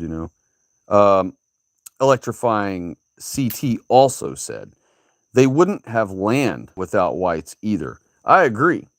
And he also said, I didn't hear about the Florida thing. When was that? That was the Florida building collapse. That was, it's been more than a year ago. So I believe that happened in 2022, if I'm not mistaken. But anybody else, feel free to correct me in the chat. I can't leave this app right now. I can't bring up a tab or anything to look on the internet to give you the proper year, but But I have a video about it. It's called Kosher Collapse. Unknown also said those nose people got handed their positions of power by us. That's 100% true. And they say they vigorously worked hard to land in those positions. Yeah. And another thing they do, it's not just that we cucked it all away to them, just, hey, Jews, y'all want to just take this over for us? It wasn't exactly that way. It's because they play a different game than we play. And that's what I was trying to allude to, or directly said last Sabbath. When in the stream I was talking about, we need to learn to play their game. We need to propagandize. They propagandize. All non-whites propagandize. Why don't we propagandize? We need to learn to do so. God uses propaganda. So we need to learn to use it. We're the only ones not propagandizing our own. We're the only ones not propagating our own religion. In our own country, we're not even propagandizing it. So, and it's getting to the point where it's about to be banned. And eventually the Bible will be illegal. So, because remember, legal means Jewish permission. It doesn't mean lawful or unlawful. That's God's law. That's fascism if we follow God's law as the law of our country. Instead, it's legalism. Legalism means Jewish permission. And so, the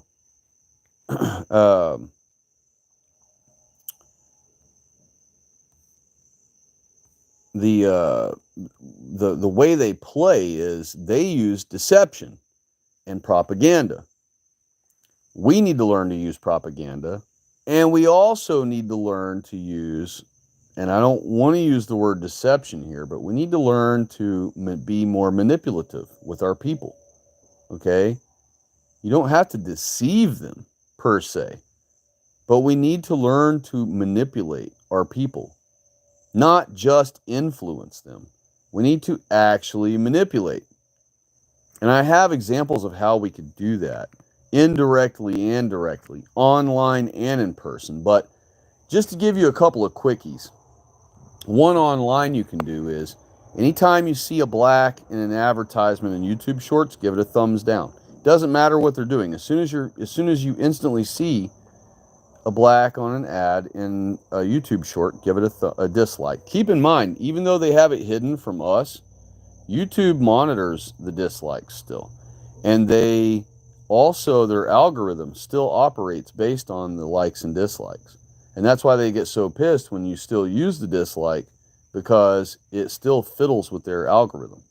So, when you see non-whites in anything, a video of any kind, if you've accidentally clicked on, don't click on it. If you can tell it's a black channel, never click on those.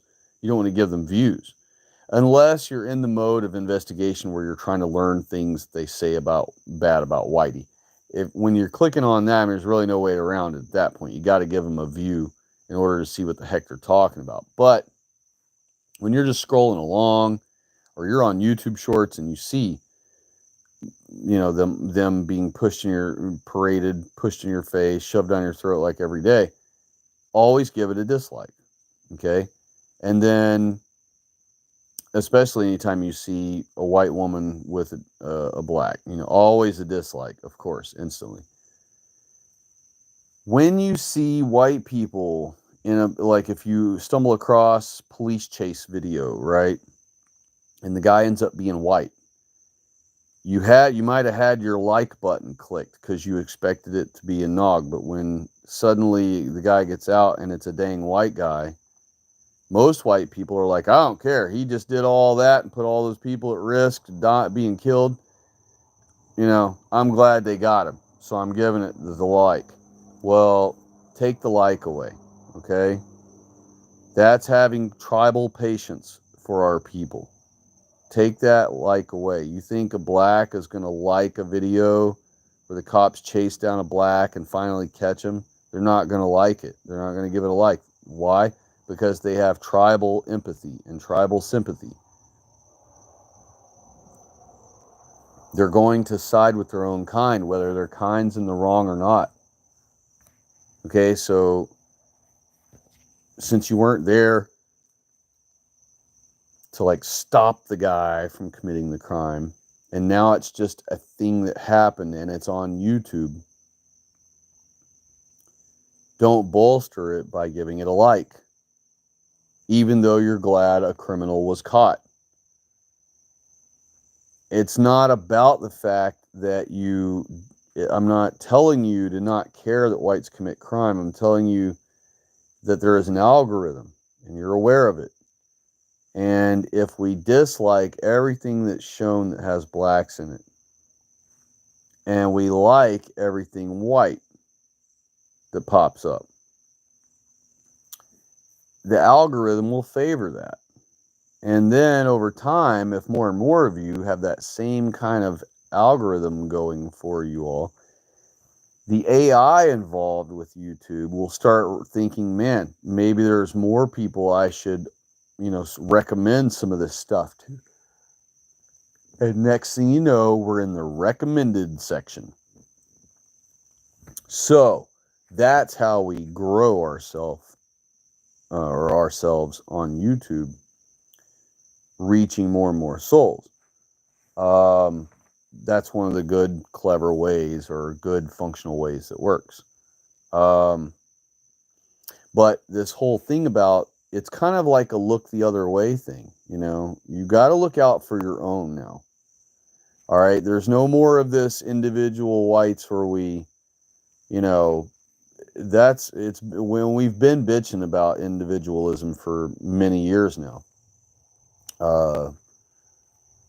And so, individualism is that, we started complaining about individuals and individualism clear back, during when YouTube was in its infancy, really, because we had a lot of libertarians back then. And we kept trying to explain to libertarians back then that they're just going to arrest you one at a time until you're all rounded up. There's not that many. Back then, there certainly wasn't very many libertarians back then that were actively, trying to start a third party and actively trying to be like open, heavy political contenders as libertarians. And we pointed out to them that libertarianism is dumb because the first gang of whatever that shows up on your property, it's theirs now. Your wife is theirs now, your kids are theirs now, your place is theirs now, and you're dead or a slave now to them. For the very first group that ever shows up and outpowers you. So,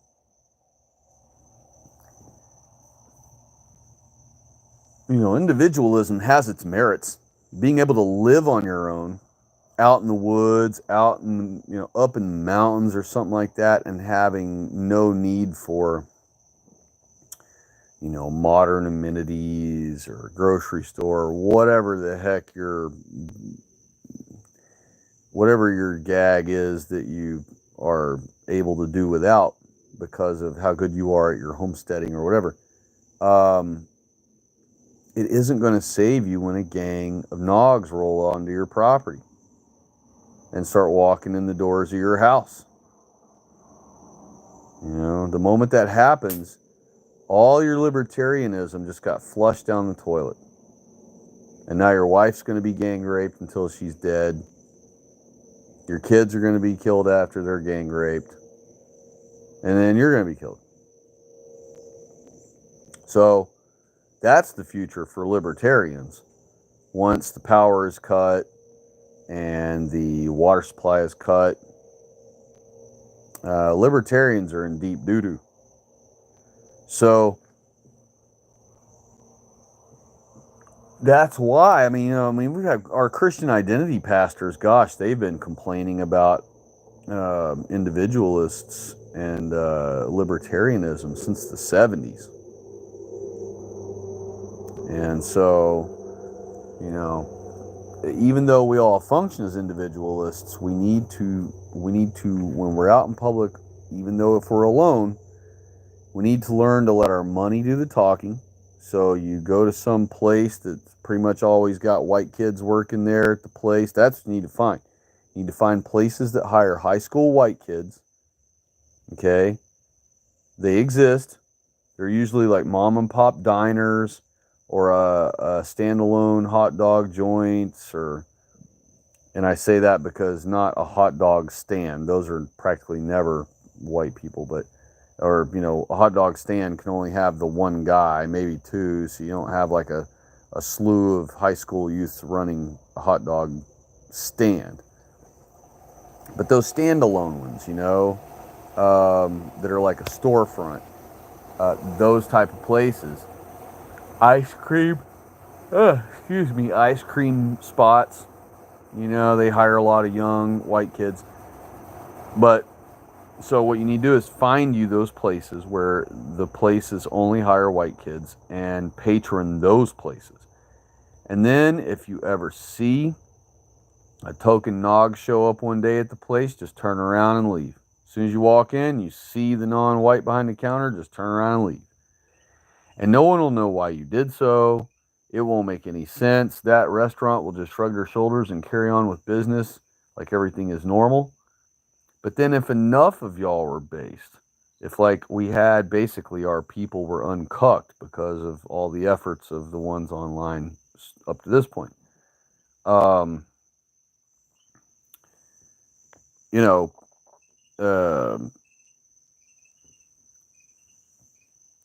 sorry, I got distracted here. Trying to figure out what the heck this is walking by. Can't see it because it's dark. But anyway, we'd have a lot better shot. You know what I mean? Is the bottom line. Let's see here.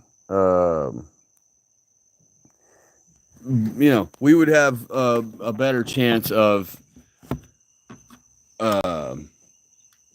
staying as a people, and not being.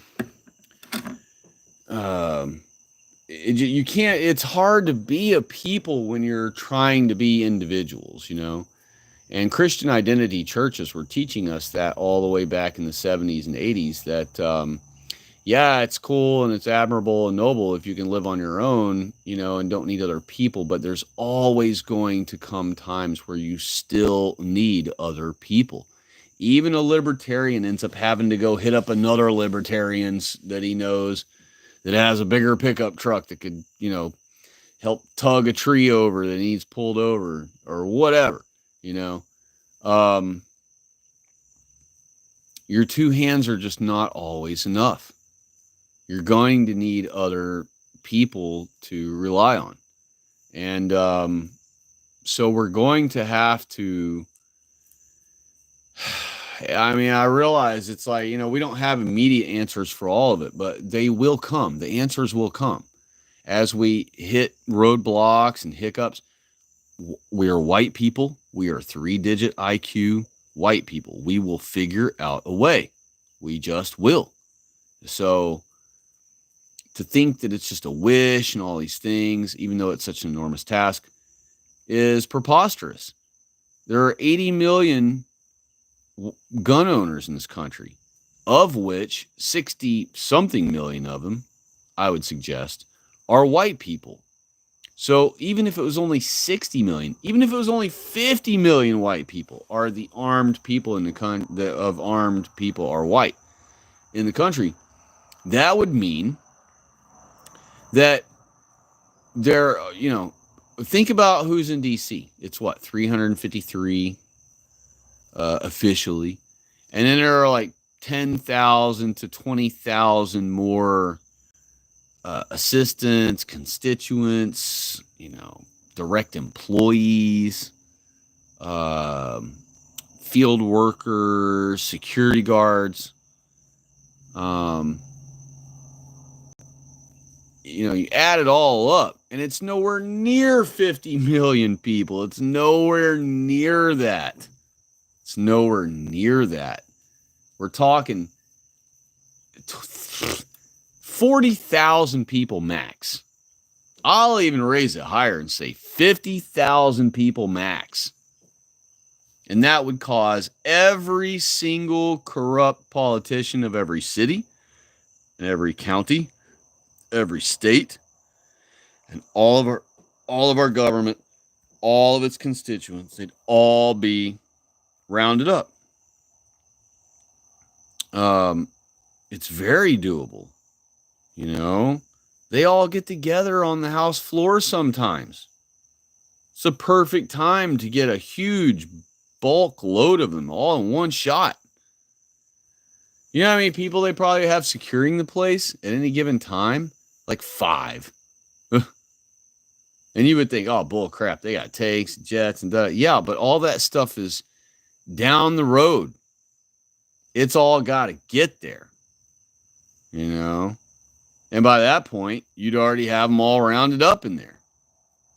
And then if they want to Waco you guys, well, they're going to have to Waco all their own people. And I don't think they are going to call for their own annihilation at that moment. So instead, they will just succumb and yield.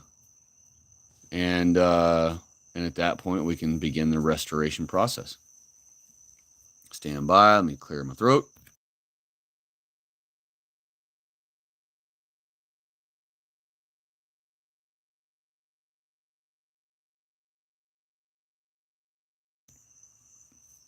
There's definitely something walking around over there. I don't know what it is, but definitely something walking around over there in the dark woods. It's making a lot of racket when it walks. All right, let's see what all said here in the chat. And I know I didn't finish some of my points tonight. I know that I wasn't ready to do a stream tonight. I didn't know I was going to do a stream tonight. I never have notes anyway, but I didn't even have mental notes prepared other than I wanted to talk about Jared Taylor at some point tonight. And I wanted to bring up the Seventh-day Adventist Church again, which I already did. I'm not going to get back on that. I wanted to rehash why I mentioned deception and propagandizing, that we need to be involved in that. I've also tonight explained that I don't mean deception when I say deception. I actually mean manipulation of our people. And I don't want to continue beating a dead horse about the other thing about, but I do want to stick with freedom a little bit. But I want to get to Jared Taylor at some point, so please don't let me forget, y'all. But the whole thing about freedom, to get back to that real quick, even though I kept getting way off on these long strung out tangents, sidetracked off of it, but to get back to the freedom thing, other things we will ban. And I see new ones all the time that I'm like, man, that's totally anti-white. That's going to be banned. I mentioned that all black music will be banned from our country. There will be no more listening to any. I don't want to hear it when the time comes. I don't want to even hear it now in the chat. I don't want to hear anybody boo hissing about, oh, we could keep 90s rap. No. It's all going.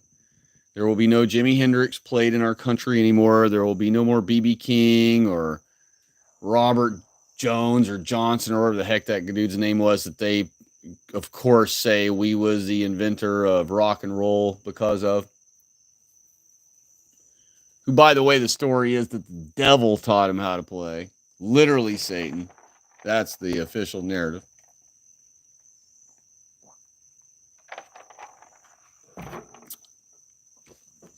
We will be banning any and all styles and lingo and talking points that blacks ever had in our country.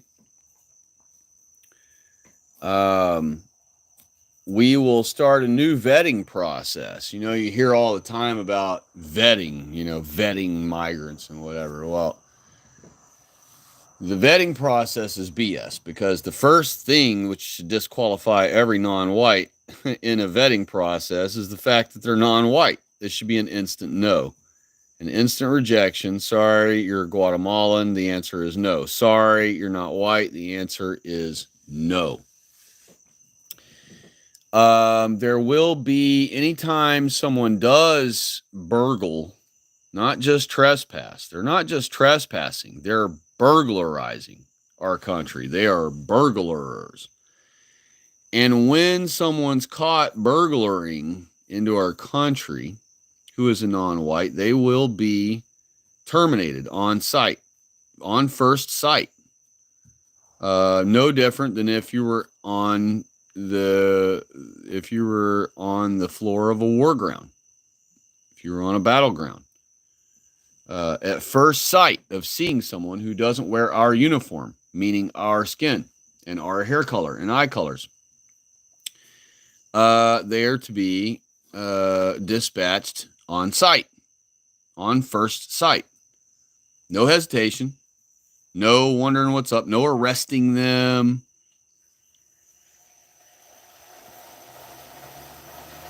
And so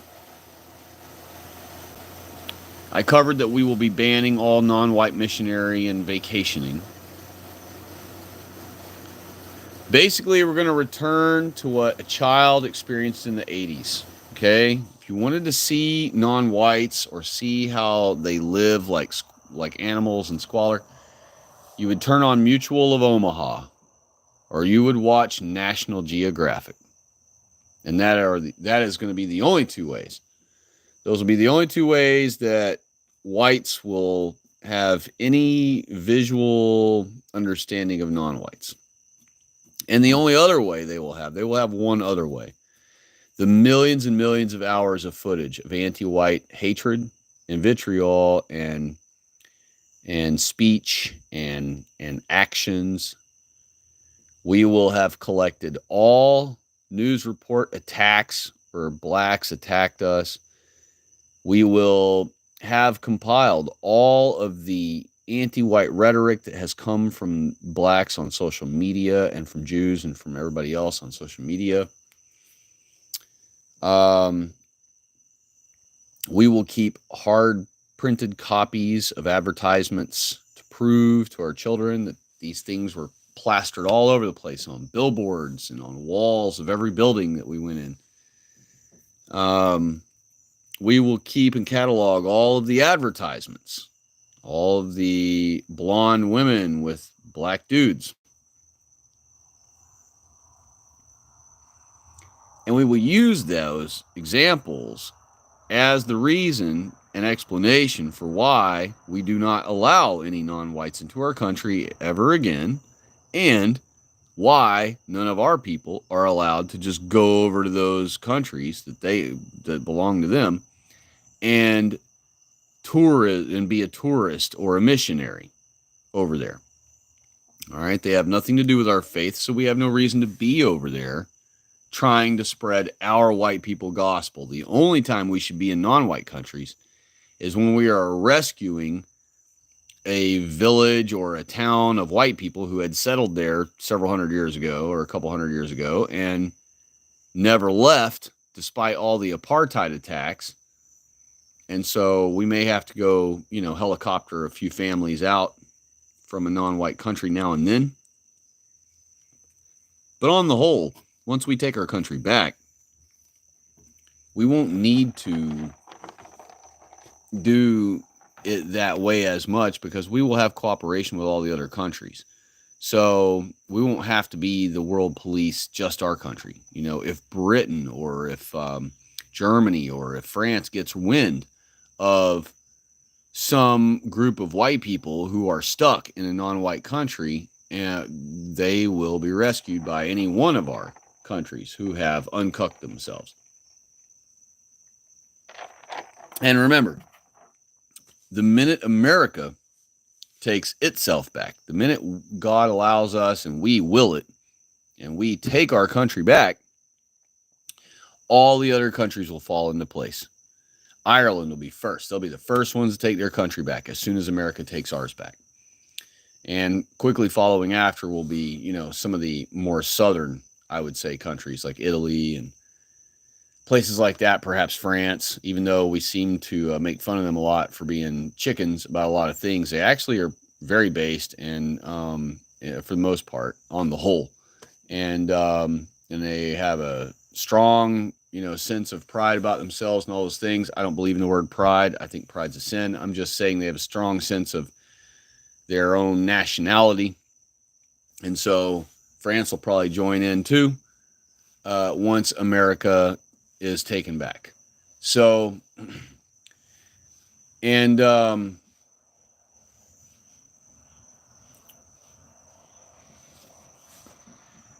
not against the idea of us conquering Mexico to make the entire North American continent all white. Um, that would be a bigger undertaking for a time further down the road in the future, possibly beyond our lifetimes. Or it could be in our lifetimes, but we might be in our elder years at that point. Um, but I'm not against even taking over Mexico. I don't think that it was a good idea for us to drive the Mexicans just on the other side of an arbitrary border that has no way to landlock it from them or anything. It's all just wide open field where they can just cross wherever. There's no big wide river preventing it, or any kind of moat or any kind of things like that. So because we don't have any type of land provision or something that can prevent them, it'd be nice if we had a huge, really tall mountain range across the whole bottom of the country.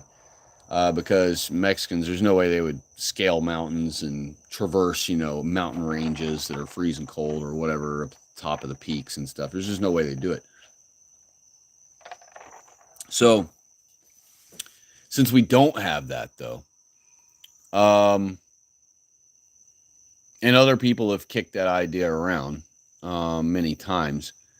There were people on YouTube back when it was.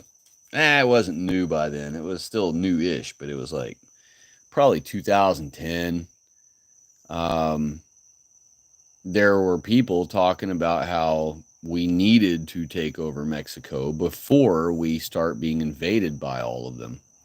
And they were very worried about Mexico. Those people back then Mexico was their primary concern in that group of people on YouTube. They were purged. I forget what all that part of the truthing movement was about, but they were very adamant that Mexico was going to be what conquered us, and that they would use, and that they didn't know it was the Jays, but they always called them internationalists and bankers and crap. And they said that those people would use the Mexicans to destroy America. And sure enough, I mean, you look at with fentanyl and all the drug cartels in Mexico and all those things. And by the way, those all existed back then in the 90s and in the early 2000s when YouTube came along. Those things already all existed and had been for, 40 years. I mean, think of all the other ones that have happened through time, back in the 70s and the 60s and the 80s. So they saw way back then that Mexico was our primary next door neighbor problem, that we had this crazy next door neighbor that's not only a parasite but also a criminal. And so there used to be whole groups, or it was one group, really, one whole group of people of who knows how many, who were all in that same agreement that we needed to conquer Mexico. I was actually against the idea, but only because I didn't find it necessary. I just figured that if we implemented all the troops on our border all the way around our country, where there's a troop every 25 feet standing next to another troop, it's 25 foot from the next troop, all the way around our border, and then we have a shoot on sight policy, that we wouldn't need to take over Mexico. And are there resources there we could use? Absolutely. Tons of them. Would it be way more beneficial for us if we took it over so that we could have easier trade routes to get down to the bottom of the country and all those things, or the bottom of the continent and things? Sure. But it's just, it's just not worth it. We'd have to displace all the Mexicans to South America, I imagine, which would disrupt South American governments. They would be upset with us because now they're getting flooded with Mexicans. We could just say, oh, well, tough crap, but I think there's a better way. And I just don't think that's the most ideal scenario. Um, Now, if Mexico and Mexicans keep messing with us the way they've been messing with us, eventually enough crime will have been generated by Mexico against us that it will warrant a justified conquering of Mexico. Really, we already have the justification. So we could do it right now and we would be justified according to our own laws. But I know that since we already have a military, and if we ridded the military of our non-whites, which that will be on day one, that'll be one of the first things we do is remove all non-whites from our military. They were never supposed to be in it.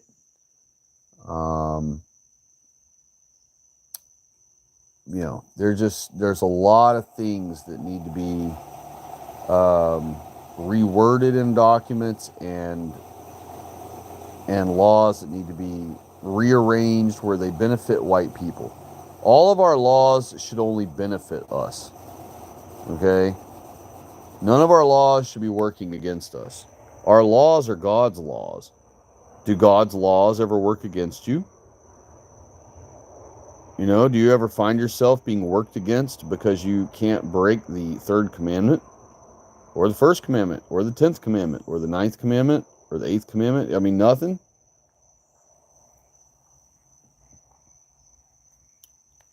Let's see what's in the chat here real quick before we keep going. I'm sorry I take so long to get to y'all. But I do want to get to everybody's comments. Electrifying CT said, we pay for the sins of our fathers.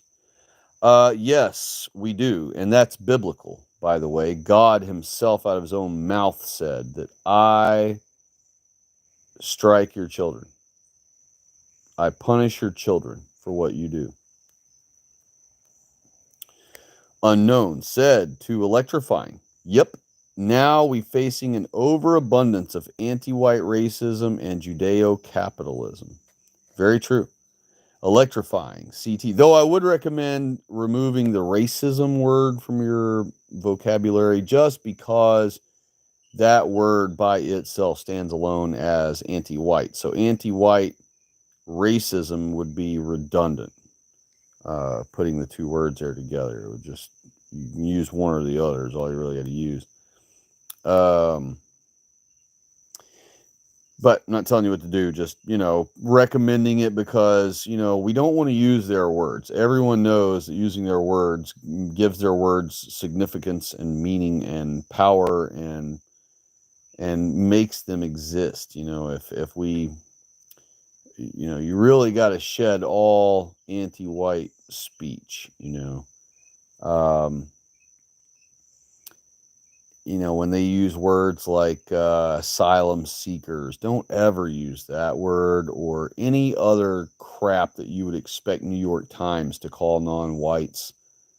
You can do so in a joking fashion, of course, like we always call blacks like future doctors or those are scholars or those are the teens. In those cases, we know we're being facetious or, whatever, but when you're speaking in reality and serious terms, you do definitely want to avoid all of their words. Any word they use that you hear regularly. I don't even use the word conversation because you hear them all the time saying, oh, conversations mean anti-white conversations. That's what they mean. They mean grift whitey conversations. And they're not conversations. They're just non-whites. It's just all a conversation means to non-whites and to the lefties and all that is that we white people sit down and shut up and not have any say-so or rebuttal or response or reply to anything they accuse us of. And then they sit there and just rail on us about everything they hate about us. That's what having a conversation means to them. So I hate the word conversation now. I don't like using that word because I know that's part of their vocabulary that they like to use all the time. Just little things like that, and also, like I'd reminded you before, whenever you see white people on YouTube, um, let's say they're an up and coming, like a new YouTuber, right? Um, give them their like, okay, boost them in the algorithm. Basically, what we need to do is turn YouTube mostly white. I know that sounds ridiculous to be able to do.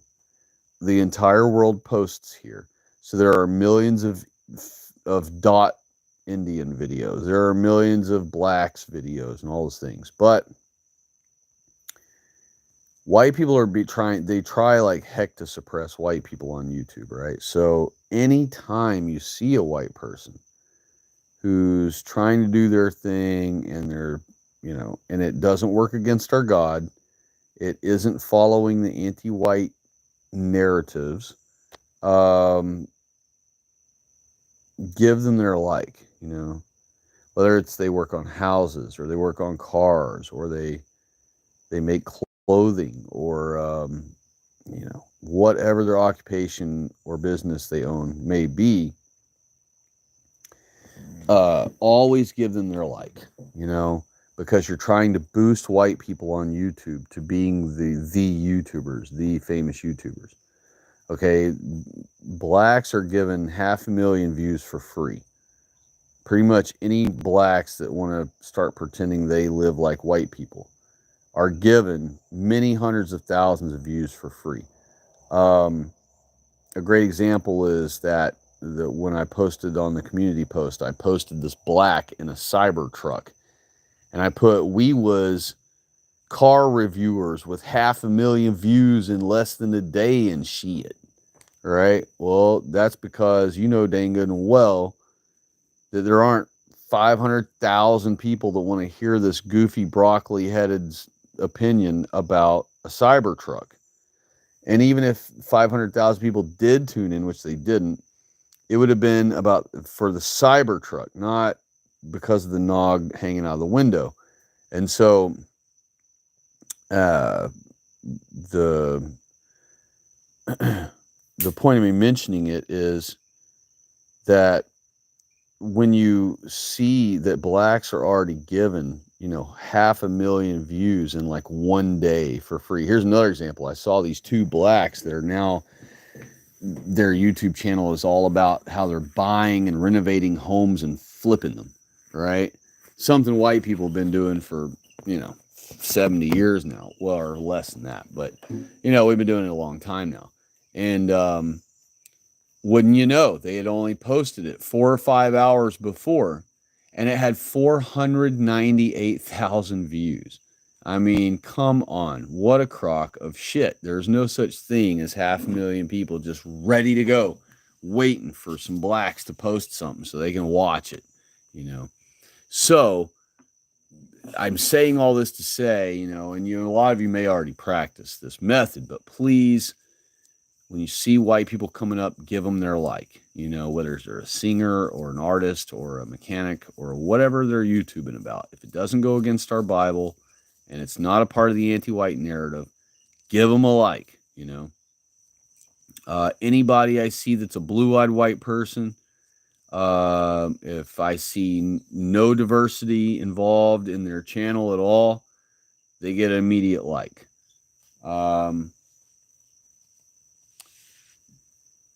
When you see and I mentioned before, when you see in a YouTube short that the criminal is a white one, don't give it its thumbs up. If you gave it a like, take the like away. You don't have to give it a dislike, but at least take the like away anytime you see it's one of our own. And what happens is these channels review and they look at their own analytics to try to grow their channel better and better and to understand what their audience likes and dislikes. And so if you see that it's a white person, take your like away and then back out of the video right then. They will see in their analytics that, oh man, we had 24,000 views on that video, but everybody stopped watching it right when right at the 12-minute mark. Let's go look at 12 minutes and see what's different about the 12-minute mark than everything else in the video. Then they'll look at that spot and see, oh, that's the first time the perpetrator's been revealed in the whole video, is at the 12-minute mark. And because he's white, nobody's watching past that point, you know. And once they see that, they're going to go, man, you know, and so they'll do experiments. Postmodern Jukebox has already been doing this experiment. I know they have been.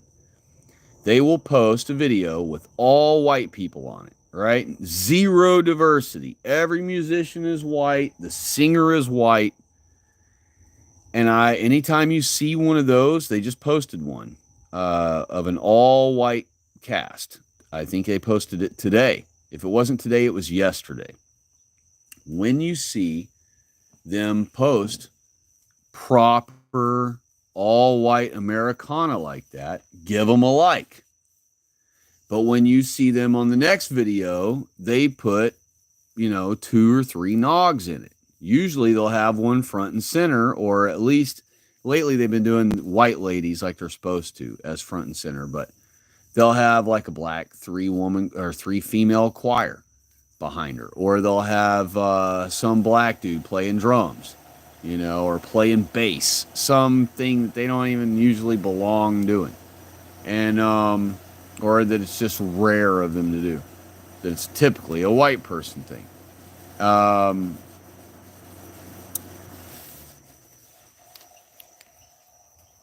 Let me hold standby.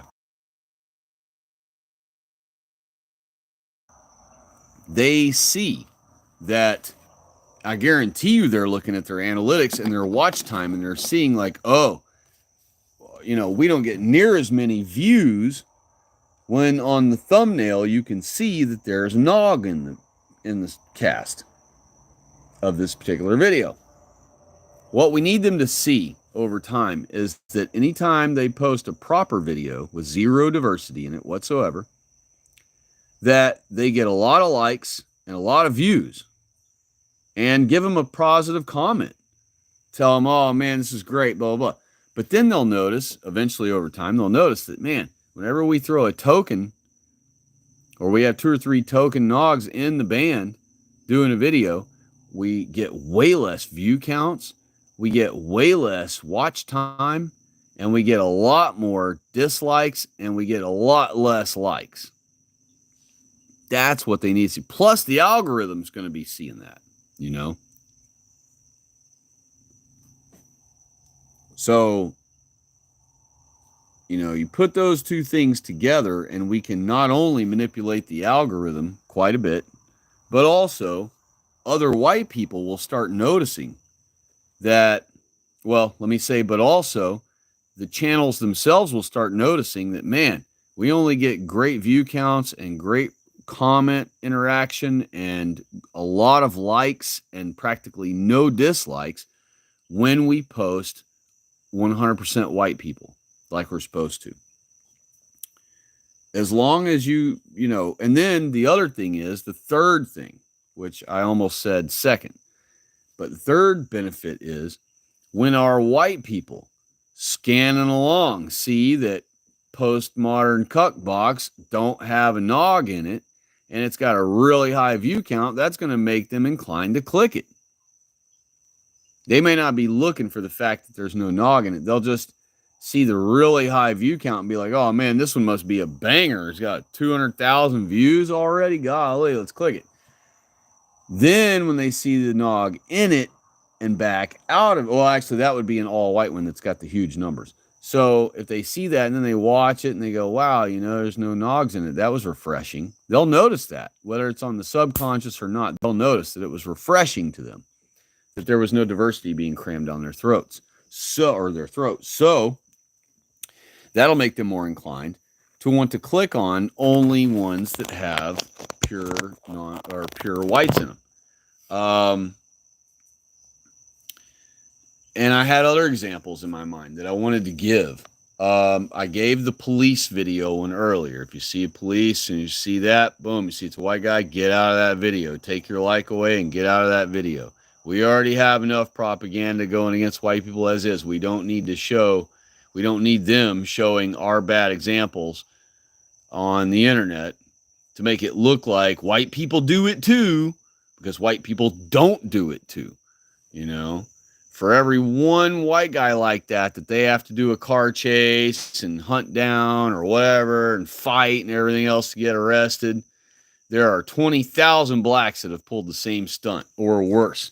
So we don't need to be having our people shown on the internet messing up, making it look like we're just as bad as everybody else, because that's BS.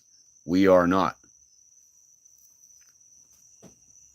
And so that's probably some, and we can alter our bans as our country becomes more and more generations of pure white people again. But you have to understand, for the next 50 years or so, we're going to have the screwed up millennials, the screwed up Gen Zs, and the screwed up Generation A growing up in this anti-whiteism, and a lot of them are going to become self-loathing anti-whites for perhaps their entire lives. Once it's instilled in you as a youth, it's really hard to shake anti-white stuff. It's like it's ingrained in your soul by the time you're an adult, if you've been taught that crap since you were a child. So, and that goes with everything else too. Anything else, like, the revelations of the earth in the Bible and all those other things. And that all the Jewish hoaxes, or, all the things people believe about billions of years and science and all that, it's all Jewish hoax. It's really hard for a lot of our people to accept all that, and so there are other things, there are other things too. When you see stores advertising inside the stores with a white woman, leave. Don't patron there. Use your wallet, use your money to fight back. Okay? It doesn't matter if that's the only store that has that cool jacket that you're dying to buy. You're going to have to buy some other jacket. You're going to have to just get over that jacket. Buy it used on eBay, if you can find it. But, whatever the case, we never ever want to highlight or patron or like on a video or spend time watching so that the watch time duration goes all the way to the end. Anything that puts our people in a bad light. Anything that highlights any one of our bad examples messing up in the world. It needs to be ignored by us, just like the non-whites do. And this is what I meant by deception, is I meant more like manipulation than deception. They use deception. We're going to have to use manipulation. We can't play everything the way the Jays play, because that would bring us, and I don't want to be conservative about it, that would bring us to their level. Now, when non-whites attack us and we want to get vigilante justice, that's not lowering ourselves to their level. Okay, that's justice being served because our government won't serve it. But there is a difference between that and succumbing to other third world behavior, right? So,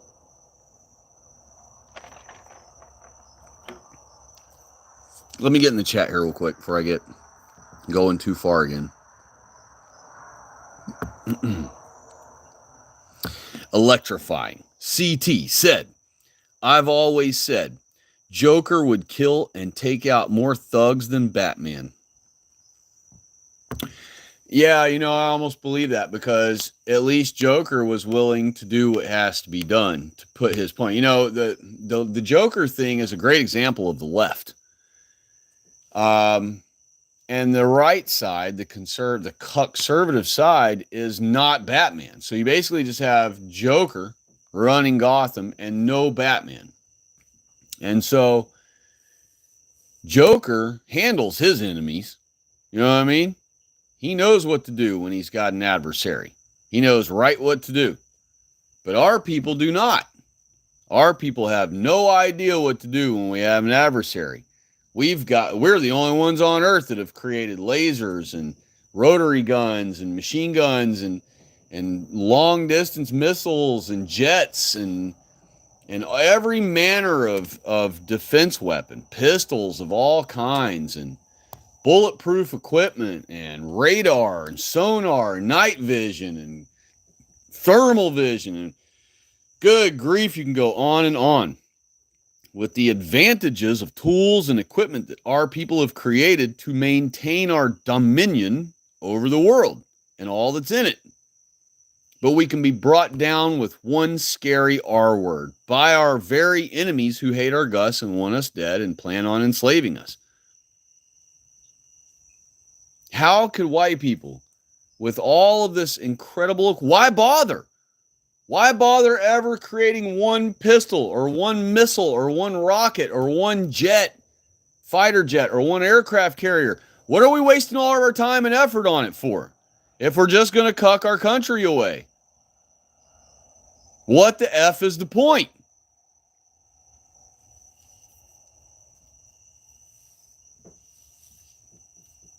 Unknown said, the Jays got the chance to escape from Germany. The smart Jays fled from Germany to come to us in a numerically small population, but the dumb Jays were ensnared with the camps instead. Well, funny enough, it wasn't an either or. It's that they were all rounded up and put in the camps. And only certain Jays, like you had mentioned, a very small amount of them, knew that they better get out while the getting out's good.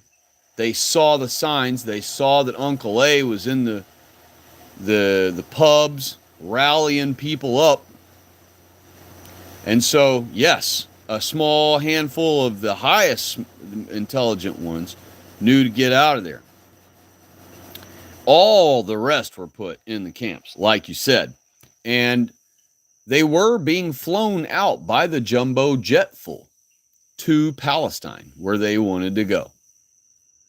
So they weren't death camps. They were holding centers. They were just waiting centers. That's all they were. But the Germans weren't going to let them walk around freely in Germany anymore after, 40 years of destroying Germany. They weren't going to let them just keep walking around freely. F that. They're going to jail. So they built these big old jails and they put them in them. And funny enough, all the war stories you hear about them being treated horrible in the containment camps and stuff like that, they were never treated horribly in Germany. The places they were treated horribly by were by Russians controlling other camps. So it wasn't even Germans in charge of the German-controlled camps that ever did anything bad to any of them. All they were doing was holding on to them while Uncle A was flying them out by the jumbo jet full. The problem was, in the middle of all that, Germany had its supply roads destroyed by us Americans. So now all of a sudden, as soon as those roads, the very moment, that same 1 minute that the roads were first destroyed, ended Germany's possibility to keep receiving fuel. So now all of a sudden, 100% of the fuel they have left in Germany is all they're ever going to have to complete their war, to keep their people alive, to keep their country operating. So fuel became instantly precious, as did food and drinks.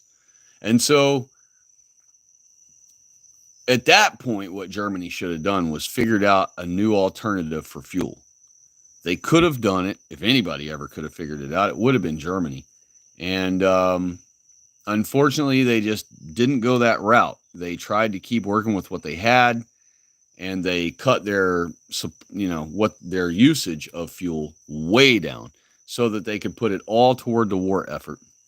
And that meant that they could no longer fly, they could no longer waste entire jumbo jets full of fuel flying these criminals to the land where they desired to be exiled to. And so they ended up stuck in the camps. And as Germany became more and more hungry, they weren't going to take their food and give it to the criminals who've been ruining Germany. So the criminals have to starve. Guess what would happen in an apocalypse here in America If the jails stayed locked down where somehow no one managed to get all the prisoners freed and America started running out of food, the last people we're ever going to be feeding are the inmates in the jails. We would be taking care of the citizens, or the populace, as you can call it, and then the inmates, the convicts in the prisons, would just starve to death. And that's exactly what happened in Germany. Germany didn't have enough to keep feeding the criminals. They didn't have enough to keep feeding Germans. There were Germans starving to death on the outside of the camp, just as much as there were people starving on the inside of the camp, because everybody in Germany was starving. But the Jews make it out to be where it's only them, of course, the eternal victims, who, by the way, declared war on Germany first. In all their newspapers, they declared war on Germany in 1933, the moment Uncle A took over. He was busy signing peace treaties with everybody, but they declared war on him immediately. Electrifying. CT said, Romans 3:31. We are to establish the law. That's right. We are to establish the law. White people establish law wherever we go. We're not supposed to move into a foreign land and then accept their laws. We're supposed to move to places that are uninhabited most of the time. Sometimes God tells us to rid an area of a people, like he did for us with our first Israel. But we didn't do what God said. Therefore, we ended up losing that land after we became corrupted by the non-whites. See, white people have this weird fetish where we like to imitate down. We don't like to imitate up anymore. We don't like to imitate white heroes. We don't like to imitate our George Washingtons and Napoleons and all these types that were like great leaders, our Robert E. Lees and our great, musicians, Mozart and things like that. We don't look up to those people. We don't imitate up. We have this weird fetish among our people, and hopefully none of us do. When I say we, I just mean we white people, our people, have this weird fetish with the critters of the earth. And it's not just non-whites. We treat non-whites just like we treat our pet dogs. Okay, we decorate our dogs in white people clothes. We try to pretend that our animals can speak a word. Oh, did you hear the cat? She said yes, and all she said was meow in a certain weird way where it sounds like she's saying yes. And maybe the cats and dogs and stuff really are imitating our words, perhaps. But we're always fascinated with things that can do far less than we can do. And we like to imitate or win the acceptance or the approval of these lesser beings. So whenever I'll give you an example, my feral cat, I keep calling him my feral cat because he really is a feral cat, but he's kind of like my cat now. So I don't know if we should really call him feral anymore. He still doesn't live with me. He disappears every day and every night. He just grifts me for food and milk. But I don't mind that. And he comes and hangs out with me. He's appreciative. He comes and hangs out for several hours a day after I feed him and hangs out with me and stuff. And sometimes he'll spend all night with me here on the porch and stuff. He's gone right now, but that's only because I haven't been giving him attention. So, but we seek the approval of animals. We get so excited when we find an animal that doesn't trust us, that doesn't perhaps like us. This cat, for example, he hopped up on my porch and he just started sitting on my porch while I would be sitting out here at night. And he would just lay on my porch about 15 feet from me and look at me, trying to determine whether he was going to put up with me or not, whether I'm the guy he wants to hang out with or not. And also to keep an eye on me to make sure I wouldn't approach him. And anytime I did approach him, he would hiss at me. If I tried to pet him, he'd swat at me or he'd try to bite me or he would hiss. And I knew that if I just kept being nice to him, over time, he would come around. And then eventually I would make a new friend. That phenomenon that we have with animals, that feeling and sensation that we have with animals is the exact same mechanism that messes with our heads and causes us to capitulate and pander to and seek the approval of and want to imitate sometimes, mostly just for our own pure entertainment. We don't usually imitate blacks or Pajeets or whoever in seriousness. We usually do it to have a laugh.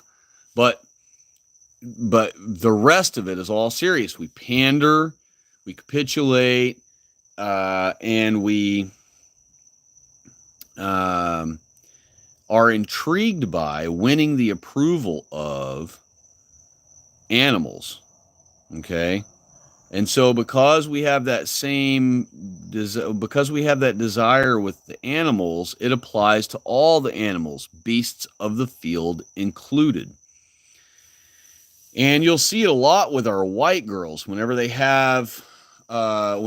been duped into miscegenation or bestiality. Let's just call it what it really is. Whenever they get suckered into ruining themselves with bestiality, or AKA defiling themselves, as our Bible calls it, also, you'll see that everywhere they go, they are looking at the other people that are their peers. They really don't care as much about what older people, like, people in the 30s, 40s, 50s think about them. They're really looking at people their age as they walk around with their token black on their side. And they keep a big old smile on their face and look at me. And the black guy is doing it as well to all his black peoples and to all white guys walking by. Got his big shit-eating grin on his face. But the girl is doing it for a totally different reason than the nog's doing it. The nog's doing it for, hell yeah, look at me, white boy. I got one of y'all's white girls now. Be jealous, motherfucker, and all that. That's what's going on in their head, okay? And to all the blacks, they're going, yeah, look, nigga, I got myself a white girl and you don't. Ha! That's what the blacks are thinking. The white girl, in her mind, nothing conscious is happening. She is just as tickled by getting the approval of this black as she would be had she won over the heart of a feral cat or a stray dog who ended up on her porch, or who she found at a park and brought it home and nursed it back to health. That is the mentality that is operating through our white people with non-whites, okay? A white lady sees this Mexican family fresh across the border, just got finished invading into the country. And what is her inclination? Give them food, help them in some way. Why? Why would she be trying to seek approval from these burglars, right? These people who just broke into our house. Why would one of our white women be trying to give them food and find a shelter, find some white people willing to take them in, or find clothing for free for them and all this crap? Why would they be doing so? Because they think about them the same as they think about any stray animal. Okay? When non-whites show up here, bleeding heart white people think of them as homeless animals, as a poor little puppy dog or a poor mother dog with her little puppies, stuck on the side of the road in the rain. And now they get to be this hero that saves, just like you see on the Dodo channel and all that on YouTube. They get to scoop and rescue this thing up from the street, from squalor. And next thing you know, they've got it all doctored up and it looks like a beautiful animal again. All its fur's grown back. It's dry. It's clean. It's happy. It ain't scratching fleas. It's not covered in ticks. White people, white women especially, bleeding heart white women, have the desire of correctiveness with anything that's in disadvantage, right? That's a natural thing for our white women to have. It's not an unhealthy thing. It's very natural, very normal. It's God given so that they would be good at nurturing and raising our children. So God understands that this situation, this mentality that our women have in order to be good mothers to our children is vulnerable to Jews and other non-whites coming along and using their righteousness, if you will, to grift them, to turn them into a sucker. And so when Mexicans get here and they show up at your local Baptist or Catholic or Presbyterian food bank at the church, they put on their, oh, mi no inglés. They probably speak English fine, but they put on their, oh, mi no inglés, and oh, please, please, please help me in the food. But meanwhile, they've already been told in Spanish in their own country before they ever even began their journey to get here exactly where to go to meet the liaison that's going to take them to get their free EBT cards. So they're not starving for food. They get free food the moment they get here. They're given free clothes. They're given a credit card with money on it. They're given a place to stay. And they have Spanish advocates here in the country who are lawyers and lobbyists that lobby our government to have X amount of money set aside to give to these different invaders as they come into our country, uninvited, unwelcomed by our people. And so God understood all of this about our women, that they can be manipulated easily and immediately because of this nurturing, corrective mentality. So God told us, live separate. He told us men, live separate from all the other races. Be separate from all the other races. Segregate yourselves from all the other races, just as I taught you at the Tower of Babel. Learn the lesson from Tower of Babel. I don't want all of you together. I don't want this multi-culti, multiracial, where miscegenation can happen just any old time like hotcakes, situation and country. I want your women to be able to walk carefree down the street. I want your children to go to school and be able to focus on learning all day instead of being under threat by salivating non-whites surrounding them on all sides.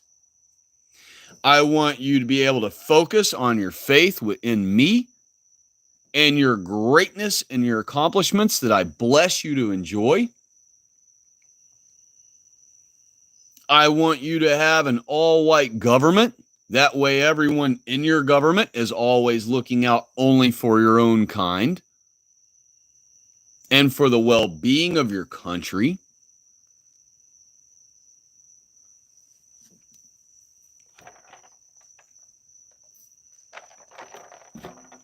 And if you allow non-whites into your country, your women are going to be suckered into cucking shit away to them. Food, shelter, clothing, assistance in any way, money. And when you do that with non-whites, it's like feeding zoo animals or feeding, animals in the wild that aren't meant to be domesticated. You're now feeding the animals. Well, what happens when you do that? The animals keep coming back because they're not stupid. They know if they show up here at the same time every day, this sucker white lady's going to give them something. And that is why God told us to live separate from the others, mostly because of the mentality that he installed in our women so that they would be good mothers for our children. Yeah, said, American civil rights are for white people only. Exactly right. In fact, We will be abolishing any concept of civil rights and garbage like that also when we retake our country, because it's already understood that all white people in our country have a right to be here, okay, because they're white. And any white person in other white countries has a right to come here as well. We will call them immigrants because we can seize that word again once we get rid of the non-whites. We could actually go back to adding that word back into our vocabulary. But until the non-whites are gone, we don't want to use words like migrants or immigrants, because those two words are lies that are just used to grift us and allow non-whites into our country.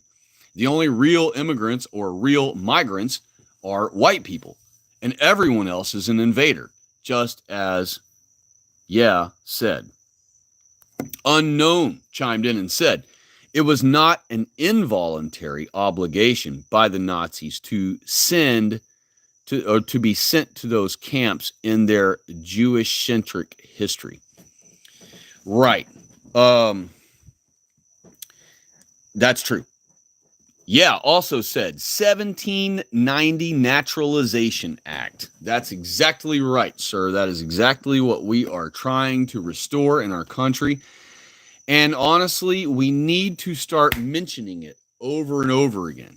You need to start, you know what? And you don't even have to write a clever, complicated, well-thought comment anywhere on any channel. All you need to do, you go on a Mark Dice channel, you go on Salty Cucker, Veteran Cucker, Cuckus Reform, Dreidel Wire, whichever one you're on. You get on there and you just put that only, just like you just put in the chat. Just put just like what, who was it? Yeah or unknown? Yeah, just like what put.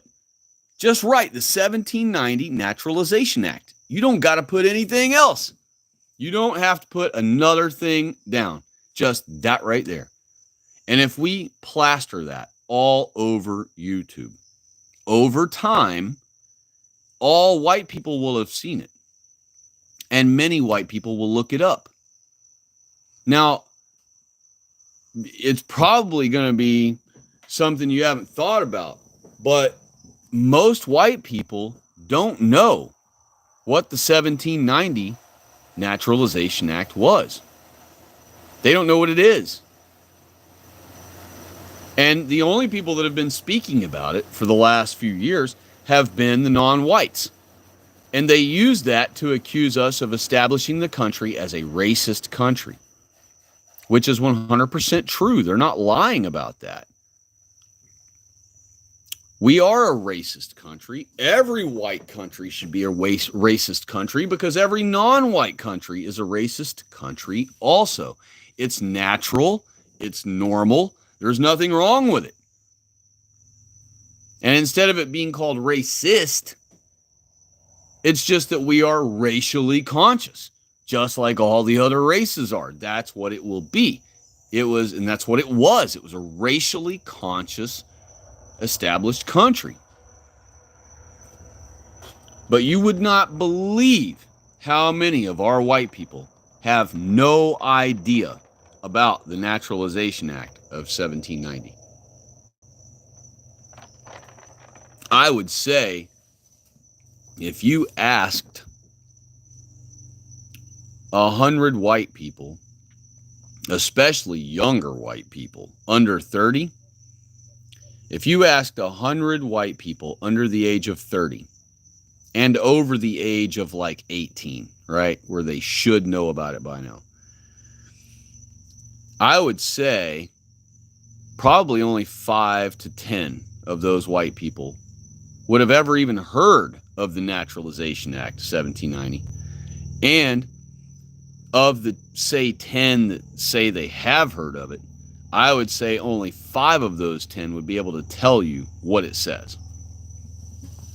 So, knowing that, we should be posting it all of the time, everywhere, in every video. And keep in mind, it's hard to call it hate speech because nobody knows what it means.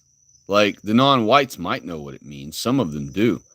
But flagging something that just says the 1790 Naturalization Act. I mean, yes, when you look it up, it will say what it says, that it's our country's only for, free white people of good character. In other words, free white Christians. But it's I don't see it getting flagged. I just don't see it getting flagged. It will take until the ADL declares it to be hate speech and then presses YouTube. They don't ever have to press anything, but then just makes the call. That's what it should have said. Then YouTube gets the call from the uppers, and boom, then the word would be, either added to the algorithm of banned words or banned, terms, names, whatever. Or it would just cause us to start being flagged every time we post it.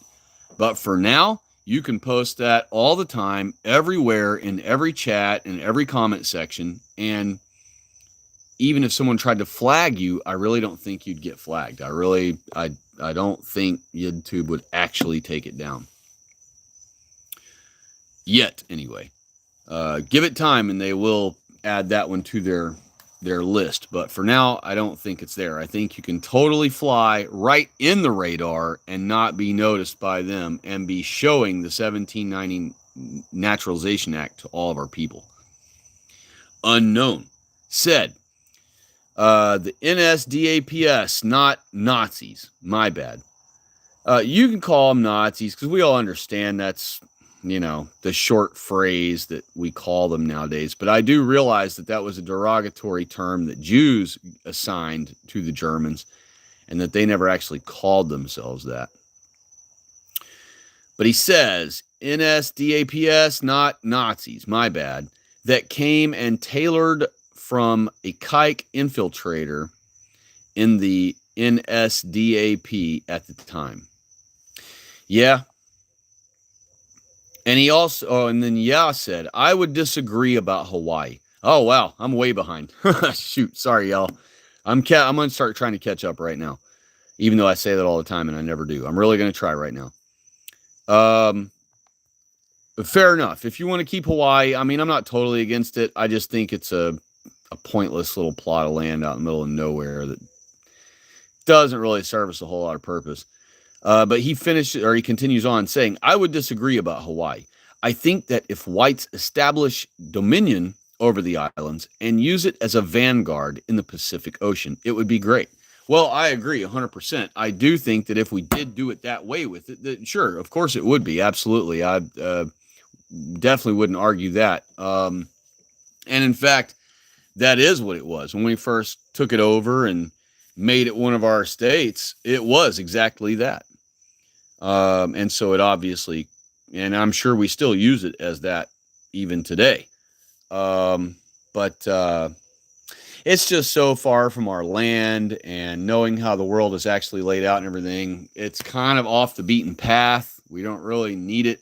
It's not like when you see on like the imaginary globe situation where Hawaii's like right on the way from Japan to America. Well, it's not. It's actually way out of the way. When you look at flight paths on a proper map, a flat world map, you'll see that Hawaii is considerably out of the way by thousands of miles.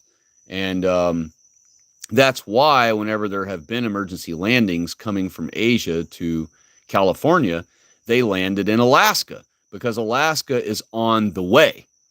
But if you look at it on a ball map, believing in the ball earth, you would see that it would make no sense at all. That would mean that they flew 4,000 miles north just to land in an emergency landing. But in fact, that's not at all the case. Instead, they just dove straight down and landed right when they had their emergency. And that meant they were over Alaska at the time. But I don't want to get off on that right now. I'm just covering that little spot real quick about Hawaii. But I agree. I mean, it's a draw. I'll make a fair draw with you on that one. You could have Hawaii. In fact, you know what? We'll just give Hawaii, and he can be the king of Hawaii and be one of our little kingdoms there within the umbrella kingdom. Electrifying. CT said, I am here. Yahweh bless you, brother. Oh, he must be mentioning when I said, I hope he's still here to hear me say hello to him. Well, Yahweh bless you as well, brother, and God bless you. I really, um, I'm grateful that there are as many of us awake online as there are. It's, when you folks chime into me with positive things about our people or with confirmation about negatives that we receive from the non-whites on a daily basis, things like that. Even though I know those things and you know those things and we all know these things, it's nice to just see other people put it, you know. Um, and I hope you all see me liking your comments in on other channels like Mark Dice and Salty Cucker or wherever. Whenever I see one of y'all posting what needs to be posted in those videos in the comment sections, I give you your like every time. And anyone who's pro-white in any of our conservative channels, they immediately get a like from me. And I hope you folks do the same thing for our people. Yeah, said, the small hats have always used their deceitful tactics. So the reason why they have power is because some white people were stupid enough to feel bad for them. And then they let the hats take advantage.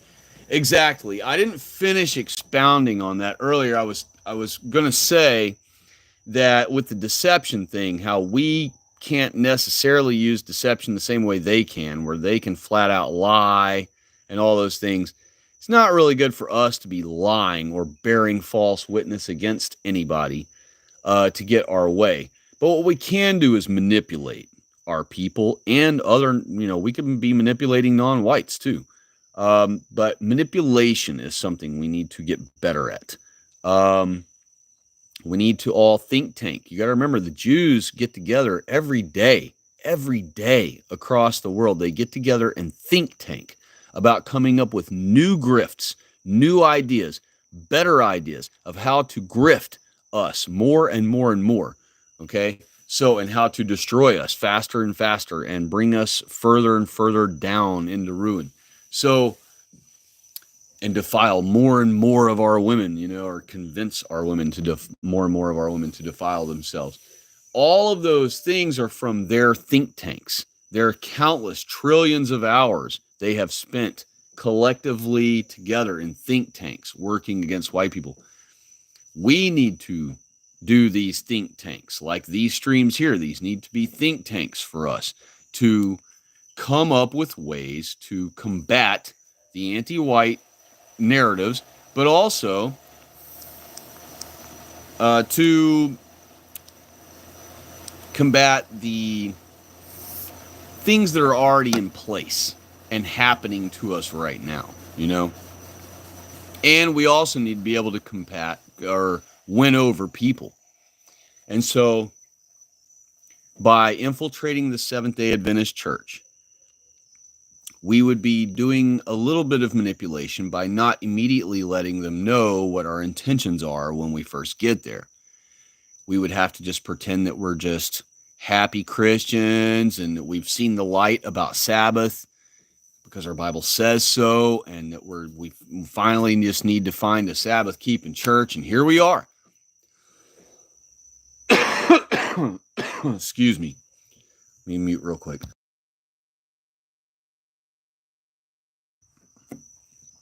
My apologies. It's getting later and the humidity's kicking harder and harder, and so my voice is going to start having more and more trouble, perhaps, or my throat, I should say, than my chest. We've got to manipulate. We don't do enough manipulating, and our first step toward manipulation was memes. Memes were our first real step forward into the arena of manipulation. And funny enough, it's been a very powerful, very potent, probably the biggest ass-whipping new weapon we've come up with in the last 20 years, socially especially. Memes are this genius thing where we're basically using comedy to point out reality to our own people and to the non-whites, to mostly just to taunt the non-whites and sit them back down in their place like playing whack-a-mole. But for the white people, it's to teach our white people. And think of how many white people have been uncucked because of some kick-ass memes. Does that mean we should give let Salty Cucker take all this credit? Him and his Salty Cuckers, they claim that if it wasn't for them and their big meme war they're waging against the lefties, right, that we'd be losing miserably right now. But meanwhile, we are losing miserably. So are the memes really helping us win against the Jays? No. Has it helped uncuck some of our people? Yes. But we're not going to win with just the memes. Okay? The memes are a good first blow. They're like a great starter kit to come out of the hole swinging with. But once we've got the memes out in the world, then we need to start infiltrating, okay? Jews infiltrate every single thing we have. It doesn't matter if it's the Boys Club, YMCA, every single church, all of our governments, every single courthouse, every police department, every white-created business. Papa John is sitting at home right now, and Shaquille O'Neal's picture is on the pizza box now.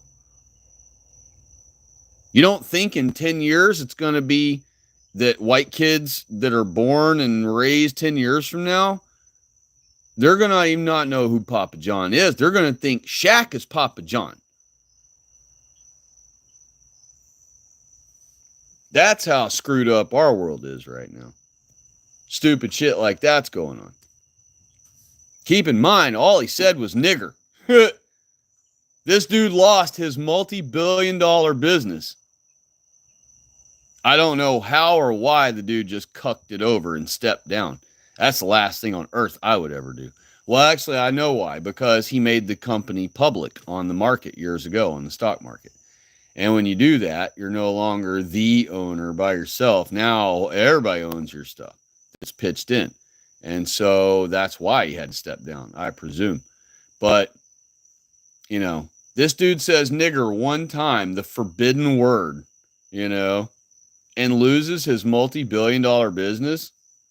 I mean, how ridiculous, how absurd and pathetic of a situation we are in when a guy says nigger one time and he loses everything. You know, how stupid and insane. Oh, and by the way, we allow any black to attack any white person all the way to murder, right? As long as, and it's totally okay. We're going to have to excuse his behavior as long as the white person called him a nigger. You know?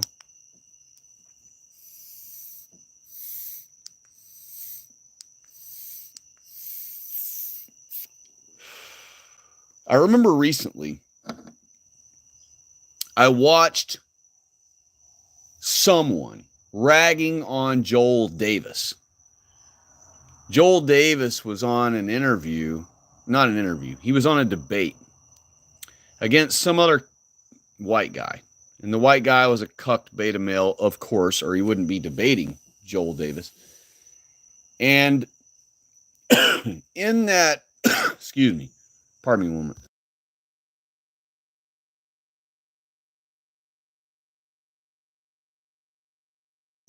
And in that debate, Joel Davis eventually starts losing his cool, as many times we will, after, you know, countless minutes of going back and forth with these fake arguments and straw man arguments and all the anti-white grifting arguments. We've heard them all. We've argued them all. We've defeated them all many times against others. But then you get a new arguer, a new debater, and you go hashing through all those same points again. And at some point, Joel Davis got fed up with the back and forth, the word is escaping me right now.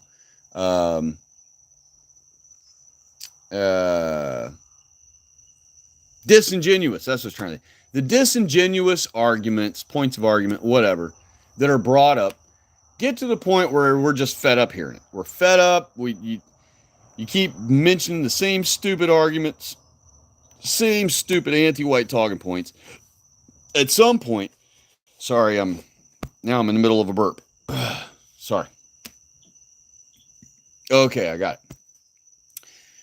At some point, he gets fed up, and he's like, "Look, so and so and so and so, and we're not putting up with niggers anymore, and we're not gonna this and that." And so he says niggers a couple times, right? And so, and then he kind of gets like, Joel gets a little excited too. It's funny, it seems like all of the pro-white guys, they seem to like at some point get to where they're ready to fight, And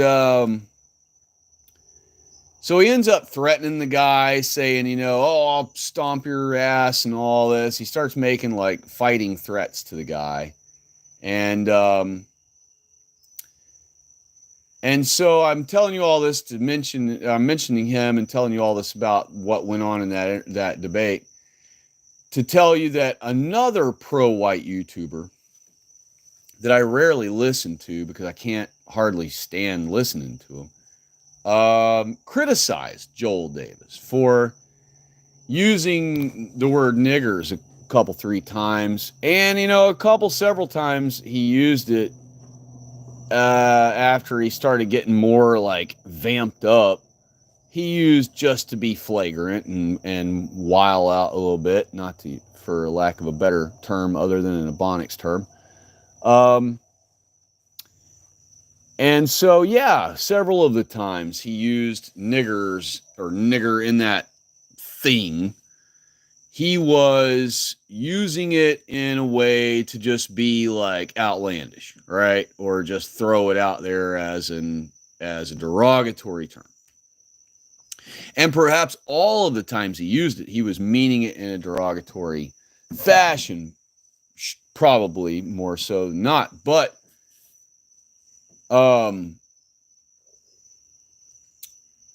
the reason I think that let me get to the whole point here so that I can then throw my point on top of that. So this other pro-white advocate hears him say all that, right? And then he makes comments about it later on, saying that this is unproductive, it's not helpful for our people, this only makes people hate us more, and other various this isn't what's going to win our country back. I hear that one a lot from that dude. Well, I don't hear it a lot because I don't listen to him much. And I'm sure y'all know who I'm talking about. I don't want to talk bad about him because he is a pro-white advocate, and I'm for anyone who is openly trying to promote white people's betterment and the restoration of our country as being just for us. But he is not pro-Christian and Christian first. Therefore, he gets no plug from me, or any kind of positive plug from me. I can only just shake my head and then say, well, at least he's on our side still. That's as good as I can say for the guy. But and he thinks that he's created the entire he creates fake arguments to then criticize, to then bolster his position. But they're straw man arguments. I even had one to give you an example of today that I was going to give you if on the next stream when I brought this thing up about Joel Davis, but it has escaped me for the moment. If it comes to me later, I'll bring it up. Anyway, he's criticizing Joel about saying nigger a few times on the thing. And then he, of course, takes the high road above it, and that's what makes him the better guy, so that you should be following him and not people like Joel Davis. he basically wants everybody to make him the leader. He wants everyone to acknowledge out loud that he is the leader, and that the concept of white people defending ourselves against the non-whites is his idea. And that, yeah, other people before him were doing it, but it's because of his ideas that now we're winning. Now we're making some ground and things like that. And of course, any of us who are fully awake and beyond his spectrum, where we understand our identity and we understand that the Holy Bible is in fact the word of the real God that created every single thing, and that there are no billions of years. He probably still believes in billions of years and ice ages and dinosaurs and everything else. He's probably cucked into all of that shit still. And I don't want to say probably. I'm going to say he's certainly still cucked into all of those things. And meanwhile, he thinks he's the most based, most uncucked. He should be the leader of our movement, and everyone should say so and acknowledge so. And actually, I heard him recently.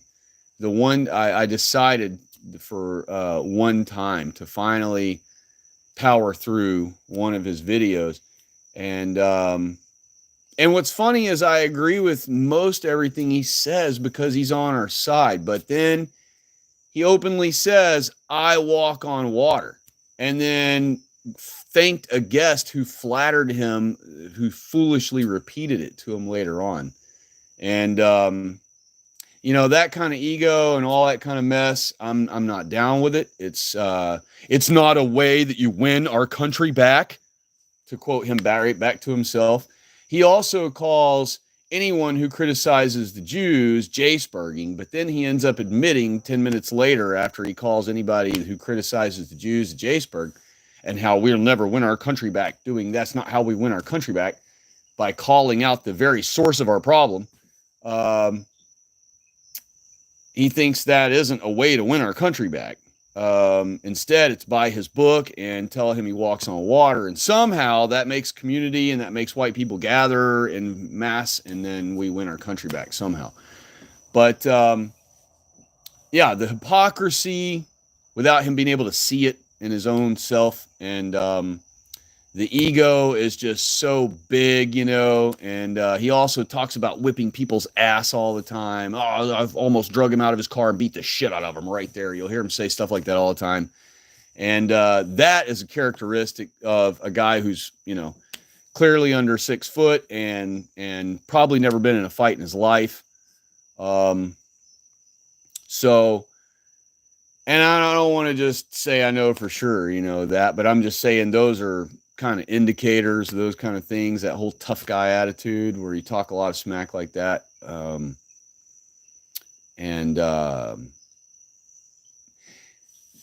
People who have been in a lot of fights, we don't really jump to that kind of thing. For someone who's never been in a fight, that is kind of their go-to. And for them, that's like they did get in a fight, and then when they say, oh, I almost beat the shit out of that guy, I almost drug him out of his car, beat the shit out of him right there. When they say that to them, they feel like they did it. They feel like they actually did get in a fight, and they did. And in their mind, they beat the shit out of that guy right there. And so now they've got one down under their belt, bang, But really, people who have been in real fights multiple times realize how dangerous the opponents are. And so over time, you just kind of shed that whole, oh, I'd beat the shit out of them. Right? I'm not saying I might not have said that once or twice here and there about somebody or something, but it's very frequent. It's not something that's anomalous in this dude. He literally, almost every stream, he has to mention that he would beat the shit out of somebody, right? And it's just comical to hear that regularly from someone who doesn't appear to have ever been in a fight in his life, honestly.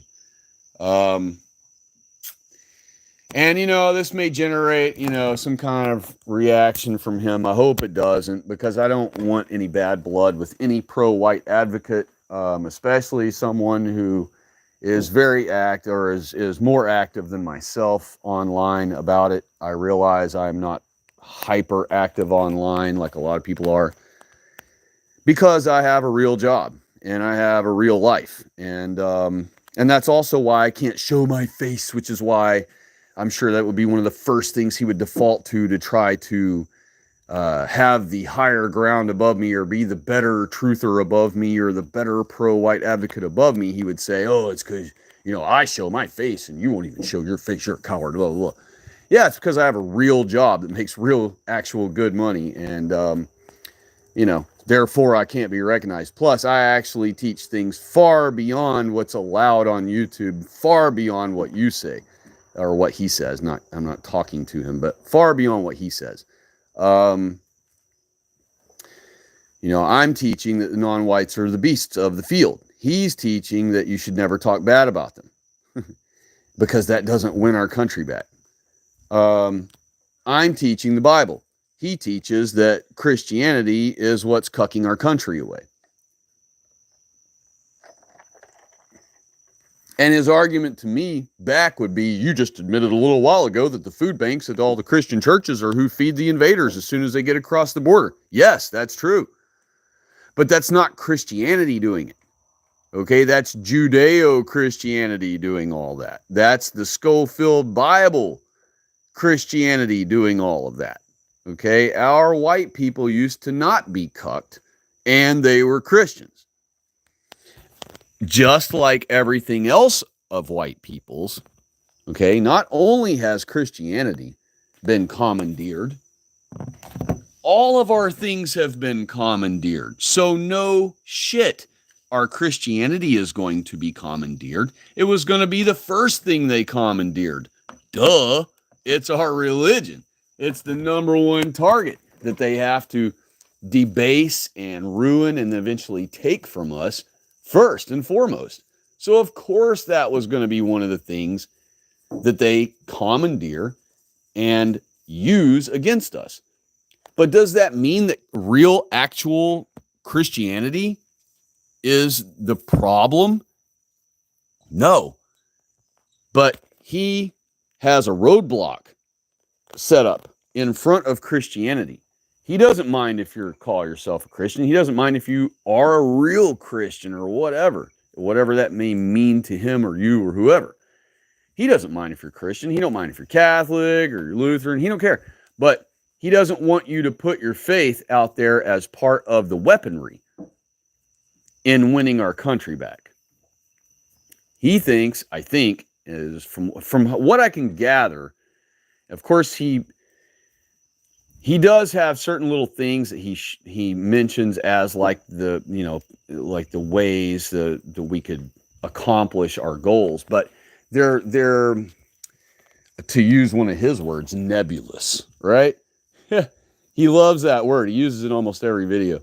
And so he lays out this vague idea, but everybody already has these vague ideas, like it's not ingenious to think that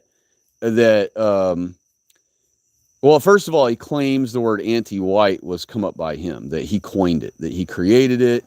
Or no. First he says that he created it, but then later on he backtracks and says, okay, I didn't create it, and isn't the same stream. He corrects himself and says, okay, I didn't actually create it. It did exist. It was already in the dictionary before that, blah, blah. But it wasn't online anywhere. It didn't exist anywhere. You didn't see anyone saying it. You didn't see any big YouTubers saying it. You didn't see it in the comment section anywhere. And what's funny is that's manure. All right, because we've been saying anti-white since long before he came around. We just weren't saying it prevalently because we had other things we were fighting at the time. We didn't fight just the white war. We were fighting hoaxes, mass shooting hoaxes. We were fighting every hoax catastrophe that came along. We had to fight the whole concept about NASA being a multi-trillion-dollar racket. We spent years before the busting NASA, we spent exposing that tax is Jewish theft. Okay, so we already knew about the Jews all the way back before YouTube ever began, before YouTube started. We were on AOL freaking talking about the Jews. That dude was probably 12 years old then and had no idea what a Jew was yet. And it's funny because when you listen to him, he says what we've been warning people about for decades now. They're finally starting to realize. And it's like, dude, decades ago, you were 5 years old. You haven't been doing anything for decades, bro. That dude's probably like 30 years old or 35, maybe he's 40. But I'm guessing like 35, right? So what is decades to him? He's only 3 decades old. Talking about he's been doing this for decades, been warning people and being a pro-white advocate for decades. Horse shit. No, you haven't, dude. In fact, his welcome video to his channel is only like 3 or 4 years ago, So he was never purged off YouTube before. He didn't have a YouTube channel for 15 years, decades, teaching people about the anti-white problem. No. He started his channel 3 or 4 years ago as a pro-white advocate channel. You know what I mean?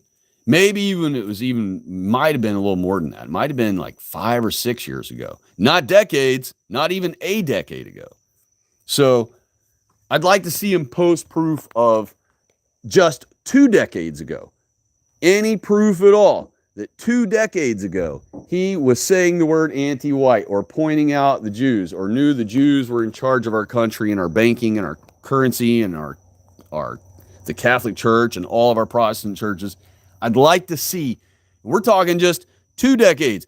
That's not one. He says decades plural. So we need to, I'm picking the minimum amount of decades, right? So there you go. I want to see just 20 years ago, I want to see this. An example of this dude saying something 20 years ago. The least amount of decades plural, like he keeps taunting. But to not be, I'm not being combative with, I don't want to have any problems with the dude. That's why I don't get in his comment section and bother him or anything, because he's got his own little group of duped followers that give him money, and I guess they think that that's going to do something,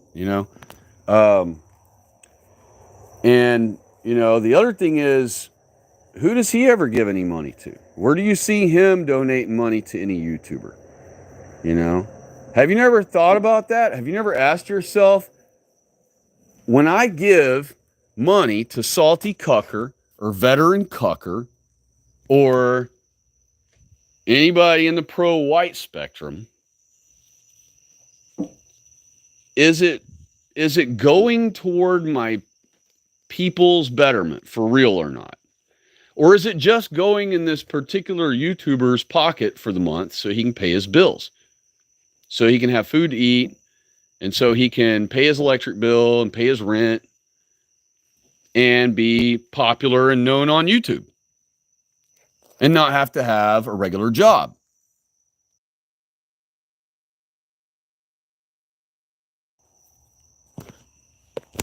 Now, knowing that you can ask yourself, then ask yourself, well, if these YouTubers are truly, and I'm not saying that the one I was talking about earlier is not pro-white, but if these other ones were truly truthers, right, like Salty Cucker, and I'll even throw that pro-white one in though on this because it's the money thing. If they were truly just about the truth and not just grifting you for money, then why don't we see them donating money to each other? In other words, why don't you ever see a stream of the pro-white guy donating $500 to Jared Taylor, to Amarin? Why don't you ever see $500 or $100 or $1,000 being donated to the Church of Israel, Missouri? Why don't you ever see these YouTubers that are running streams all the time so that you can super chat them? Why Why don't you see them exchanging money, gifting money back and forth to each other? Salty Cucker supports no other person in our movement with the money you give him. The pro-white channels that you donate money to. Poseidon, that fool don't give money to anyone. He's just some broke, drunk grifter. He's pro-white, but he's just begging you for money, you know? Well, I point out all the things about our pro-white world. I don't ask you for a dime. Why? Because I got a job. And when you have a job, a real job, an actual career, you don't need to grift people for money. Instead, you can just come home and teach truth to people when you have time. And that's it. That's all it needs to happen. Why should you be donating money to these guys so they don't have to have a job? So they can be popular YouTubers and walk around and go, yeah, oh, you recognize me from YouTube? Yeah, I'm a content creator. You know, that's not how to win. You're going to win our country back. You're not going to win our country back by buying some dude's book and telling him he walks on water so that he can flatter himself and go, thank you so much. Yes, I do indeed. Because I'm the only one that ever come up with this. I'm the first one. I'm the best one. I'm the fastest one. The only one. We got it all the way to Trump. Meanwhile, it's silly to think that nobody's ever going to say the words anti-white. All right? Anti-white has been said forever by people online. It's just more prevalent now, or more prominent now. It's more prevalent because we have more people noticing nowadays. And he can say, yeah, that's because of my channel. But a lot of people who visited his channel were already pro-white. Okay? Cucked white people are not going to see a channel that says no white guilt and go, oh, hell yeah, one of our pro-white advocates. Let's click on it and watch and give it a like and send him some money. No, that's not what cucked white people do. Okay? What cucked white people do is they see that and they go, no white guilt. What? They might click on it to give it a thumbs down or to insult him, you know, and to chant, you know what I mean? Something like that. They see something like that and be like, ugh. They're not gonna be like, oh, I get it now. Oh, you know, they're already cucked. And keep in mind, this dude's telling them in there, don't be talking bad about the Jays. That's just Jay Spurgeon. Right? So you're not allowed to criticize the Jays. Well, who tells you ain't allowed to criticize the Jays? Who do you know on the face of this earth is known for telling you that you should never criticize Jays? Is there any particular race of people that you could think of off the top of your head that's ever demanded that you can't criticize the Jays? Oh, that's right. The Jays themselves. The fucking Jews themselves. Oh, yeah. Huh, interesting. Not saying he is one. I'm just saying, you know, if you're so pro-white and you openly admit that you know that all this anti-whiteism comes from the Jews, why are you going to sit here and keep demanding that not all Jews are bad? Not all, not all, not all. He's just like Jesse Lee Peterson. He does the not all, not all, not all thing for the Jews, while Jesse does it for the blacks. Not all, not all, not all. Okay. Not all. You know what not all equals? 0.0000006%.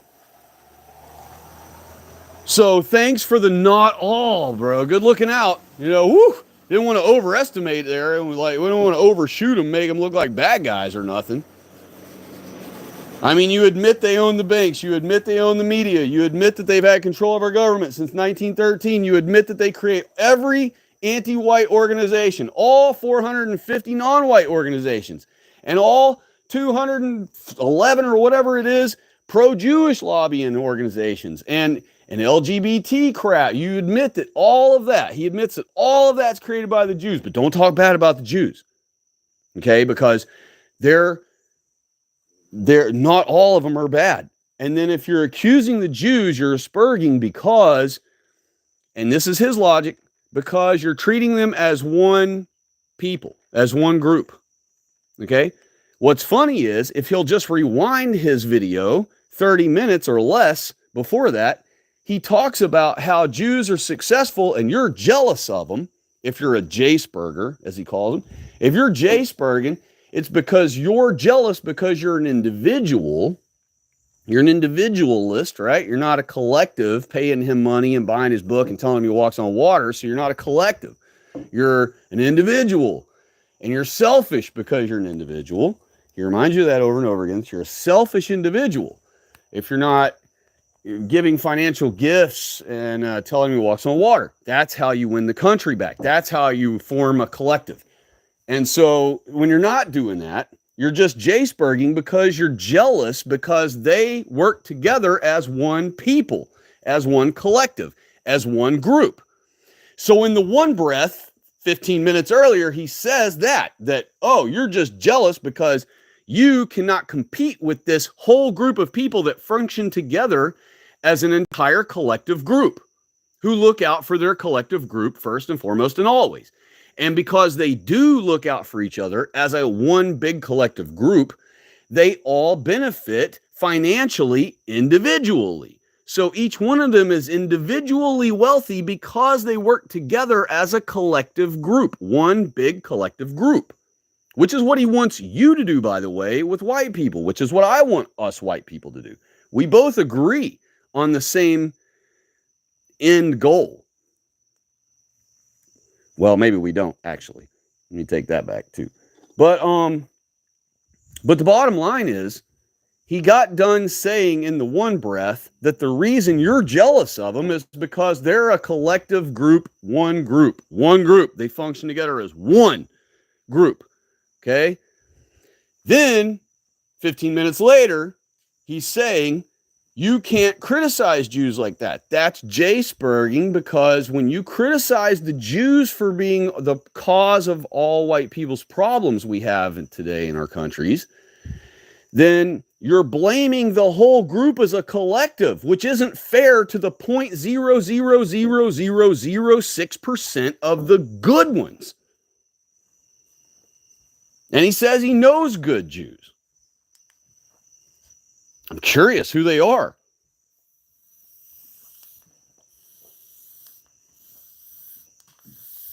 I was really honestly hoping he was going to name one or two of them, but he didn't.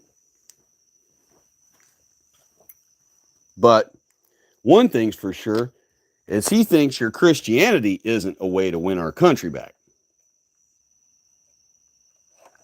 That's one thing he knows for confidently sure. And so he figures that, well, I don't know what he figures. I don't really know what he figures. I mean, it's pretty obvious what he wants out of you, but I don't know what he really figures about how he would get things accomplished otherwise. Now, in his mind, I guess the way it seems is that he's going to get Trump to start saying anti-white, which, I mean, we already know about Trump, and I do agree. I agree with him on a lot of things. And one of the things I very much agree with him on is that it's not so much that Trump will ever do anything for us, but when he's in office, our white people are happy. And I mentioned that in a stream long ago. One of the first streams I ever did, if y'all were tuned in, you heard me say that a part of me likes when Trump's in office because he's the representative of white people. He's the blonde-haired, blue-eyed, colors of Christ, American dream that everybody wishes they could achieve if they're a guy. You know, every guy wishes he could achieve the material and social greatness of someone like Donald Trump was before everybody started this whole supposedly hating him thing. And so, you know, I agree with him 100% that when Trump is in office, our people are happy. America looks like it's being ran by white men with blue eyes, like it should be. Okay, when Trump was in office, we had the perfect setup. We had the blonde-haired, blue-eyed president. We had the former blonde hair, but now white-haired, blue-eyed vice president. Doesn't matter that Vice Pence ended up being a coward, wuss, sellout, whatever he is. The optics were that the two greatest leaders of the world, the president and vice president of the United States of America, were white, blue-eyed men. That's all that really mattered. And so I get that, and I get that our people are happy and that our country appears as it should as far as imagery and optics of our leadership. But the problem with Trump being in office again is it will make our people, and I've already mentioned this long ago, which he did not cover, but I'm sure he would agree with this anyway, despite wanting to beat the shit out of me if he's mad at me. Anyway, the problem with Trump in office is that our people, when he's in office, they think if they wanted him in office and they're happy that he's in office, they think he's in the White House just whipping ass for us. And therefore, all they've got to do is defend Trump all day on YouTube. That's all they got to do is defend Trump. Whatever he said, if he said a gaffe, it made him look stupid, kofifi or anything, they got, grab her by the pussy. Well, it was locker too. They have to do all the mental gymnastics to defend Trump, and they will. Wholeheartedly, they call him God, Emperor. I mean, they worship this dude. We talk about it tongue in cheek that people worship him. But honestly, these people, when they call him God, Emperor, I realize they're still saying it sort of figure of speech a little bit. It's still metaphorically said a little bit. But they keep saying it. And over time, it's just their whole brain is revolving around him when it comes to politics and when it comes to our country and when it comes to the American flag flying through the image in their eyes, in their mind's eye. They see Trump's face. They see Trump. They don't see God anymore. They don't see their Bible. They don't see they don't see the cross. They don't see our faith. All they see is whatever the libs are accusing Trump of today. That's what they care about. And then they focus on that. And that will steer them completely off of being pro-white advocates. That's what happened the whole 4 years Trump was in office. We were trying to wake up white people. Our country was being destroyed right before our eyes. Trump was doing nothing about it, saying nothing about it as though it wasn't happening at all. 2 million white people attacked by blacks. Trump goes and releases 30,000 of them who were in prison for life for murdering white people. And many of those who were released went out and murdered another white person within 24 hours of being released. The one, I don't know if I told y'all about this, but y'all probably saw it for yourself. The one he let come to his podium and thank him was a female nog that had shot a brand new cop, a rookie cop. He was newlywed too. He had just married a beautiful white girl. They had just had a beautiful white child.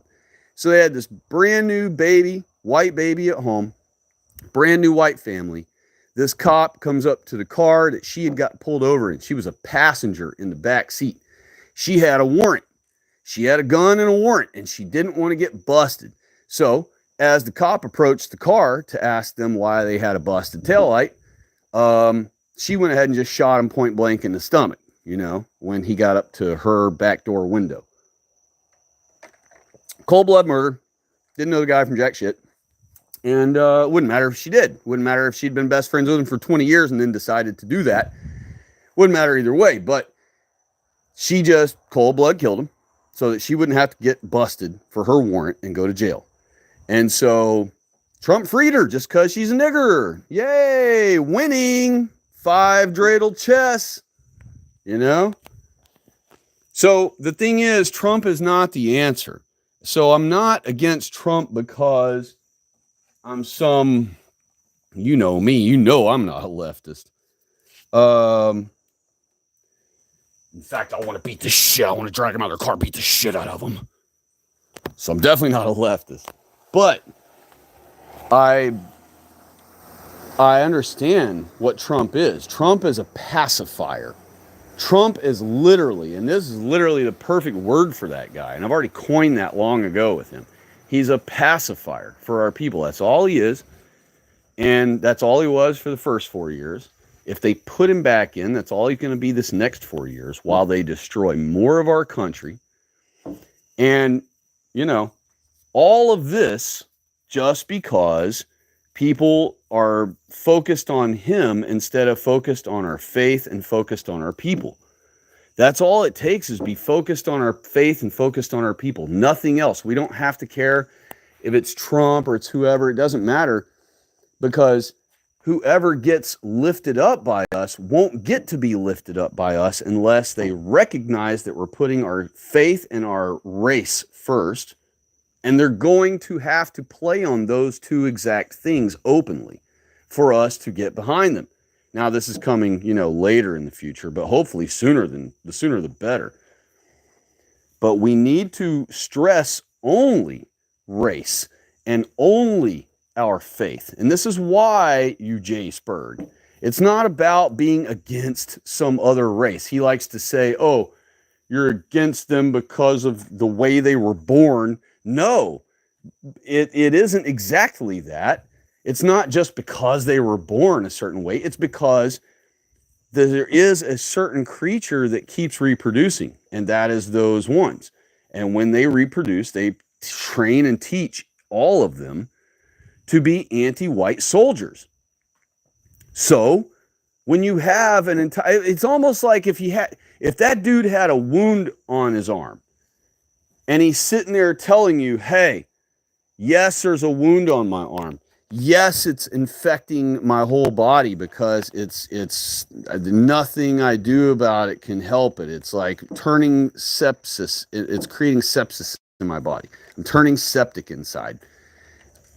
But don't point out the sore. Yes, I'm dying from sepsis, from this wound on my arm, but do not talk crap about this wound on my arm. Don't freaking do it, because not all arm wounds kill people from sepsis, okay? Not all these giant wounds on the arm turn your blood septic and make you die. Not all wounds do. So don't spurg out about this wound on me that I'm clearly dying from. Okay, that's what he expects of white people. Jews are literally the source of what creates all anti-white rhetoric, all anti-white organizations, all anti-white campaigns, every homosexual campaign, every faggot flag that's hanging anywhere in our country and in Europe and in Canada and in New Zealand and in Australia is because the Jews demand so. Not any other race. No gang of blacks are up there standing on the stage in freaking Canada going, y'all gonna fly this flag. I don't give a damn. All y'all motherfuckers in here gonna fly that flag, or we're gonna whoop all y'all ass. No, there's no such thing as that. There's no such thing as dot Indians in there going, we want the gay flag up on the top of the Capitol building. No, there's no such thing as that. There's no such thing as Mexicans there going, hey, ¿qué pasa? We want to hang at a Senor freaking Fagarillo flag. No, there's no such thing as that. There's no such thing as freaking Asians coming there and sticking the gay flag up there. Their parents would ground them for 100 years. There's only one race that demands that white people give our countries away. There's only one race that demands and teaches all the other non-white races to demand that we are garbage and that only we ever enslaved people, only we have ever committed sin across the entire world, only we are capable of committing sin against other races. You know? There's only one race promoting all that garbage. But if you point it out, oh, you're J. Spurgeon. He'll point it out. And when he points it out, it's not J. Spurgeon. He points out that they own the banks. He points out they own the media. He points out that some guy that had influence over what somebody shot down in the government was a Jewish guy. It's totally okay for him to do that because he walks on water. So he understands when it's okay to talk and mention about a Jew and it not be spurging. You know what I mean? Stand by. I got to cough real quick.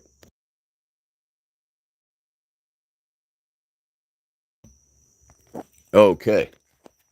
So, all right. So, I didn't mean to go off on about this dude for a while, but it's just aggravating because I finally get around to forcing myself to listen to this dude one time. And it's like I get to agree with the guy on some things, but then, then he goes into that whole anti-Christian crap and Jay Spurgeon, and it's like, dude, bro, oh, and the walk on water. I mean, get the fuck out. Oh man, I wanted to just immediately hit the back button right then and stop right then and quit listening, but I'm curious what the others are saying now. You know, I want to see what's being said, and and I overheard Joel talk about him or something one time, rebutting something he had said or something. I don't remember. Maybe it wasn't. Maybe it wasn't him talking about that dude, but maybe it was somebody else. But I was turned off by a guy long ago because of his big talk and his ego and all that. And you know, I, the bottom line is we have truth to deal with here. It ain't about, it ain't about having this like elaborate vocabulary and talking all weird, when you talk to people and stuff and thank them for money and whatever. None of that has anything to do with saving our country, which he's supposedly focused on, which he is. I will admit, I'm not going to say supposedly, he clearly is. But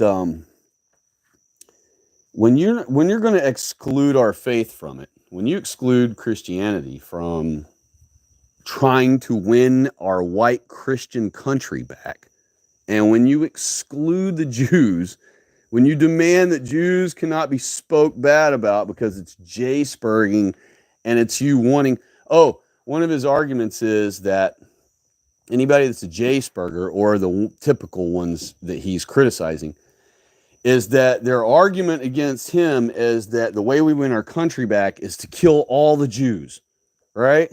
Kill all Jews. That's his argument. That's his literal straw man argument that you'll hear him say out of his own face on his videos, is that Jay Spurger's whole idea is kill the Jays, right? Well,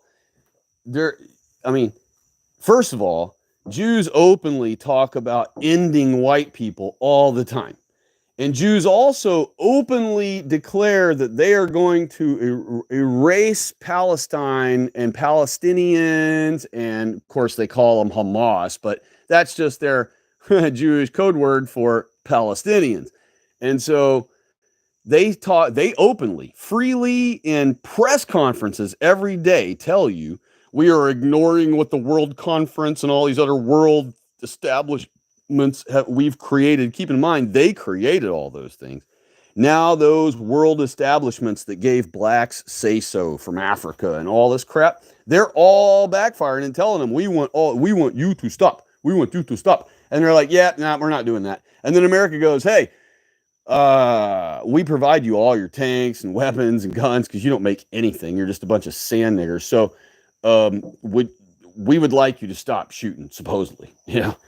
And they're like, yeah, we don't care. We would do whatever we want anyway. So they're the only race that can just completely ignore the whole world every time they want and anytime they want and all the times they want.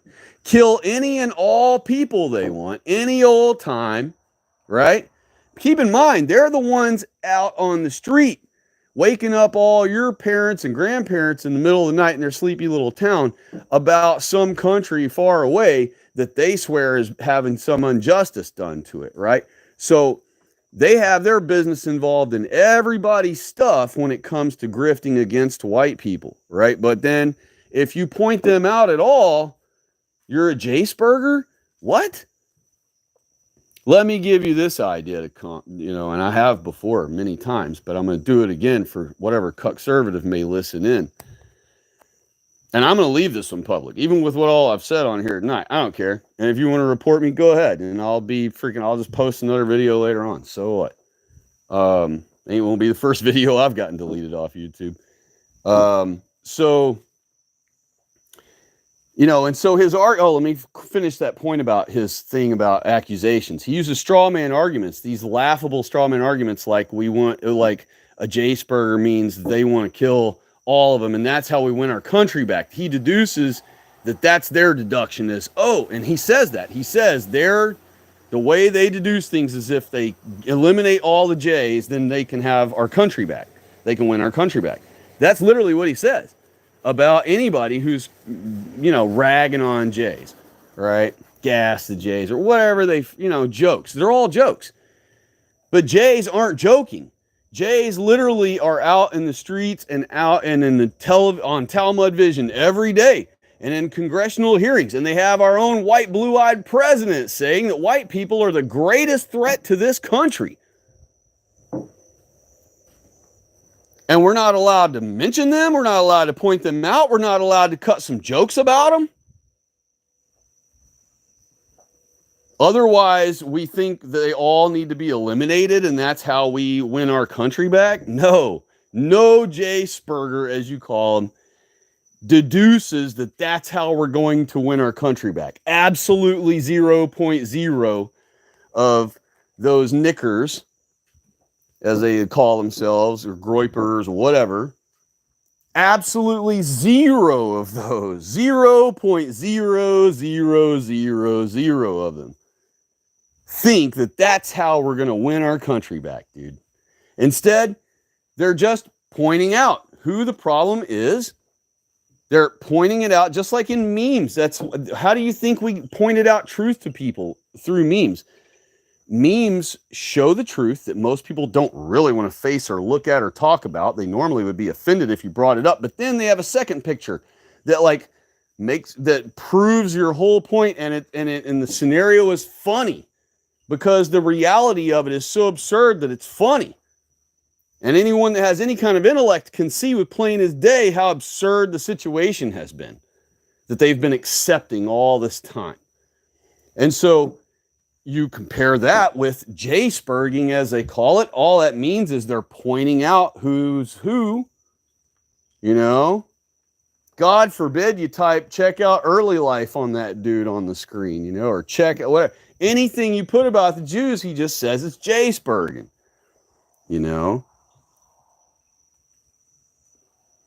Now, I don't know any knickers. I don't know Nick, and I don't know anybody pro-white that's online. I don't know them. But I'm going by what dude says out of his own face about the knickers.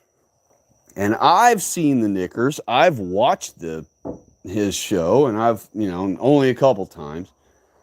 There are things about him I don't care for either. So I don't watch his show much. I've watched maybe 2 times ever. I think I've watched the guy. And Nick Fuentes, that is. And mainly because I didn't trust him because of his last name. And then, I listened to him a long time ago in some, I forget what setting, some kind of forum with other people. And I found what he was saying agreeable for the most part. He's basically over the target, but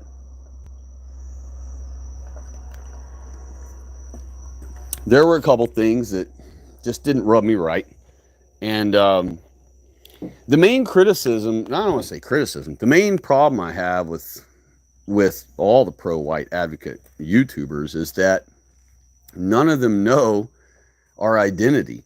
The only ones that know our identity are the Christian identity pastors, And so I'm really I'm kind of in this weird world where I'm not a Christian identity pastor, but I'm not just one of these conservative YouTubers that shills the news each day to make shekels and sell you merch. I'm actually teaching what the truth of what the Christian identity is our faith. That is our identity. That is our faith. It's provable. It's documented. It's everywhere. It's written in all of our old documents.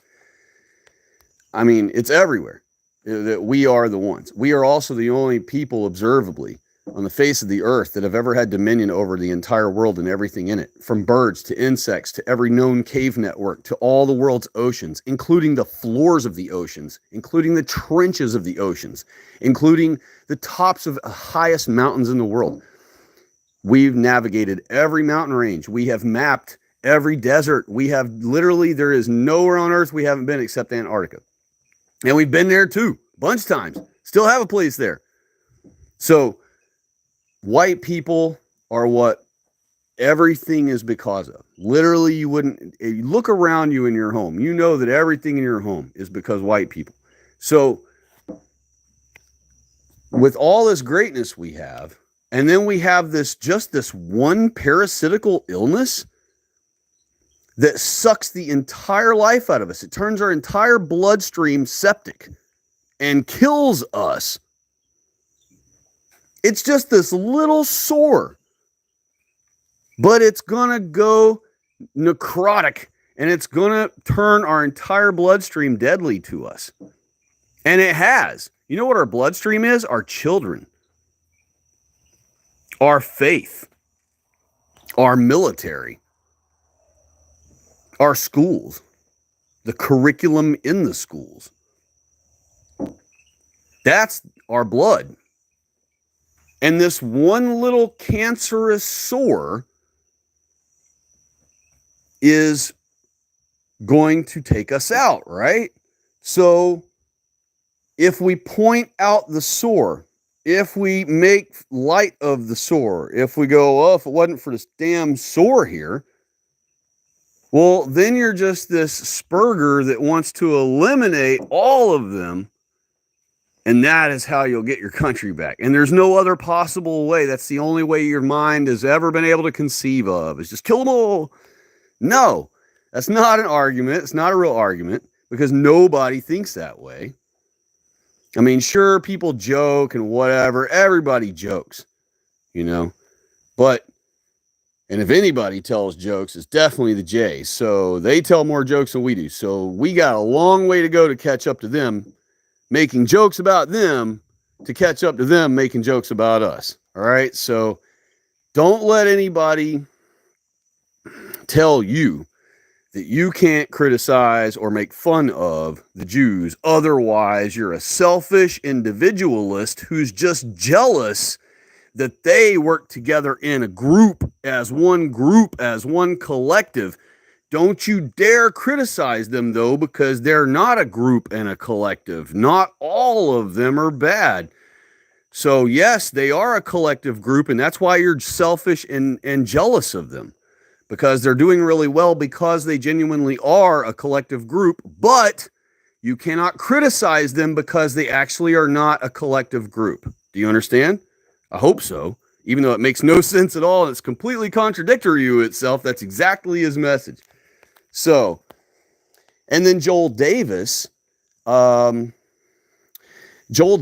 find to be the most based, I would say, out of all of the typical YouTubers. He's still got some youthful, because he's young, you know, he's very young. And I wish I would have known all these things that he knows at his youth, when I was his age, that he is right now. I would give anything to have known all this way back then. And what's funny is I did know it, but I never met a pro-white person to go, yeah, dude, all that's in your head, that's like stored in the back of your mind, and you're like seeing all this happening, and you're like, you see with your own eyes that all this is just being ruined right before you, but no one's ever said anything about it to you and agreed with you about it. Yeah. If I had ever ran across someone like that, man, my life would have been so different. I would have been 100% focused on nothing but white people, 30 years ago, 25, 20 years ago, something. So I've always known it in my heart. I could tell, I could see it, because I lived in America when it was all white. I watched it be ruined, and I sat there silent like other white people did, going, this isn't right. This isn't normal. This is bizarre. Why are there so many blacks now? And I just started seeing this, that blacks were being used as forced weapons against us. I saw that from back when I was a teenager, when they first started busing blacks to our schools. I knew right then, I'm like, there's no benefit to sending them all the way across town to our nice white school, except for them to do exactly what they're doing, which is harassing our people and attacking our girls and fighting and attacking and jumping our dudes, our boys. I knew back then, I'm like, that's all they're here for, is to fight and attack us. They serve no other purpose. You can look at you can just observe them with basic observation, and you can see that they serve no other purpose. Even if you were flooded with tons of like other races, you wouldn't have the attacks and all the salivating over our white girls and all that you get with them every single time. So I knew as a teenager that they were being used as a weapon against us by our government in some way, shape, or form. I just never had someone back then explain to me that, yes, exactly what you're seeing with your conscience and everything, yes, that's all really happening right before your eyes. These people really want you dead, and they really plan on using the blacks to do it, and da-da-da-da-da. If someone had just explained out loud to me that I wasn't crazy for noticing, I would have been uncucked all those years ago. And I would have never spent all that time in the hood back then either. I would have just quit that whole scenario, and I would have never been around that. Because I had a good enough career all my life, thank you God, since I was very young, that I never had to go down there in the hood. I went down there and worked in the hood on my days off from my career, because my career doesn't require me to work, 6 days a week straight. So what I would do is I would fill in the days by working at my friends' places. And my friend had several places, and they were all in ghettos, And so I spent a lot of time with the blacks in the heart of the hoods. I've had guns in my face. I've been called everything. I know what all the little secret hood words are and what they mean, and have known all that for all my adult life, because I started way back then, working at my buddy's shops all the way back then. And then he moved states to a totally different state, and I learned all the hood lingo in a totally different state's hood, and it was pretty similar in both. But, each local hood has its own additional slang. So, but I grew up around all that, seeing it all with my own eyes. And I watched and I heard them say all the things about white. That's all you hear blacks say white people all day. When you're at one of these shops in the hood, you'll hear them say that stuff all day.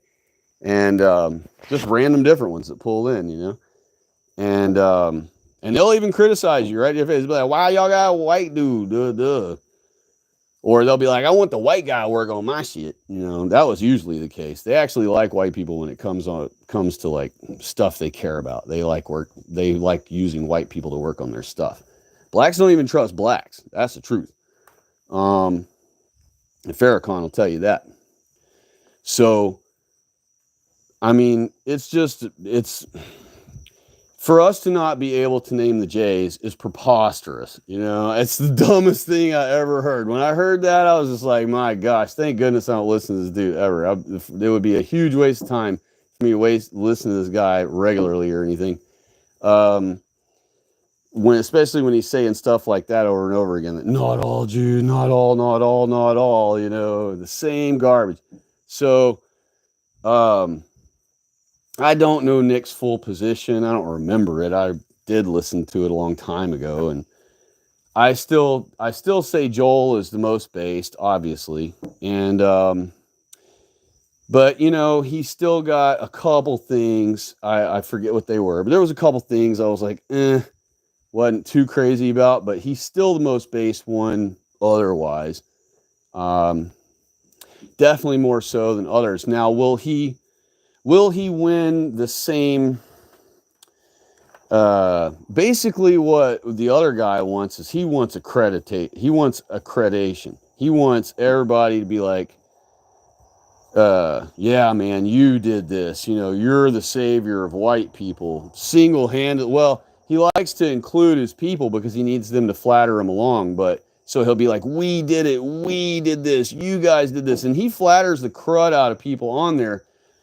But I know those kind of people because I've worked with a guy like that many times before. And what they do is they flatter you first, right? They'll be like, "Oh, you, what's up, man? You're the man, bro." Like you'll do something stupid, like hand them a simple thing, like, "Oh, could you hand me that wrench over there, bro?" Or, "Oh, could you pass me that screwdriver, that drill, or whatever?" You do a simple thing for them, and they're like, "You're the man, bro. You're the man."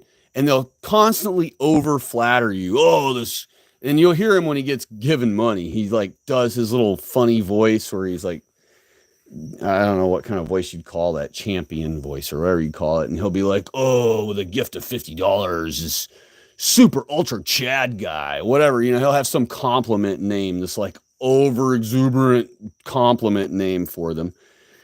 But he does all that so that later on, when he says, "I walk on water," not we, "I walk on water," he says, and "I'm the one that coined the term," and da da da, and all this crap, he gets people to agree to it because he's already been complimenting them for, a while. So he warms them up to it. Now, I knew a guy back in the day. Actually, I've known several guys like this, but I knew one for sure. It was like perfectly exactly the same. And he would do that every day. Never gets like, he would never get to a point where it's like, "All right, I see this guy every day, so I guess I can chill out with it now." No, every day it was, "Dude, you're the freaking man, bro," over like the simplest crap. And then as soon as the guy would do something himself, he would point it out to you. He'd be like, "Hey, did you see?" He like a great example is one day we're walking through a parking lot, right, at the place we were at. We're walking through the parking lot. This dude sees a nail in the parking lot, right? And he picks it up. And now keep in mind, if I saw this nail in the parking lot, I would have just, in the middle of walking along, I would have just bent down, grabbed it, and tossed it out in the grass far away where it couldn't be shot back onto the concrete. And I wouldn't have even said anything to my friend, right? I wouldn't have said a word about it. I would have just done it as we're walking, and it wouldn't have even been a conversation unless he brought something up like, "Oh, wow, nail," and I'd have been like, "Yeah, crazy." That would have been it. There would have been nothing else about it, right? Instead, this is the mentality like that dude has, bro. This is what this friend had. He sees the nail, and he bends down and picks it up, and he lifts it up in the air like it's an Olympic torch. He's like, and then he looks at me like he's got this flabbergasted look on his face, and he goes, "I just saved somebody from getting a flat tire," you know? And he was so proud of himself. You know what I mean? It's like, bro, why couldn't you just throw that in the grass and make no mention of it at all? And you just did a proper, normal, decent thing. You know what I mean?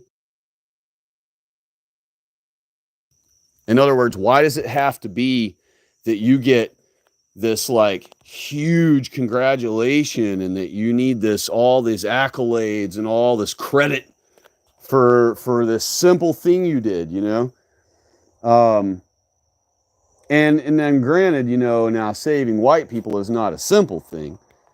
But at the same time, when there are literally thousands of people before you who have been trying to save the white people and who have went way further in the war, you know, they've been on numerous television shows arguing the point for white people, and they've been on numerous talk shows, and they've had mega debates with lots of people, big people who are looked at by the other idiots as though the person is super, credible.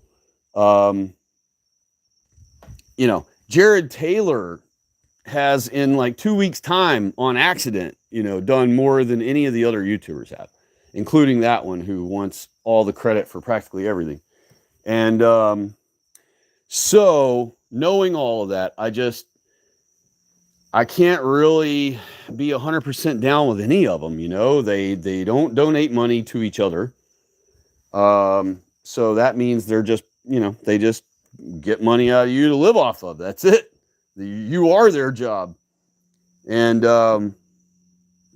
if you're all right with that, then fine. I guess y'all have a symbiotic relationship, and that's fine. But y'all are coexisting, if you will. But honestly, the reason why that's not all that good is because you have nothing but toe liners that come from that. All right, there isn't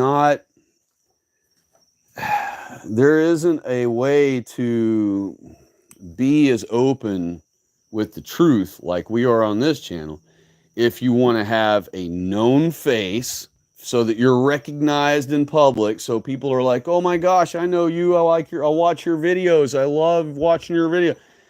They need all that. All right. And they crave it. They desire well, it's fame. They desire fame, and they desire that people desire them.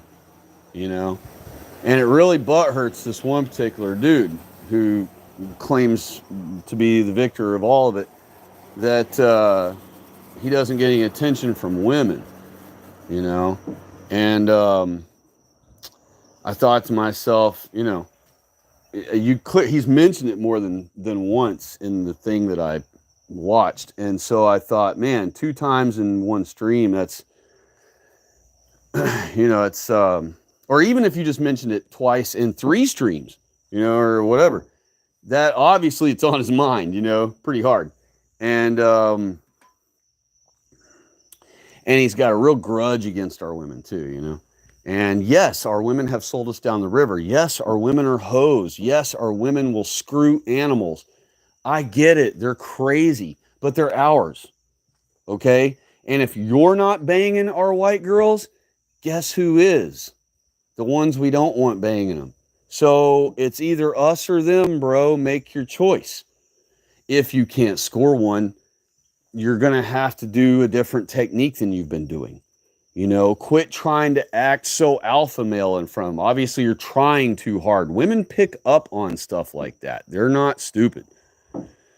Yes, they make terrible decisions, but believe it or not, despite their horrible decision making, they're actually not, when it comes to their intuition, it's pretty good, especially about a guy they're interested in. And, for the most part, a girl will be interested in you if you're just relaxed around them a little bit. That means you can't be around the blacks because you never relax around them, But you got to be somewhere away from them where you can relax. And when you're around a girl, you got to just be comfortable with her. You got to be comfortable in your own situation and self, and yeah, you may feel like you're confident in all of that and comfortable in all of that, but there's something that's keeping you too edgy for them, perhaps, and not trying to give the guy life dating advice or nothing, but it's like, he's constantly like, our women are a bad guy. So in other words, he spurgs about our women. You want to talk about spurging? He spurgs about our women. So it's like, I don't know. It just it's kind of pointless to interact with him, so I just don't bother. I don't try to interact with any YouTuber, so just know that. I don't like contact YouTubers on the back end or anything. The only way I try to contact YouTubers is so everybody can read it in their comment section. I put comment, and each time I put a comment, it's usually directed at the op themselves, but I want their audience to read it, obviously. So that's how if I got something to say to someone on YouTube, I say it in the comment section where everyone can see it. And that way, if any of his followers has beef with me, they can come at me. And another thing he spurgs about, but I'm not going to give him crap about this one, is the female YouTubers. Supposed right-wing female YouTubers.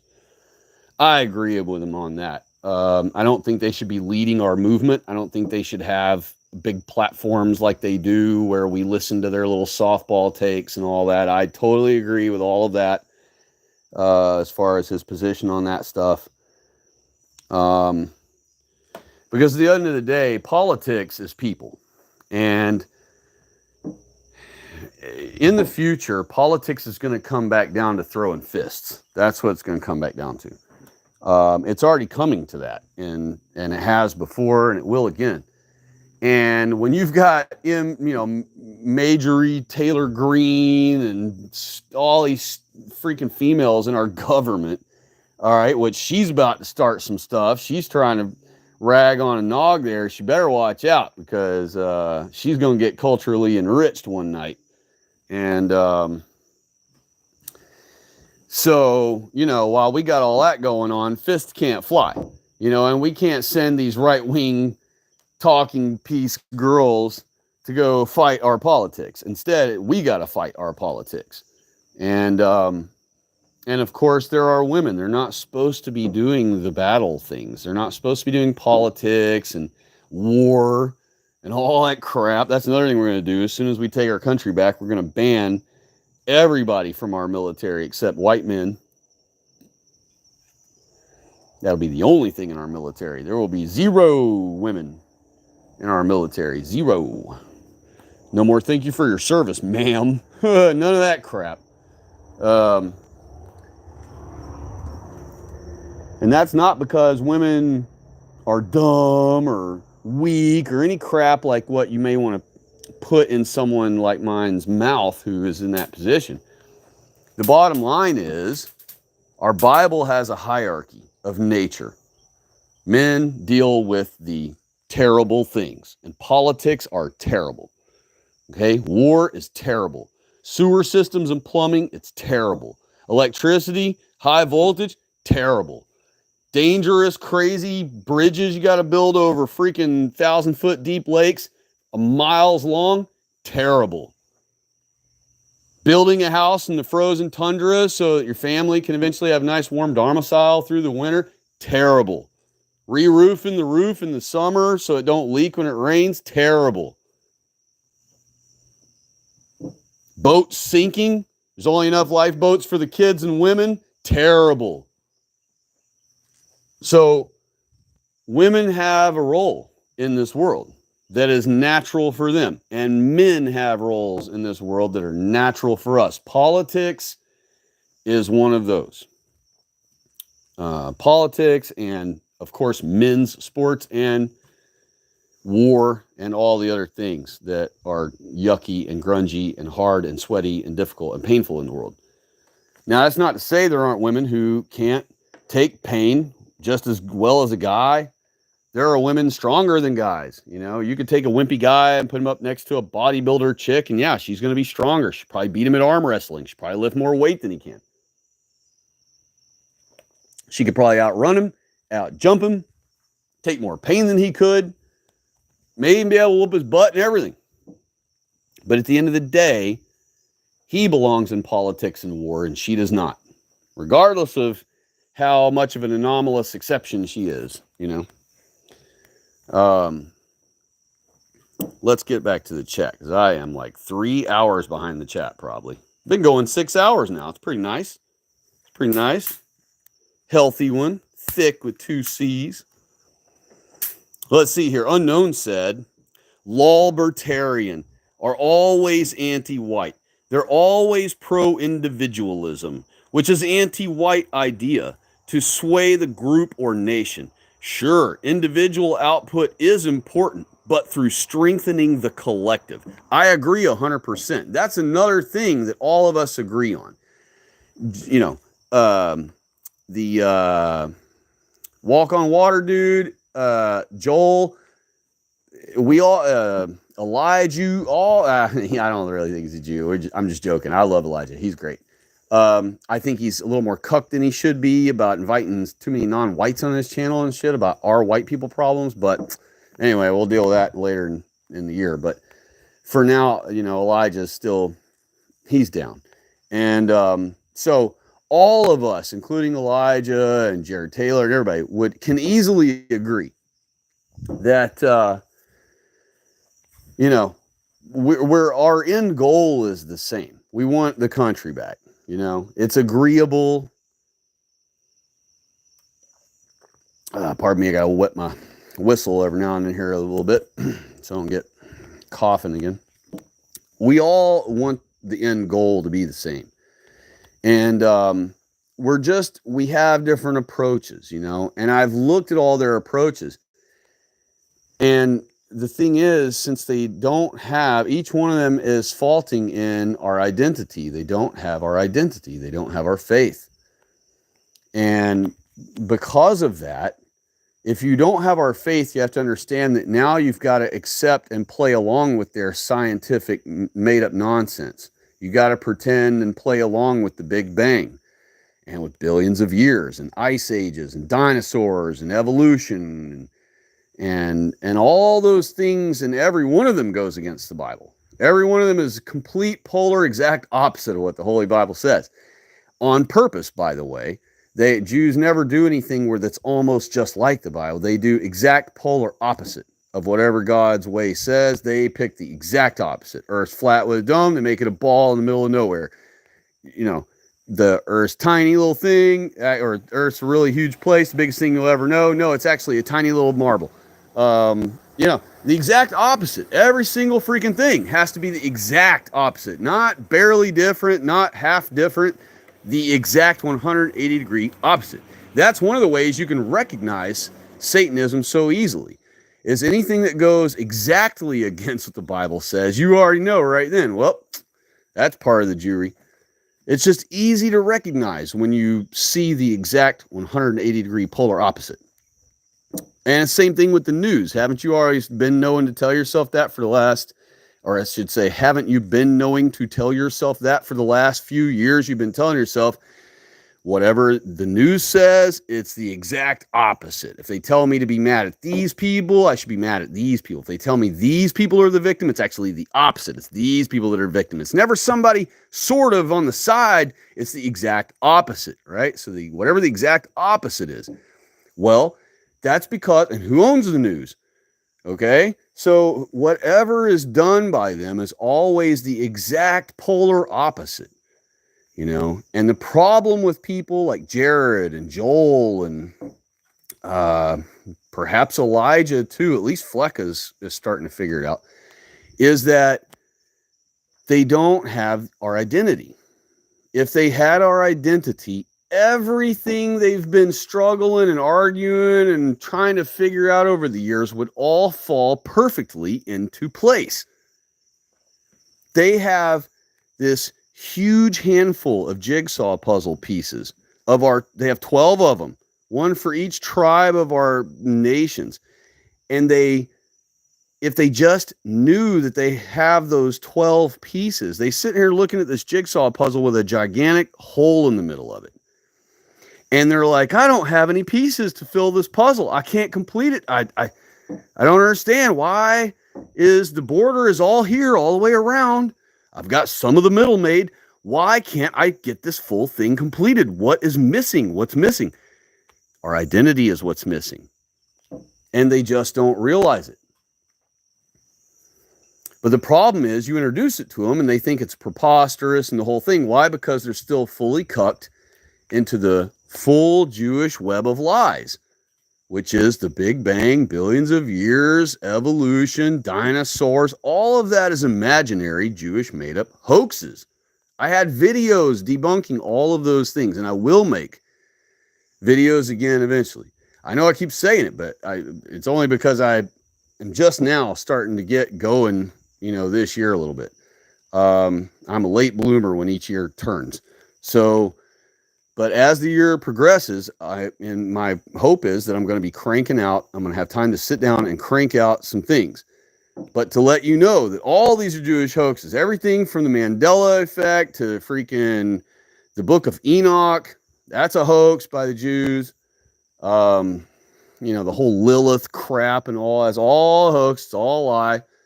Exact opposite of what Bible says creation was like with Adam and Eve. You just got to learn that anything that disagrees with our Bible is Jewry. Anything that disagrees with our Bible is just straight up disregard it. Titus 1:14, pay no attention to Jewish fables. You know, notice it never mentions any other race in that verse. It never mentions, the Bible never warns you about any other people's fables. You know, so, And we know what fables means. So we haven't done our Sabbath prayer yet. It's plenty late now. Let's go do it real quick. Let me put my drink up. Let's go get our Sabbath prayer started for the night. Ugh. And then I'm going to stick around afterward because I don't have to be up tomorrow now. And so, by golly, why not, you know? I got to get a good rest last night. Been up since early, though, but I'm kind of accustomed to going 30 hours, sometimes over 30 hours straight without getting to sleep, so it's not really biggie for me. All right. Got the shoes off. Cool. I'm sorry for any of you who've been waiting all this time going, yeah, shut the heck up and let's pray. But finally, let's get at it. All right. I hope all of you have a great spot that you like to be. I went to my spot that I like to do my Sabbath prayer once a week to our Lord. And I usually would sit here for a while, just in contemplation before I start, in preparation, preparing my mind. But today we're, just going to get right into it for brevity's sake. So, and then I will read y'all's comments that I haven't got to yet. And I am super, super sorry that I haven't. All right, here we are with our Lord. Happy Sabbath, Holy Father Yahweh, mighty God. You are the God of many names, above all things. You've created all things. And we are grateful for you above all other existences. Thank you for Jesus Christ, Holy Father. Thank you for sending him. Thank you for the wisdom and the acceptance of his sacrifice on the cross for our sins. Thank you, yes, you, Jesus Christ, our holy Messiah, for your sacrifice on the cross for our sins. I have sinned, Lord, and I don't want to be a sinner. Please forgive me and save me on that great day of your glorious return. Thank you, Lord. Thank you, Yahweh, Holy Father God, for your Holy Ghost. Thank you for his protection. Thank you, Holy Ghost, Holy Vicar of Jesus Christ. Thank you for your protection every single moment of every single day. Praise be your name. Thank you, Yahweh, Holy Father God, for your holy Sabbath every seventh day, a glorious gift that you gave our people for us to recalibrate ourselves with you once every week and celebrate all the things you've made for us. Thank you, Yahweh, Holy Father, for blessing our parents. Thank you, Yahweh, Holy Father God, for blessing our family members. Please reach them, Lord, if it be your will. We long for all of them to be saved, Father. Thank you, Yahweh, Holy God, Father, for blessing our health. Thank you, Yahweh, Holy God, Father, for blessing us to have all of our limbs and all of our senses intact and functioning correctly. Thank you, Yahweh, Holy Father God, for the time frame you have put us in, where we live in such luxury and with so many comforts that millions and millions and millions, hundreds of millions of our ancestors never got to even dream of. They can never fathom the comforts and luxuries we enjoy. Thank you, Yahweh, Holy God, Father, for where you've placed us in the world. You could have placed us in East Europe or in Russia, somewhere harder to live than where we are here in the United States. and for those who are living outside of the U.S. praying with us. Thank you for where you place them, that they're not in an even more harsh condition or place. And here in America, we are so blessed and so spoiled. And even though it's all being taken away from us, Lord, even still now, we live in such luxury and comfort, and probably will to the very day that they cut everything off and start the war against us. Thank you, Yahweh, Holy God, Father, for all the long suffering and time and chances you've given us. We keep betraying you over and over again like a terrible girlfriend. And you just shake your head and take us back each time.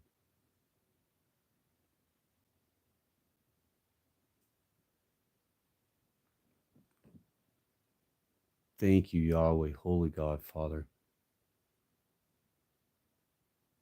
for all the truth you've revealed to us so that we are not lost. Thank you for revealing our identity to us through your word. Thank you, Yahweh, Holy God, Father, for blessing our homes. Thank you, Yahweh, Holy God, Father, for blessing our incomes. Thank you, Yahweh, Holy God, Father, for blessing our transportation. Thank you, Yahweh, Holy God, Father,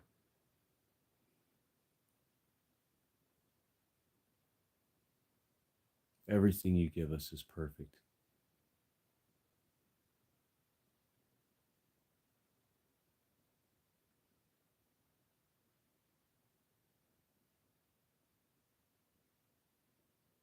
Lord, we want to gather and say happy Sabbath to you and acknowledge that our people are failing you. And we want to apologize. I especially want to apologize on the bottom, from the bottom of my heart, for all the Sabbaths that I ignored, that I stepped on, that I forgot.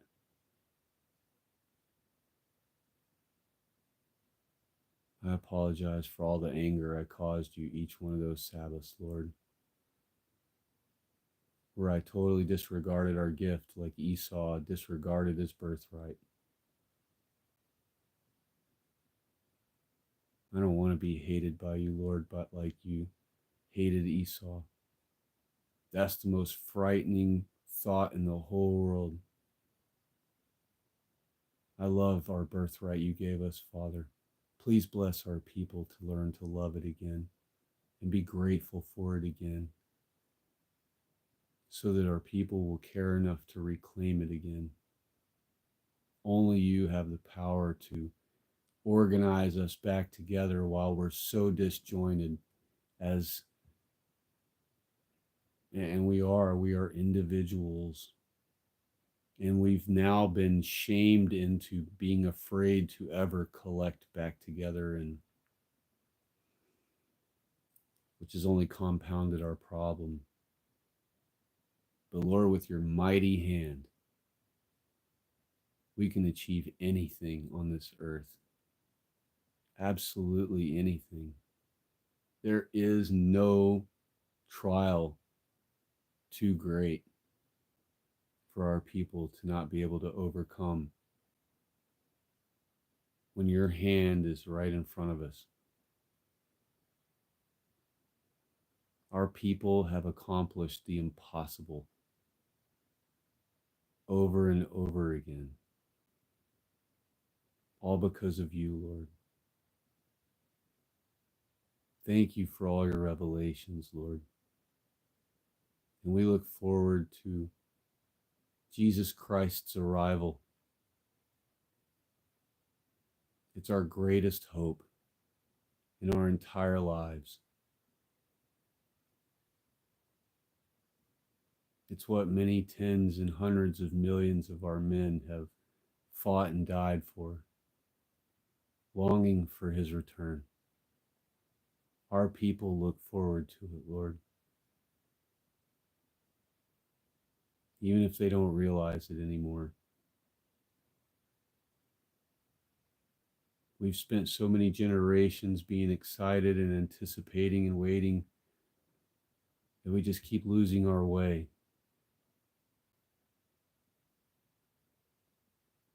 But we know your prophecy is sure, and we know he's coming.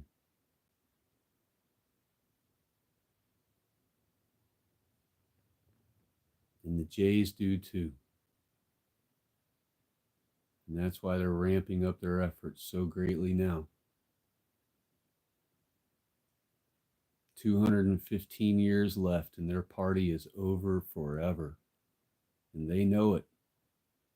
They know it better than any of us do. They've been knowing a long time. They've been counting down the days all this time.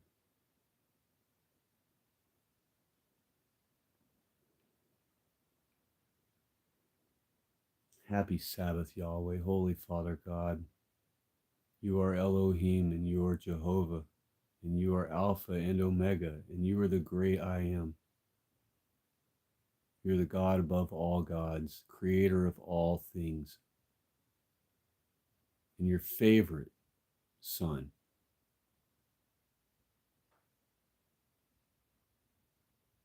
sacrificed himself, a perfect sacrifice, humiliated and shamed and suffered the most agonizing, excruciating pain from every direction.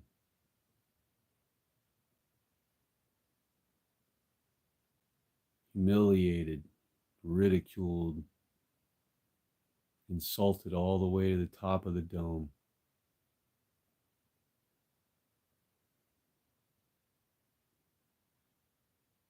And we will forever be grateful for that.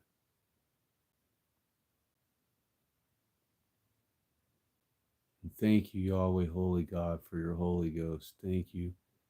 And happy Sabbath to our Lord and Savior Jesus Christ. And happy Sabbath to you, Holy Ghost. And happy Sabbath to all 24 elders of our people in heaven who will judge us with you on that great day, Holy God. And happy Sabbath to all the angels in heaven. Happy Sabbath to all who may already be saved in heaven. Happy Sabbath, Holy Father, to all of the creations in heaven that our mortal minds will never know about until we're there. Happy Sabbath to all of heaven, its plant life, its water. Happy Sabbath, Holy Father, to your mighty dome and your sun and moon and stars that rule over our seasons and our years. And happy Sabbath to all of our kindred people on the earth and all who are within their gates.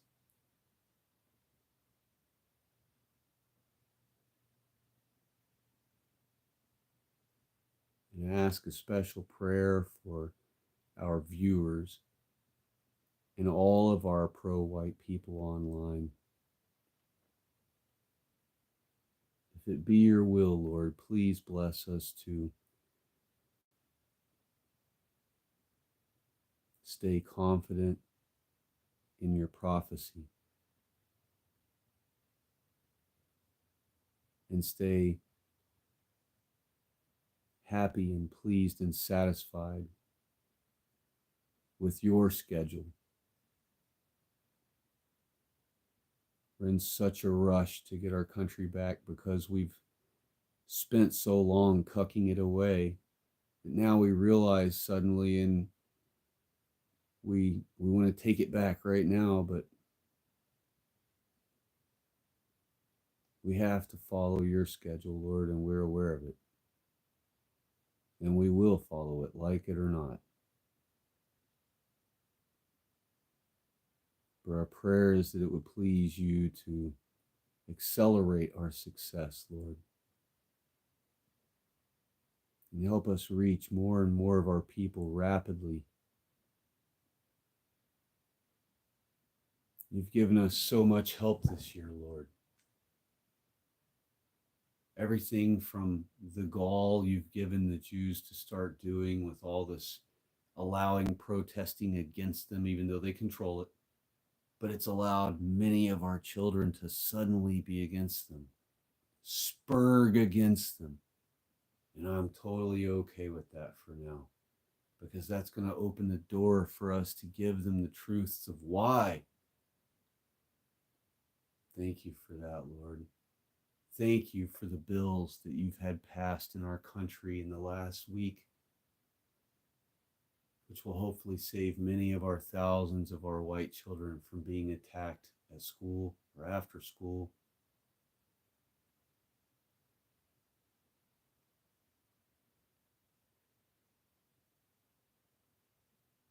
Everything you give us is perfect, Lord. Everything is yours, and we are just along for the ride. If it would please you, Lord, please bless us to just ride the wave as pleasing to you as we possibly can. Please bless us to always stay grateful for your gifts to us, like our children, our country, our government, our religion, our history, our culture, our women.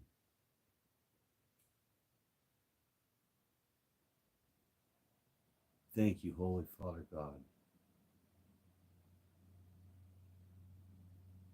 for everything you give us.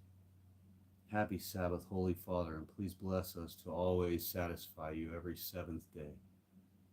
In Jesus Christ's name, we're grateful. Thank you, Father. All right. Wow, 5 you stayed? Okay, all right. All right, all right.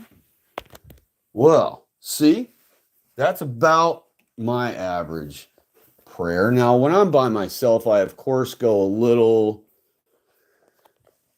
further along with it, because each of us have our own personal things and people.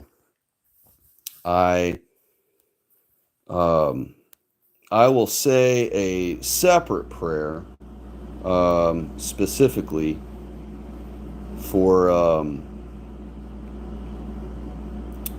Vlad. I think it was Vlad that asked. I'm gonna look right now. Oh, maybe it wasn't Vlad. Who needs the special extra prayer? Let's see here. Da, da, da, da, da, da, da. I'm looking.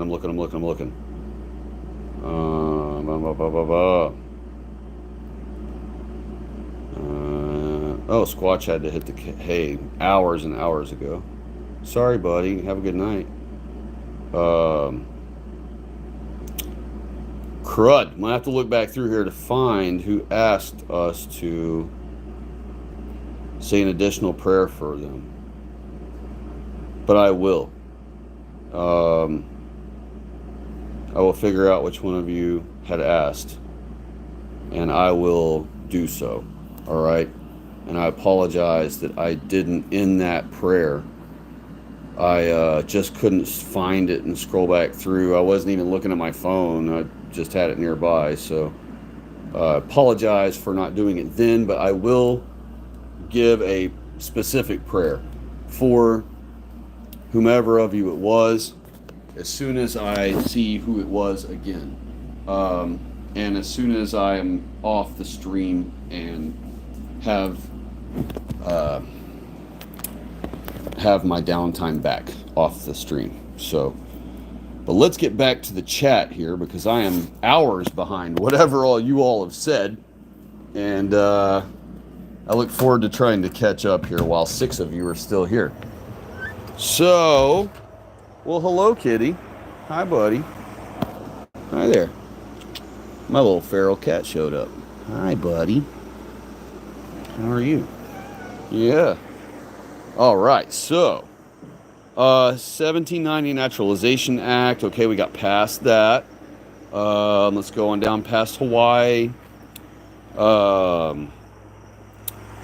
Small hats, deceitful tactics, so the reason why they have power. Yes, we covered that part, but we can get back into that. Libertarians, yep, I remember reading that part. Okay, so Unknown said, and pro-immigration to suit the capital interests of their masses. Also, cheap labor for GDP. They don't care about the nation, collective, group, or union, just individualism, which our forefathers never espoused they never espoused those cuckold ideas except white nationalism. Don't worry. Won't use a blatantly anti-white lexicon racism as part of my vocab. Oh, okay, all right.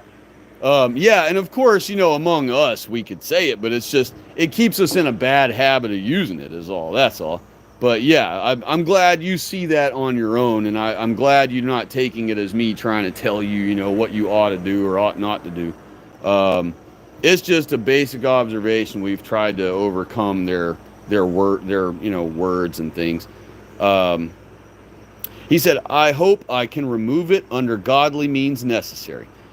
I hope to try and abstain myself from using it so loosely. Yeah, we all got used to kind of using it. I mean, I never really used it that much because I never gave a crap if somebody was racist. I always figured, oh, they're just, in my own weird way, I didn't know the word based years ago, but I had my own sensation of that back then where I'm just like, well, I already just knew that every race was for their own, or at least I knew all the other races were. I could tell that white people didn't care about our own kind, but it was plain as day to me all through the years that blacks care only about their own selves and their own kind, and they don't really care about their own kind, honestly, because when it comes down to it, if you take any one black out of the hood and prop them up and give them fame or give them money or all those things, man, they're out of there. They will roll back through the hood to get props from all the people they grew up being laughed at, by, but they're not gonna move back there for the most part. It's very rare. It's very anomalous that one stays put in their black neighborhood once they got money and all that. And it's also even more rare that they stay with black women. They always try to go out and get a white woman as soon as they have money or fame. Let's see here. And Unknown said, thanks for the great advice. Never thought about abstaining myself from saying their typical political jargon. Euphemisms for anti-whiteism. Yeah, I mean, it's, hey, look here, 19 John Connor 84 is here, y'all. Well, he might not be anymore, but I'm glad he was here at some point. And he said hello. But yes, I'll get to his in a second, but to address you or comment there, Unknown. Yeah, totally true. It's, you know how it is. They're word trickers. That's what they do. They use words as weapons, and so they, you know how they do it. I don't need to explain. You know exactly what they do. So let's say hi to John Connor, everyone. Hello, stay white, he said. It has been a while. I was just in Florida. And how come there is a large J population down there? Florida is now the most built up state in the nation. 10 plus years ago, Florida was not. Yeah, I imagine they're building like hotcakes in Florida. In fact, the last time I was there, I saw with my own eyes a lot of places that used to be forests that were now just built up already. They weren't cleared and starting to build. They were already been built for however long. And being someone who I spent years in Florida, so I recognize certain areas, and now I don't. They're totally grown up. There were intersections that had I been driving, I would have not known which way to go, even though it's an intersection I've drove through 100 times or, several hundred times when I was younger. There are places that used to be just the woods that are now completely unrecognizable. Like you wouldn't guess that it's the same location. And so yeah, I did witness that myself last time I was down, which wasn't long ago. I was actually just down there. So I've been down there twice already, three times this year. So every time I go, I notice something else that's, new that wasn't there long ago, But I imagine it's definitely where I'm at, it's happening, and I imagine every state it's happening like that, and with the exception of maybe some like far out states like, Iowa or something, out in the middle of nowhere in Iowa perhaps. But as far as like anywhere near any kind of major places or popular states or any of that stuff, they're doing it in all the rural areas. They're doing it everywhere. Building neighborhoods, building grocery stores for those neighborhoods. And then they plan to send, first they're going to trick a bunch of whiteys into moving into the neighborhoods and paying exuberant amounts of money to move into those neighborhoods. That money is then going to pay for all the houses that were developed in the neighborhood, and then the blacks are moved in for absolutely free, which I didn't get to my point about a long time ago when I was telling you all the story about my friends. One, and I could tell you a couple stories, but I'll tell you the one, I'll stick with just the one I was telling you. One of my friends, not long ago, just in the last 2 years, paid, chill buddy, paid, what? Calm down, dude. He doesn't have any problem. He's just a bossy cat. But anyway, my buddy moved out into a rural part of the world, far outside of town. You got to pay money to go up the toll road, a long way to get there, and the whole nine. He gets out there and he gets enticed by one of these new cookie cutter neighborhoods they've built out in the freaking middle of nowhere for no reason at all. Right? Supposedly no reason at all. And, buddy, you're good. I'll hook you up in a little bit. You're all right. You don't have to be so bossy. Anyway, so he pays $480 or something $1,000, basically $500,000 this dude paid to move into a neighborhood out in the middle of nowhere. It's like, why? Why didn't you just stay in town if you're going to live in a neighborhood? But anyway, he moves all the way out there, pays all that money to move in. It's a regular house with a tiny little yard. It does have a pretty big backyard, and it is on a lake. But the lake is super far from, where his house is, so it's kind of like he can't use the lake. It's just a crap pond, you know what I mean? It's not a real lake. So he can't really dock a boat to it or ride around in a jet ski. He'd be running around in people's poop. So basically, it's not on a lake, essentially. It's on like a retention pond. And a big one, though. It's really big, so it kind of looks like a lake because it's so big. But he paid all that money to move in there, right? And then here comes freaking, Ben Carson had come along, and he didn't know this when he first moved in. But Ben, what's-his-face, had already come along and forced a bunch of blacks into the neighborhood, speckled them throughout the neighborhood, though. So you couldn't really tell they were there yet, unless you lived immediately right by one of them. So then my buddy doesn't see them as he cruised through the nice neighborhood. He just happened to go through on a day when they weren't outside playing basketball in the street, apparently. And so he goes and signs and owes $500,000 for this freaking place, this regular house out in the middle of nowhere. And now he's got EBTers walking around his neighborhood. He literally moved out there to escape the EBTers. And now he has EBTers walking past his house at night. Sorry, I'm up.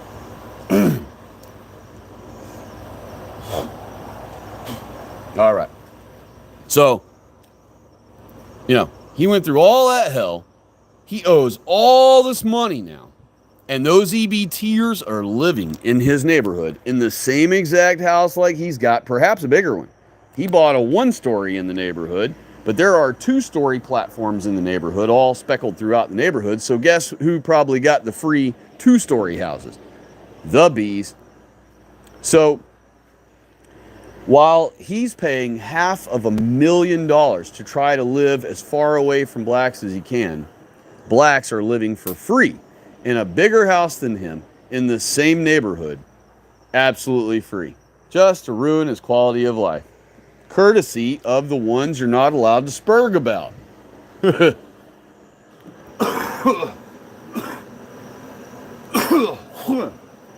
Sorry, I didn't mute the mic that time.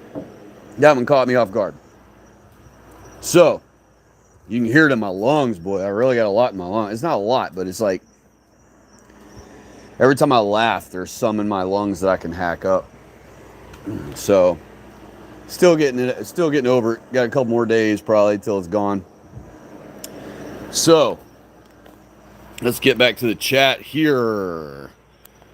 John Connor also said, I remember we had a talk about how Florida may be considered the Garden of Eden.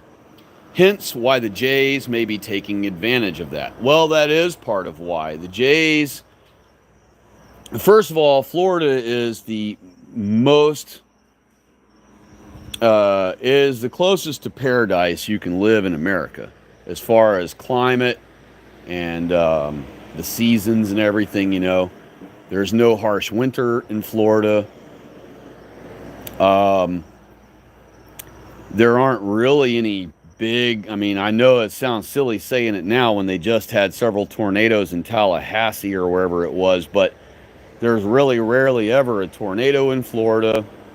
The biggest concern in Florida ever, obviously, is hurricanes, and really not much else other than just sunshine, you know. But you can't even count the Panhandle. So if they get storms in the Panhandle like the rest of the country has, you can just disregard that because you're not really in Florida until you're south of, say, Ocala. Once you're in the peninsula part of Florida, that's when you're actually in real Florida. Anything up in the Panhandle, that's all just part of the country. They get the same weather as freaking Tennessee does in the Panhandle. So, and when you are on I-75 or on I-95 and you start driving south and you stick your arm out the window, let's say you start at the Panhandle of Florida and your arm is cold because it's cold outside. By the time you pass Ocala, you'll feel the weather just start warming up on your arm as you're driving. And by the time you get halfway from Ocala to Tampa, it's already much warmer than it was at the Panhandle. And by the time you get to South Florida from there, you're in total paradise. There is no... Sorry, I didn't realize we disconnected. My bad. In case you missed, I was saying, as you get further south in Florida, it gets warmer and warmer once you get south of Ocala. And by the time you get to Miami, or the time you get to South Florida in general, it is absolute paradise. Nowhere on American soil feels better than southern Florida. It's like you go outside, you take a breath of air, and every breath of air you take feels like the fountain of youth breathing inside you, that you're breathing in. You know, it's insane. It's like, it's hard to describe how amazing South Florida feels when you're there. And if I was rich, that's where I would move to. If I was wealthy enough to live wherever I wanted, do whatever I wanted, if I was like some billionaire or millionaire, I would be living in South Florida right now. No questions asked. And I'd have a cool little place in Italy somewhere near Naples. But other than that, yeah, I mean, Florida, South Florida. Not anywhere else. If I was rich, I'd live in South Florida. And I wouldn't live in the city and all that mess either. I would be like out in the sticks somewhere in Florida. Which down there you have the Everglades. But there is a whole portion of Florida that is not swamp, that is still in very far South Florida and is not surrounded by people yet. So there is still, and I'm sure the Jays are busy building all that into the neighborhoods right now. It's probably already turned into, it's probably already grown up, they call it. I hate that word, by the way. Anytime you hear people saying, oh, this town's really growing, this town's really growing up, all that means is you're being invaded. That's what that means.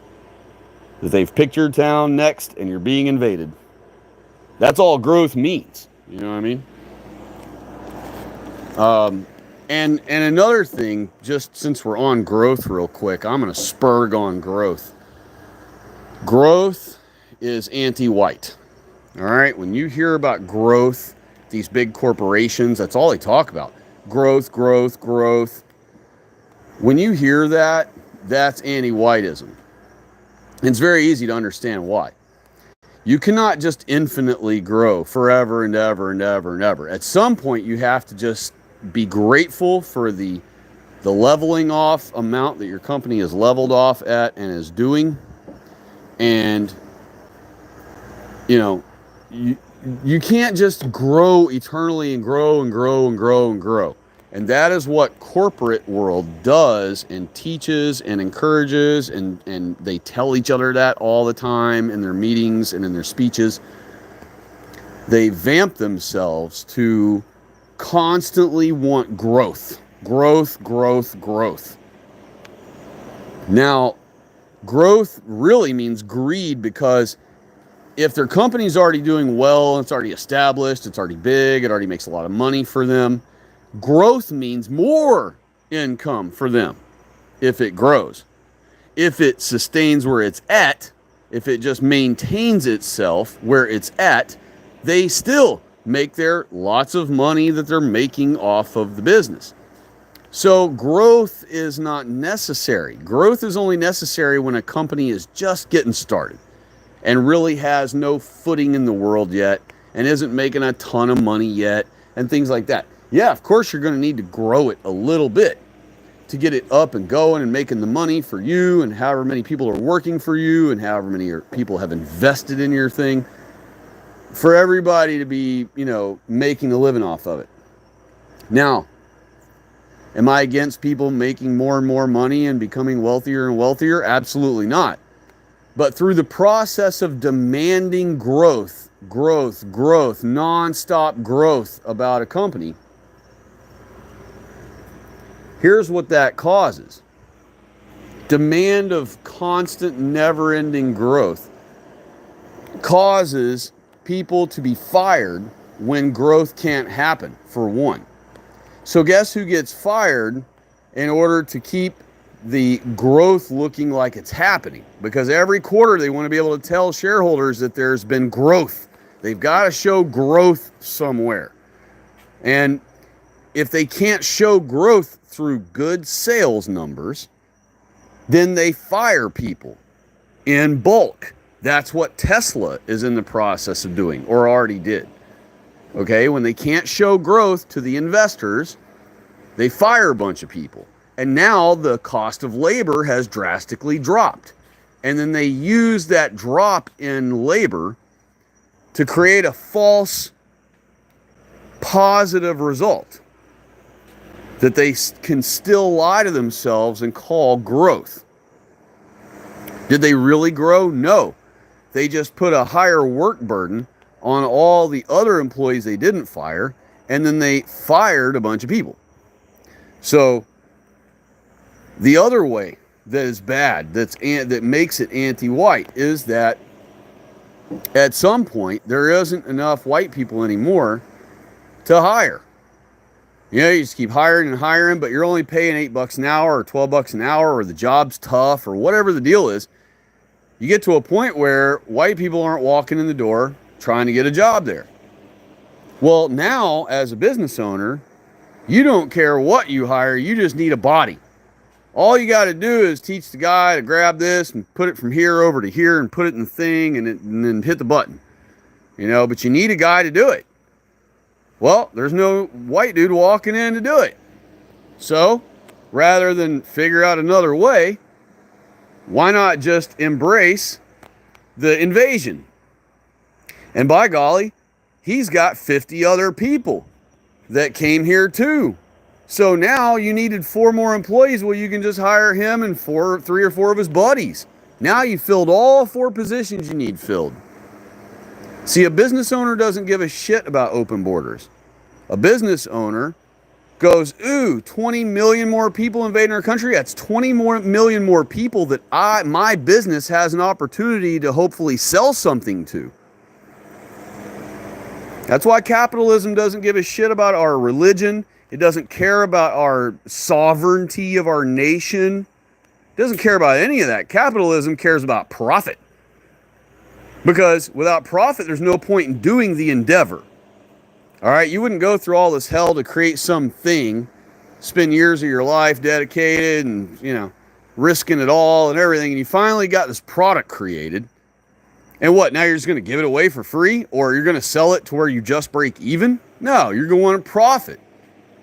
Well, now you've built it all up and you got this big old company and it's rocking and it's doing good. But now how do you show growth? You can't be just happy with what you're making. Suddenly the corporate world's telling you, oh, it's growth. You gotta have growth, growth. So now the dude's like, well, the only way I'm gonna grow is make more sales to more people, more customers, and hire more people. And so what happens? The non-whites come invading in our country, and he's like, perfect. I can get more employees, and I have a lot more people to potentially sell to. And so that's the problem, and that's why capitalism has to be reined in also, and that's the problem with free trade. A lot of our conservatives, the cuck-servatives and all, they're all about free trade. No, they're not. They get pissed every time Ford closes a plant down and moves it to Mexico. That's free trade. That's capitalism. It was cheaper to move it to Mexico and pay Mexicans to do the labor, and then just roll them right back across the border and sell them to us for crazy high profit. That's capitalism. That's that's free trade. Ford is free to trade any way they wish, with anyone they wish, and build their stuff anywhere they wish and sell it to anybody else they wish after they get it built anywhere they wish. That's free trade.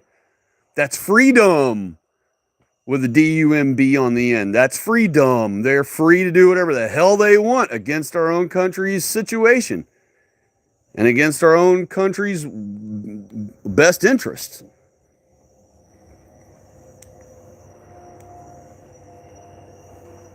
So those are things to consider where conservatives are still cheering those things on. We need to uncuck them from those things. We need to get them to understand that free trade is garbage and that capitalism is the Jews' tool for international control over sovereign nations, along with the fact that they've confiscated through our own codified legal system that they created, or that they injected their legal system into our laws. It's written that we owe them all our gold, that they have to keep all our gold and make our currency. We got to get rid of that too. Call me a J. Spurg if you want. Got to get rid of that. It's a privately owned institution, 100% privately Jewish owned. And they laugh at us about it. They brag about it.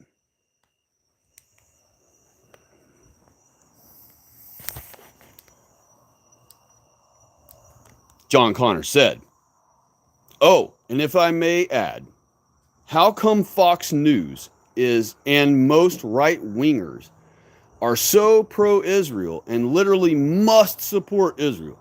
It's very, very, very strange. It seems like the right wing is now under J control 100%. Well, it always has been.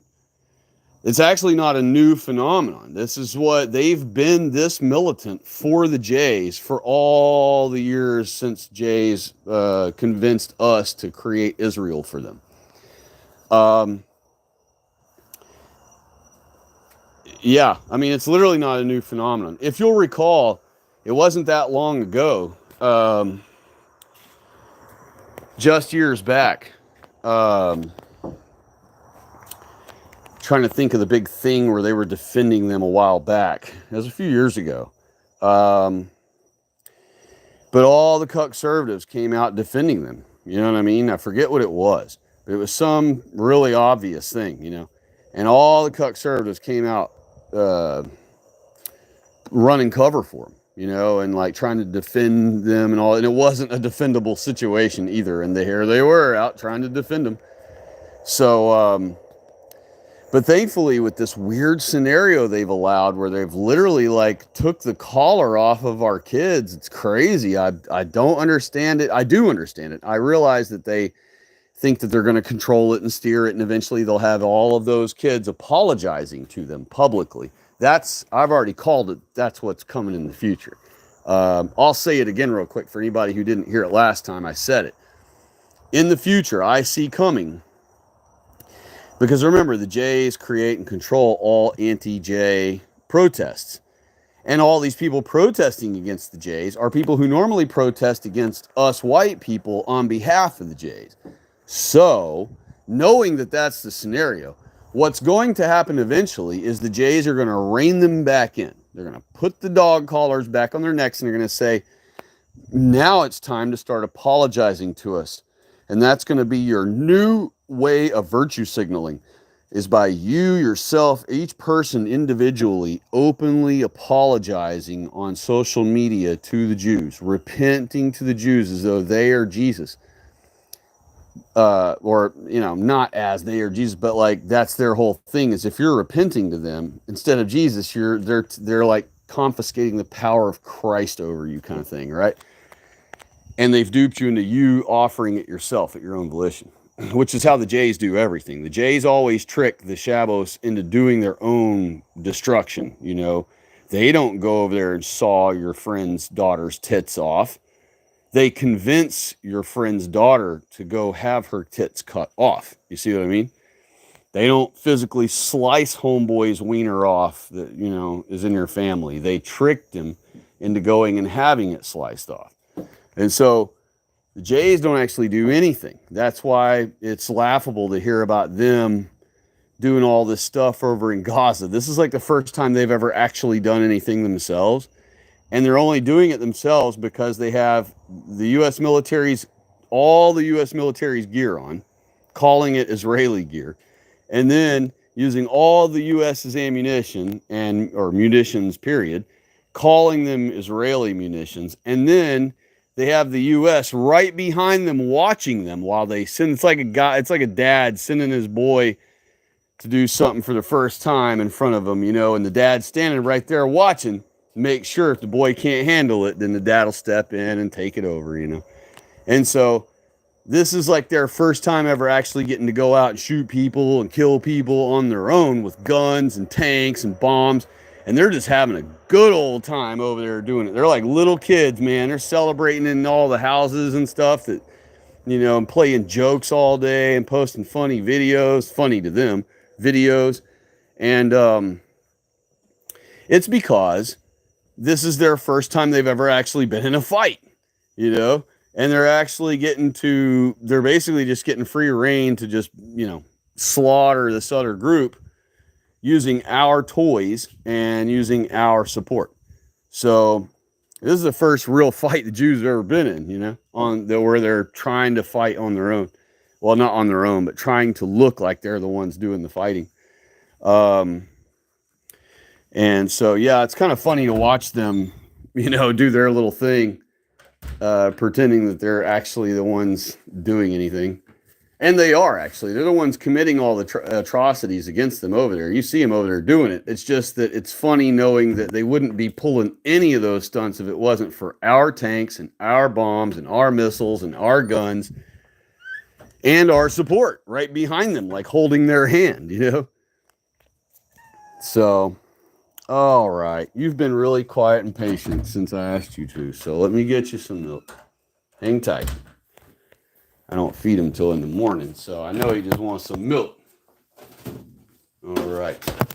And John Connor said, no, it was Patrick Fitzgerald's here. Wow, okay. Hello, sir. And he said, what is your opinion of Gypsy Crusader?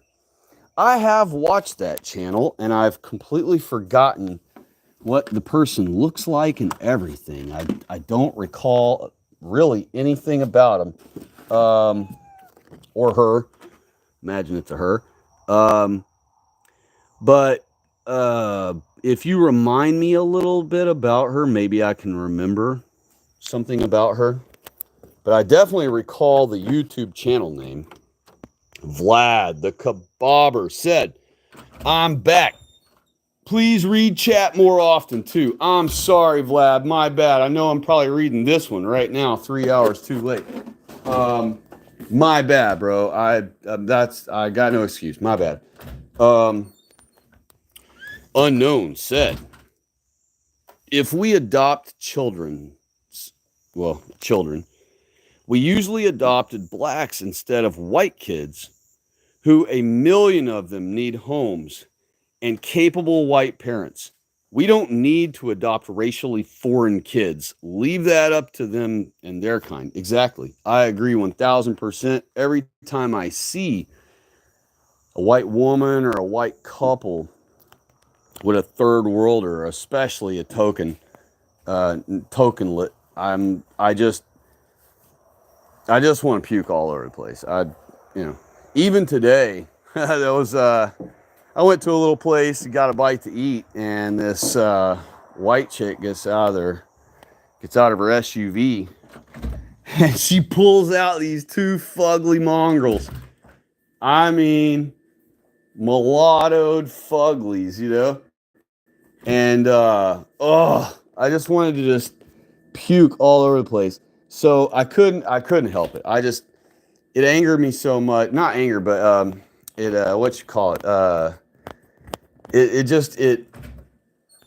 irked me so bad. I was like, when I walked by, I went, yuck. I said yuck real loud. Not real loud, but there was no one else around but me and her fugly mongrels. So when I walked by, I was like, yuck. And hopefully she got the hint. Let's see here. Patrick Fitzgerald said, there are many Mexicans who pretend to be white in the pro-white movement. He may have said that because I mentioned Fuentes' last name. Yeah, that is why I didn't like Nick Fuentes at first. As soon as I heard his name, I'm like, no. I hadn't even seen him yet. I just heard someone talking about him one time years ago, and I'm like, no. We're not going to start with the Spanish or white now. No. And Spaniards are white, yes, but you're typical when you see a name like Fuentes or Gomez or Lopez or Torres or any of that. Typically, you're not getting a real Spaniard. You're usually getting a freaking Mexican or something, So when I first saw people talking about Nick Fuentes, I'm like, no, that last name's a hell no for me. My JDAR was already going off. I'm like, this dude's been offered by the Jays to be the new white guy speaking on our behalf. I'm like, absolutely not. But then once I saw the dude, I don't know if he's a blue eye, but I saw he's appears to be a white guy. I haven't seen him blush though. So there's that. But, and I haven't checked his early life. But, yeah, the Fuentes name threw me off right away. It was a no for me, dog, right away once I saw his name. And that kept me from ever really starting to watch him, which in turn, I just ended up hearing about his movement through other people complaining about him. And then I ended up watching like a couple of his long, I think he does great in debates. I don't want to say great, but I think he does really decent, if not good. I would give him a B plus or an A in debate against others. And I would give the same score to Joel Davis for sure. Unknown said, even then, black people don't want to take care of their kids. So we got to take the responsibility of taking care, feeding, nurturing their kids. Whites going to carry the torch to adopt them kids. Yeah, it's just, they're better than us in every way, but they're also just as American as us in every way. But somehow, you add it all up, their whole narrative about us. But yet, they know. The thing is, all the accusations they make about us, they know they're full of crap, They see whiteys as suckers. They see us as the weakest, most naive. You know, to a black, when they're looking at white people, they just shake their heads in disbelief. They're like, how can your race of people, God's favorite thing, they know we're God's favorite, they know we're the Israelites, and they know Jews are who own them, and that we didn't, and that we would never want to do anything like that. They know that we're the ones who ended slavery worldwide. They know all the things about us, but they want our women, so that's why they keep grifting us. And so, but in their mind, they have to be thinking, what is wrong with these hyper smart dumbasses? You know what I mean? How can we're so smart, we're stupid. You know what I mean?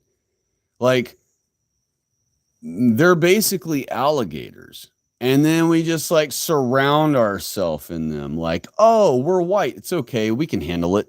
We'll be able to deal with them. We'll be able to, ride the buck and bronco of all their madness, and all their violence and all their murder and all their attacks. We'll be able to do all that. We'll be able to deal with all that and keep them around like teddy bears laying around in the bedroom, like we'll just pepper the room with them, just let them be around.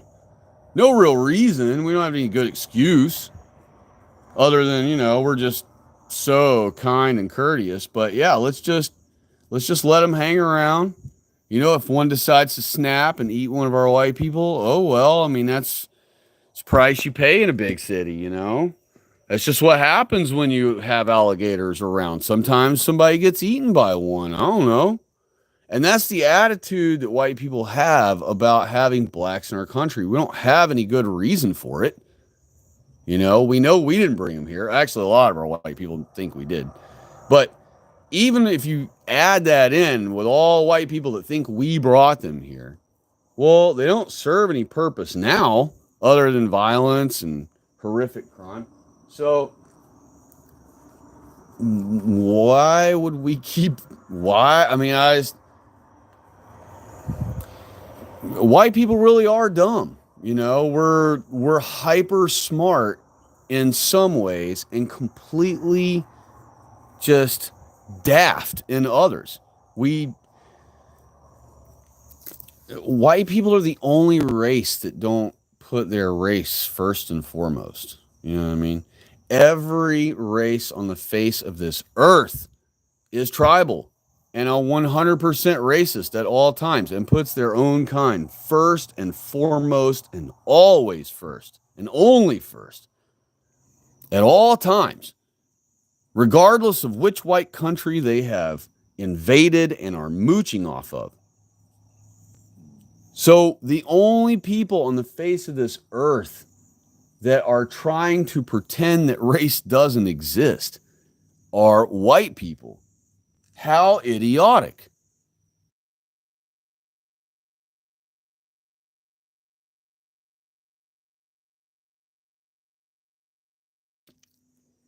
Why would we do such a suicidal, pathetic, idiotic thing as allow totally unalike stranger aliens to just live in our country among us while they salivate at the idea of killing all of us and raping all of our women, and they do every day by the thousands.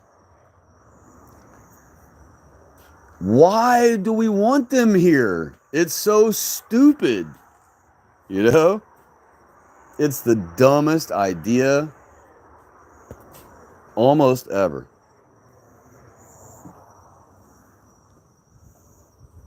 And some white people will be like, oh, the music or their sports talent. I don't need any of that. I don't need one song they ever created. I could live my whole life. I could have lived all my youth too, without ever hearing one noise from blacks. Not one note of one song. I would have happily lived my life, never seeing one black athlete in any of our sports. And all of our kids growing up would have been looking up to Larry Bird and whoever.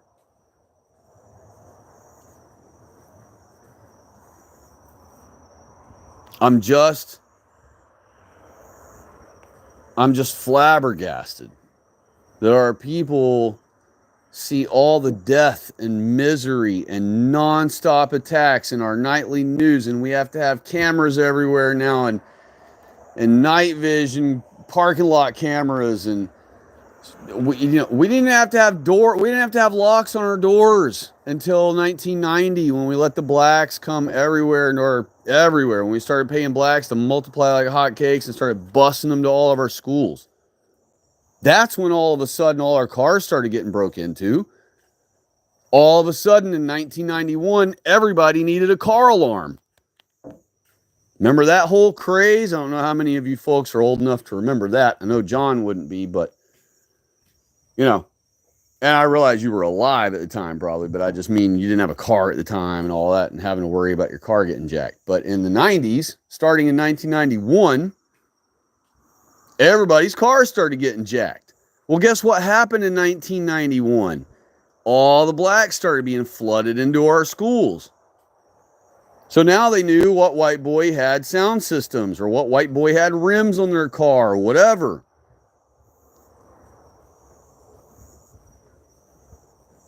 And so all our cars started getting jacked. And back then, it didn't mean that you got jacked out of the car and then they stole it and drove off. It just, they were getting broke into. So, and our stuff was being stolen. And so everybody had to get car alarms added to their cars.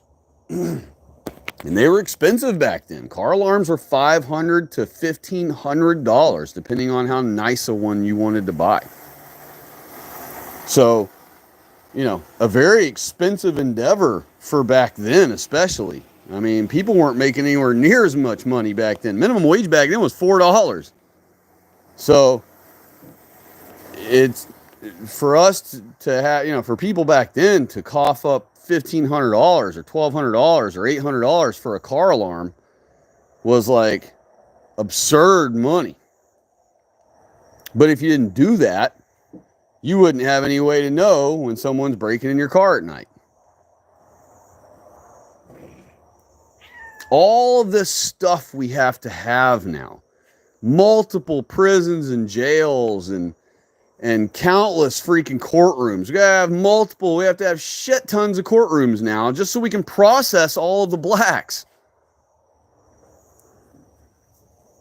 In like a half-timely fashion, If it was all white world we're living in, we'd only need one courthouse, one courtroom in each courthouse. Metropolitan area courthouses have like 15 courtrooms in them. Because if they didn't, they wouldn't be able to process all the blacks in a timely fashion. All of this disjoinery in our country, all this crazy extra security we have, stuff locked up behind cases, you all know why. It's only because of one race. But you can't mention it or you're spurging about them. God forbid you point out the source of one of our problems. It's not all, which equals 0.00000 something % of them. So God forbid, don't spurg out about any of them. How dare you make fun of a whole race that works together as a group when they're not a group, even though they're successful because they're a group.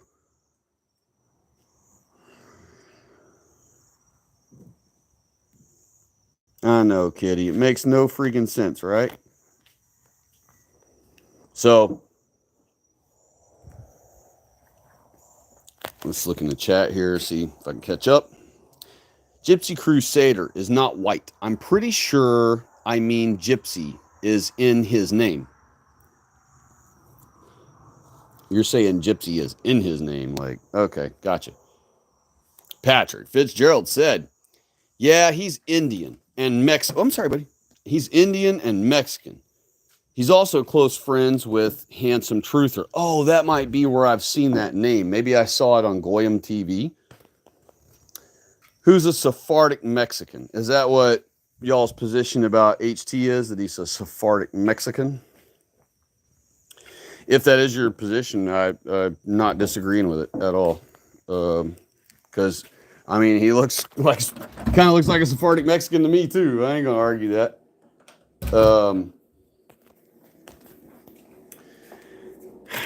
So, yeah. And I've mentioned my position about HT before. I'm sure y'all know that about mine, that as long as he's posting real truth everywhere, I could care less that it's causing the news to put out things and causing Jews to put out bills and all that. Yeah, I remember when Jews put out stuff like that, making bills where you can't criticize them, can't make fun of them, can't point out that they're the world conspiracy and their Talmud and all these things, then that will be what wakes our people up. You know, that's when we can point out, hey, have you not noticed that only this race has a law that we can't criticize them? And guess who made the law? They did, you know, and stuff like that. You know, our people can't put two and two together. As smart as they are, they just can't seem to put two and two together. So by Jay's going ahead and making these laws and passing these bills, now we have the hypocrisy to show. It's there now, you know. You can show them clips of Jews demanding that white people shut up and sit down. You're just a white guy. We don't want to hear from you anymore. And point out, look, and here's her early life. She's Jewish, not white. You know, and then you go right on to showing more examples. And I realize it's kind of hopeless with some of our cucked people. But I mean, once we have these things in place, which were blamed on people like HT, for throwing out flyers and hanging the banners over the bridges, we will have ammo to use against them once they have those laws in place. Because remember, we can have those revoked. You know, all we got to do is once we take our government back over, we just nullify all that crap. Same thing we're going to do with their debt that we supposedly owe them. All this $33 trillion and all that, that's going to be, our balance is going to be zero with the day we take over. We're going to waive our debt from them. In a blink of an eye, we're just going to say, we don't owe you jack shit. That's going to be our payment back for the 33 trillion that we're at right now, that they like to claim. So we're not going to pay them a dime back once we take over. Instead, we're going to make them work all of their reparations off that they owe the entire world. We're going to make a portion of them work for the Palestinians. You know, hard labor every day. The Jays are finally going to know what it's like to live in their own prisons they've been controlling. So we will put them on labor, and they will learn how to work for once in their life with actual manual labor and with their hands, and get their hands dirty for once in their life and learn what it's like to have sweat in the eyes, stinging the eyes while you're trying to work in the hot, shining sun that's blinding your eyes. They'll finally get to learn what it's like to be real men. And maybe then they'll learn how to act right and learn to appreciate, you know, having, they won't, but in theory, they would see the light and realize, man, we've been a bunch of pricks, you know, we need to chill out. But we know that won't happen, but wishful thinking. But, you know, the idea is once they finally are, you know, put back in a position where they cannot overtake other countries and subvert other nations and ruin other people, at least they'll be humbled again, even if it's by force, you know. But they have to be humbled, you know. The bottom line is they have to be taken down off their pedestal they've put themselves up on, and we are going to waive our debt completely. We're going to tell them, we're just going to give them two middle fingers and be like, we don't owe you anything. And not only that, you owe us about, oh, I don't know, what do you guys think? $400 trillion. Let's come up with some big numbers like what they did on old Alex Jones. Only our numbers are for real. Like their net worth is 500 trillion, you know, just one family. So collectively, if you looked at the whole group of Jays, they're probably collectively worth about 1,000 trillion, you know, whatever number that's called. Hi, buddy. And so, if you, so quadrillion or whatever, if that's what that one is, they have that type of money. So we send them our money on top of that. How stupid. And, if you can just get more and more of your people to realize how much wealth they hold, just the Rothschild family alone is worth 500 trillion in assets and hedging and whatnot.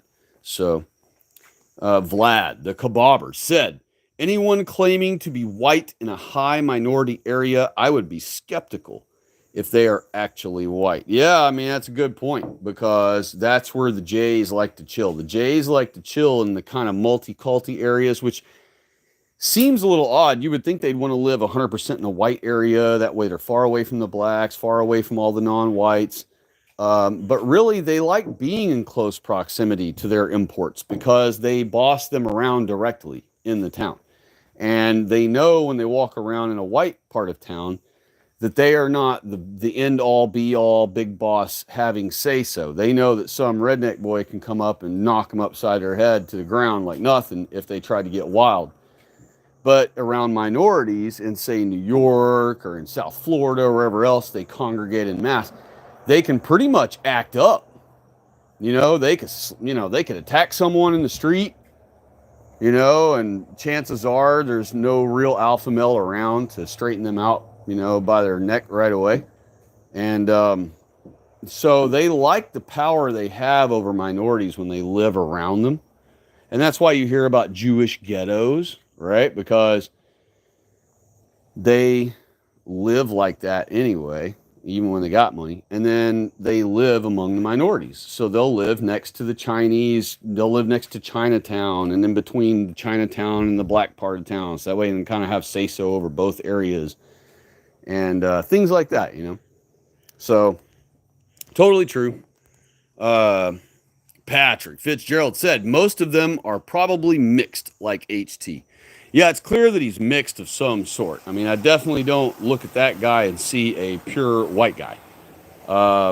If he can blush, he's all good, but I'd have to see him blush. Vlad, the kebabber, said, was it the debate Joel had with the Turk? I think it might have been. I think that might have been the one I watched, yeah. Where Joel is sitting on your left when you're looking at the screen, and the dude that was debating was on the right. The guy on the right was pretty timid, pretty mellow and easygoing, and he actually wasn't being very really aggressive at all. And Joel just got more and more and more vamped up and aggressive against him, and started insulting him. And then he got to a point where he was threatening him that he would come over there and beat his ass and all this stuff. And that's the indicators there. Those are the indicators of haven't been in a fight yet kind of stuff. When you're so eager to like jump and get in a fight with some dude, and you're white and you're that size, and you're not just some thug nig that likes to fight all the time, chances are you haven't been in a fight before. Because anybody who's been in a fight knows that once you get in a fight, your ass is going to get hurt too. And you're not going to come out of it without some pain and without some, messed up face, perhaps a missing tooth, busted up eye. It's going to be not all that great, perhaps. And so somebody who's just eager to get in there and fight somebody that they think they can whoop, that's usually when they have that kind of zeal like that about it, it's usually because they haven't actually been in a fight yet. Hopefully I'm wrong. Hopefully both of them have been in a fight before. But they both seem very eager to get in a fight. I think we should do a cage match between Joel and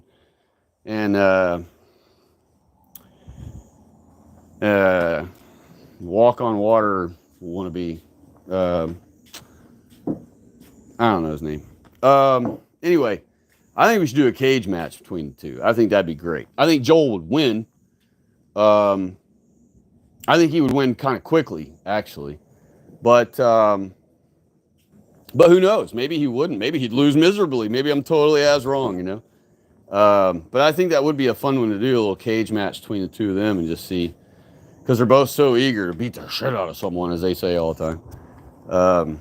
I guarantee you, if I brought either one of them to the hood with me, they wouldn't be talking all that smack in the hood. So, But anyway, let's see what else is going on here. He said, I've seen Vlad the Kebabber said, I've seen Turks whiter than that guy he debated. Yeah, I mean, that dude clearly that he was debating was definitely not a white person. Clearly the dude was a non-white, for sure. Vlad, the Kebabber said, yeah, Jason never created the term anti-white or made it popular either. Yes, that's his name, Jason. That was it. I knew it was a J something. Funny enough, it's Jay. Jason. A Jay's son. Nah, I don't think he's really a J, though. I'm just playing with his name there a little bit. Let's see here. And yes, he did not create the term anti-white, but he was saying that throughout his thing. And then later on, he caught himself and said, well, yes, it was already in the dictionary. Yes, it already existed, but it didn't exist anywhere online until we started saying it. And none of the big YouTubers were saying it. And I'll give him the point that none of the big YouTubers were saying it, but we were already saying it online. Before I even knew who he was, I was already saying it aplenty. And I didn't hear it from one of his people that follows his channel. We were all saying it because it's the logical thing to say. We already understood, and Christian identity pastors have been teaching for 35, 40 years now that the word racism was created by Jews to insult only white people or to pit non-whites against only white people, and that it was never intended to work the other way around. And and now here we have it. We have non-whites telling us that they can't be racist, that only white people can be racist. Exactly what the Christian identity pastors used to say. And so when we knew all the way back then, and Christian identity pastors, by the way, have also been teaching exactly what he teaches, that we don't use their words, because for freaking 70 years they've been using their word trickery against us. So the Christian identity movement has known all along not to use their words like racism or systemic or any other stupid coin buzzword that they use. Christian identity pastors have already been teaching for decades, like what he says about himself. Decades, they've been teaching not to use their words. And also, because they knew that if we weren't using the word racism, what were we going to call them? We had to call them anti-white, because that's the only other thing you can say other than the word racism or racist, right? There is no other word. So it was anti-white, and that's what everybody said. And that's why it was in the dictionary before he ever came along. When he was, not even born yet, anti-white already existed as a word and was already being used by the Christian identity movement.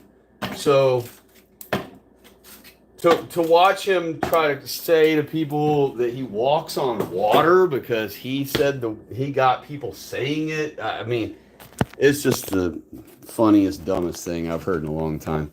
And I don't even know how it just goes to show how dense some of his followers must be if they were willing to stay. After he said that, his whole viewership should have just dropped to 0. But it didn't. So good for him. He's managing to hang on with his... And he even had one of his viewers chime in and say, yeah, you walk on water, dude. Like agreed and said it like that. Yeah, you totally walk on water for real, dude. So... yeah, Jason, that's the dude's name. Let's see, Patrick Fitzgerald, you talking about that no white guilt guy? Yeah, that's who he was. I didn't want to say his channel name earlier because I'm really trying not to call people out. I don't want to, I think a long time ago, the first time I ever watched him, I was so put off by his attitude, or not attitude, but his ego about himself, that I said something, I think, in that one time I watched him, I said something to reprove him, and then I just never watched him ever again. And I was never subbed to him, so I just never subbed, and then it was easy to never see his videos because I was never subbed to him. So he doesn't, he isn't recommended on the recommended page or any of that stuff. So let's see. Vlad, the Kebabber, said, yeah, why isn't he fundraising for white South Africans or just white people in here? I mean, his only answer is buy his book, You know, agree that he walks on water, agree that for whatever reason that's about, and then agree that he is the reason anybody is saying, like Trump or DeSantis or anybody is saying anti-white. And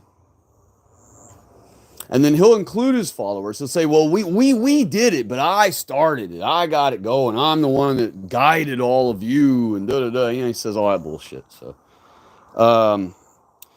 and then Patrick Fitzgerald said, I think he only talks about whites in America. Yeah, I mean, I'm sure he talks about whites anywhere, but he, of course, mostly seems to be focused on America, which he should be.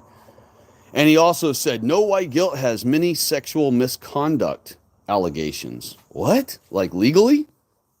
Whoa, that's interesting. Wow. He doesn't seem like the kind of guy that would even be able to talk to a girl. I mean, he sounds all confident in his room there in front of the camera, but he seems to be the kind of guy you put a hot chick next to him and he just look at the floor. But I don't know. I mean, that's just coming from a guy who's very comfortable with very hot women. So, I mean, I've been blessed to be around gorgeous, perfect tens pretty much all my life. And so being around them for me is nothing. I hang out with them like they're my buddy, you know? And how most people would be friend zoned. Remember how they used to say that crap about friend zone? Oh, be careful, don't get yourself in the friend zone with the girl, or you'll never get her. Some other guy will come along and get her. Yeah, right. I laughed every girl I ever dated right to my arms. You know what I mean? And I was their buddy. Every one of them, I was their buddy first. And then they were my girlfriend afterward. So you can absolutely buddy up with girls. And as a matter of fact, the hotter a girl is, the more you ought to try to be a friend first, because they have guys hitting on them everywhere they go. Sometimes when one of your smoking hot girls goes out in public, like I've had girls before that when they go out in public, there would be guys that just say, listen, you and I are getting married. Like they'd never seen the girl before in their life. She's never seen that guy before. She's just at the gas station trying to pay for her gas or whatever. And some dude would just be like, look, you know, you're the finest thing in the world. You're my wife. We're getting married today. Let's leave. Let's leave here right now. And I'm ready to go buy you a ring. And I'm going to fly you to wherever you want to go. And we're having the biggest wedding you ever saw. And I got money. And let's go. And that's happened to more than one of my girlfriends. And they come home and just laugh with me about it, you know? I know, buddy. Chill. But the thing is, you have to be comfortable with them. You know, you can't be trying to put on this big tough guy front. It's stupid anyway. You know, if I'm 6'5" and I'm putting on a big show and puffing myself up and I'm trying to be a big stud, guess what? Some 7'1" dude's going to walk by one day and drown me out. You know what I mean? So it doesn't matter how big you are, there's always someone bigger. It doesn't matter how awesome or badass or ass whipper you are, or fast or clever or smart or anything that you are. There's always somebody that's going to come along and just make you look like you aren't anything. And that's why it's just pointless to try to bolster your own ego up like that. You know, like, you know, saying you walk on water? Are you fucking kidding me, dude? Really? Really, dude? I mean, I almost want to just screen record that clip and just and just make a loop of him saying it over and over and over. And just repeat the loop over and over of him saying that shit. And try to, like, you know, get through to his head like, dude, you don't even realize how bad you are, bro. He's got like Dunning-Kruger and all that going on, you know, or Poe's Law or something. He just doesn't even realize that he's trying too hard is what it is. You know what I mean? He just seems to be trying way too hard is all. Trying too hard to make people think that he's an alpha male, you know, stuff like that. I felt like asking him one day how many engines he's rebuilt, you know. That day when I was on there, I thought, man, he was talking all this alpha male, this and that. And I'm going to beat the shit out of this guy in traffic and whatever, all he was saying. And I was thinking to myself, bro, I can't see you doing manly things. I just don't see it. I maybe I'm wrong, but I've been around alpha males my whole life, and I can tell other alpha males when I see them by their mannerisms, by the things they say, how they act, and their comfort level. And man, I don't get any of that from watching that dude at all. I don't see comfort. I see like this, like, man, I don't want to say manufactured, but it's almost like, I don't want to call it artificial either. It's confidence, but it's like misguided confidence. You know what I mean?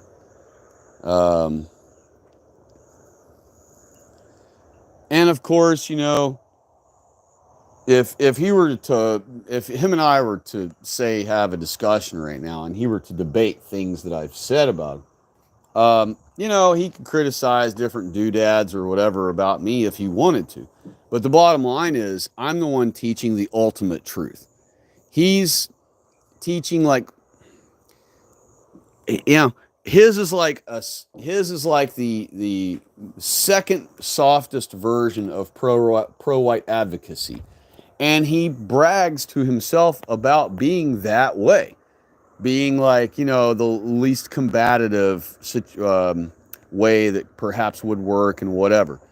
And like Jared Taylor, I would say, is the most soft of all of them, because he just thinks that non-whites, with him having a nice, polite sit down and conversation with them, that they will happily agree to just part ways with us. They'll just go back to Africa. We'll just stay here, and everybody we'll just have a peaceful divorce. There's no such thing as that. And now look at Jared. We never got to talking about Jared tonight. So now I guess we can finally talk about Jared, since I wanted to. I don't know if y'all heard, but Jared put out a video on his Amaran.com channel. The whole reason that the guy who's been posting all the Amaran vids on YouTube, the whole reason the other day he said that he's going to stop posting Amaran vids from now on is probably because of what Mr. Jared said yesterday on his video post. He basically stated out of his own mouth that he now has given up hope on America ever being turned around. And so he's basically saying now that, in his opinion, based on his observation of the country and the trends and how everything's going, he himself, out of his own mouth, he said that he don't think that America can be turned around. Now, I have that same feeling in my gut regularly, just like everyone does. I'm sure all of you have that in your gut regularly. There's always a wheel in the back of your mind spinning that says that specifically, right? But now it has finally worked its way to the forefront of Jared's thought. And it's interesting to note that, because of all people, it's Jared. Jared has been the most patient, the most long-suffering of all of our people. He's been out there for actual decades, and you actually got to be as old as Jared to have been a pro-white advocate for decades, as Homeboy says he has been warning people about. So I guess he started warning people about pro-white, being pro-white at 2 years old, and started advocating at 2 years old or something. But anyway, Jared's actually been old enough to really have, and really has been, a pro-white advocate for literally the word decades. And for Jared Taylor to say, after all these years, 40 years, 30-something years, he's been advocating for white people. I think it's been 40 years now. For him to say that after all his effort and all his debates and all his interviews and all his speeches he's given at universities and credited places, that our country cannot be turned around now. It's gone too far, he said, and it cannot be turned around. That's really discouraging to hear from one of our greatest men on the forefront. What do y'all say about that? Vlad, the Kababer, said, if we just say anti-white till we're blue in the face, that will fix everything. Ha ha ha. Yeah, exactly. That and you got to tell him he walks on water, or agree that he's the guy that come up with it, and buy his book, or throw him financial gifts. He likes to call e-begging financial gifts. And of course, if he heard me say that, he'd be like, I'm not an e-beggar. Mother effer, they freaking give me that money out of their own volition. I don't ask for a dime out of anybody. Yeah, but you set up a stream and you sit there and do all that stuff and congratulate them and tell them how amazing and smart and based and not selfish individual they are for at least giving a financial gift, What a crock, What's he going to do with that? Contribute to any YouTuber? No. And one of these days, if he got wind that I'm saying this stuff, maybe to defend his own position, he might go out and spend a few bucks and be like, look, I did this thing with some of the money. And then, everybody will be like, oh, okay. But really, I mean, all these YouTubers, now Salty Cucker's not trying to promote pro-whiteism, really. So people who donate to Salty Cucker, they know that they're just pissing money away to pay for a comedian to come on every day. He's consistent, and for them, he's funny to listen to for now until it finally wears off. I mean, I don't know how many times you can hear the blacks called Blixies and all that before you get sick of it, and he could never talk all that childish gibberish like that, in the hood. What, you mean Blixies, like sucks-lopsies and blah-blah-lopsies? Oh, man, they would pummel him and rob him in 1 second. Talking like a 4-year-old for adult humor. I mean, he would just get freaking... There's no way he could behave and talk and act like he does as a grown-up in the hood, in front of blacks. He would just get robbed immediately. And,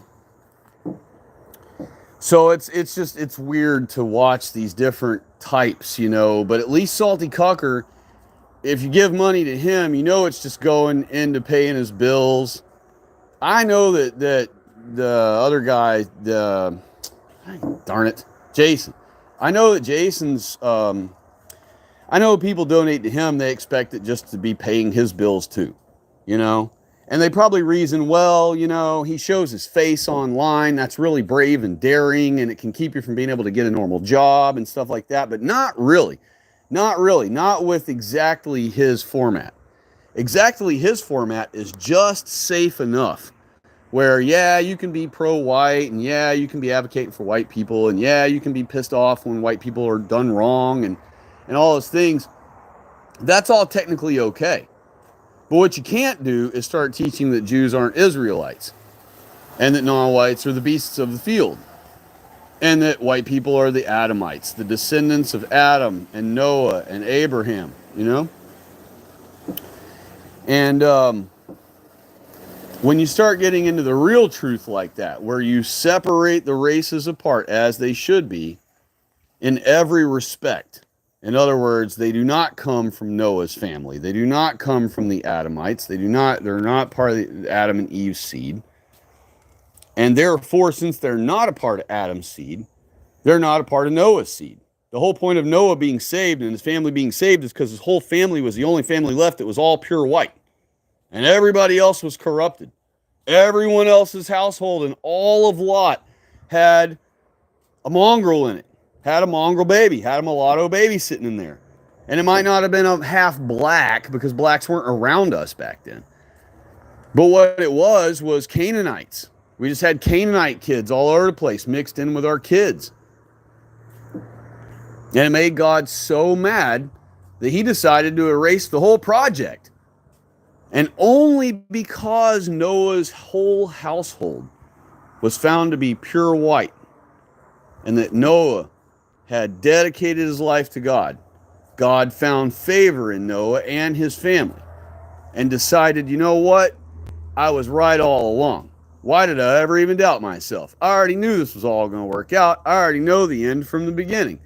What was I even mad at myself about? Instead, I'm going to save Noah. I'm going to start this whole project over again, nice and fresh. And so that is why the flood came. The whole flood came because of fornication. And fornication, like I've stressed before, does not mean sex out of wedlock.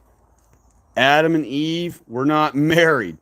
They were just together. And God told them to mate like jackrabbits and fill the earth up with white people. And he didn't say, but make sure you're married first. Make sure you go down to the courthouse and pay the Jews a permission slip and owe them taxes as a joint family and be penalized. And it was all called a marriage tax. No, there was no such thing as any of that. And every godly man had women and had many children with them and never went to some courthouse and signed. I'm not telling you guys to never get married officially. I'm just saying you got to understand that marriage in church is totally different than marriage with the state. You know, through the state is the only kind that's recognized. But through the state, you get a penalty on your taxes. You know, it's just stupid. And really, you shouldn't be paying any kind of tax like that. The only tax you should be paying is when you buy things. You should be paying a 5-cent sales tax or whatever on different things. Sales tax, but that's it. You know, everything else is Jewish theft. And sales tax goes to what is supposed to go to, what you've always been told tax supposedly goes to, fixing your roads and bridges and sidewalks. Yeah, that's what sales tax is supposed to go to. Not Jewish pockets, not to Israel, not to Ukraine, not to foreign aid. It's supposed to go where it's supposed to go, to our roads and bridges and sidewalks. And all the other tax that's being charged is just straight theft right in their pockets for them to then give to blacks and anybody else they want to bolster them up above us. So, let's see here. Let's move on. Vlad, the Kabobber, said he even gets mad if you use a hyphen in the anti-white. Oh, in the word anti-white. It's autism. Oh, I didn't know that. That's very funny about a sexual allegation charges thing. I had no idea about it. I don't know anything about the guy, so that's funny that somebody knew that about him. Patrick Fitzgerald said, NWG isn't one of our guys. He's nothing more than a pervert who preys on European women. Well, I hope he only tries to get with European women, but I don't want him preying on them, for God's sakes. That's terrible. Sorry to hear that about him. Sheesh, I look at him even different now than I did before. Vlad the Kabobber also said he doesn't realize he needs people like us to make him look moderate. Well, I mean, yeah, that's kind of true, actually, because in his mind, I think he feels like he's the most extreme. Like, I imagine in his mind, he probably feels like he's the most bold, the most forward fighting champion for white people on YouTube. I'm sure he thinks that of himself, knowing based on all the observation of the rest of his behavior. So, I imagine he thinks he's leading the way and showing us how to do it. And if it wasn't for him, we'd all be lost puppies and no one would know anything. And everyone would just be going, racism, racism in front of the non-whites. And I guess that's what he thinks. Apparently that is what he thinks. But yeah, we are far beyond his level, as far as, what people would call extreme or anything. And Patrick Fitzgerald said, Tronald Dump is most likely Ashkenazi. Yeah, I honestly don't think he's got any Jewish in him, honestly. Otherwise he wouldn't have had to have given his daughters to the Jews. And they wouldn't have had to have gone through the processes of Judaizing themselves. So if he was already a Jew, it would have just been passing family to family, and he would have never really been a Presbyterian, or his family wouldn't have attended Presbyterian church. They would have just been going to the local synagogue, But he needed to play ball. He probably got in a big pinch of debt years and years ago when Ivanka was a teenager. And they said, well, give Ivanka to us and we'll waive, a cool 20 mil of that. And so I said, okay, deal done. And now, and he should be in prison just for giving Ivanka to the Jews. That girl was fine. Now she's ruined, Horrible. One of our hottest examples of our women, and freaking he gives her to the Jews. Jared Kushner of all. That's what's so funny is all of our conservatives hate Jared Kushner, right? They hate Jared Kushner. And they did all this stuff on YouTube back in the day. Y'all remember it, where they were talking about how the building that he's, Kuhn and Associates is at 666 whatever street, And they show the 666 address of his firm's building and all this shit, right? And and then we go telling the conservatives, hey, he gave his daughters to the Jews, bro. That was stupid. Why would he do that? But our conservatives worship the Jews. They don't think there's anything wrong with that. So then you have to remind them Jared Kushner is a Jew. And then they're like, then they short circuit because they don't know how to reply to that because they hate Jared Kushner, but they worship the Jews. So they're like, oh shit, and they just don't know what to do at that point. They start short circuiting. And Patrick Fitzgerald said, Trump is by far the biggest traitor against the European Americans. I agree. He totally sold us down the river the whole 4 years he was there. He pretended that there weren't 2 million white people being attacked all day, every day. It ended up totaling 2 million or so. White people attacked by blacks every single day by the thousands, his entire 4 years after he was put in place. And meanwhile, all those attacks were under the guise that he was president. Because he was president, that's why white people were being attacked like hotcakes. Yet he did nothing and said nothing, as though it didn't even exist. There wasn't anything to address. Nothing was happening. And when he released those 30,000 blacks and then told blacks they built our country, I was 100,000% done with him forever. And he'll never get my freaking vote. You can promise you that. And I don't care that white people are happy if he's president and all. I don't care. He's not getting my vote. I'm not voting for anybody that told blacks they built our country. You know how much of a slap in the face that is to all of our ancestors who worked their whole lives and died, never saw 1 hour of entertainment, never had 5 minutes of comfort like we enjoy, or pleasure or luxury like we enjoy. And they did all that just to give us this better place to live than has ever existed on the face of the whole earth. And this stupid piece of shit comes along and tells the most worthless creatures on the face of the earth that hate our guts and want to rape all of our women and attack us by the thousands every day that they built our country. What a freaking worthless faggot piece of shit garbage, dude. And if I'd been standing there, I would have corrected him instantly. I would have called him the piece of shit he is for saying that, and I would have told all those blacks, you didn't build a fucking thing. Look at Africa. That's what you've built. Vlad, the kebabber, said, the optic cucks don't know how to read a room like they claim. That's totally true, 100,000%. That picture I posted of Laura Trump with the token nog forward, front and center there shows it all. And you got all these Vivek cucks and all these women cucks cheering on women to be the VP or Vivek to be president. All these idiotic conservatives putting Vivek 28. Barron Trump, 32 or whatever. It's like, shut up, you idiots. We have Don Trump Jr. He's 100% down with his dad, as hardcore as he possibly could be. And y'all ignore him like he don't even exist. And then you got his brother. I forget his older brother's name. I think his brother's older than him. Maybe he's younger. Excuse me, y'all.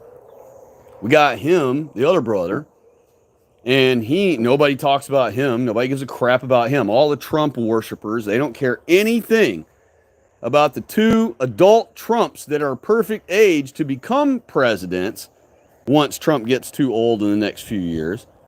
And for a while, they were saying Don Jr., but now they've moved on to Barron, So, oh my gosh, all the Barron memes coming out. Oh man, what an eye roller. But yeah, Trump should have been in prison long ago for giving Ivanka to the Jews. He should have been in prison all this time for doing that. And then to tell blacks that they built our country, nah, that ain't right. And I'll never forgive him for that until he corrects himself to the blacks worldwide on TV, I want him to say, I apologize for telling you black folks that you built America. You did not. White people built America. And I'm sorry that I said that to y'all. I was pandering because that's what conservatives and leftists do. And it's the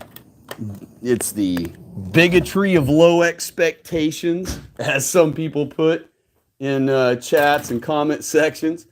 I just have low expectations of you because you suck. And so I figured I'd pander to you and tell you you built our country to make you feel better. But it turns out that was a massive insult and slap to the face of every white person, which happens to be my 99.9999999% white voter base.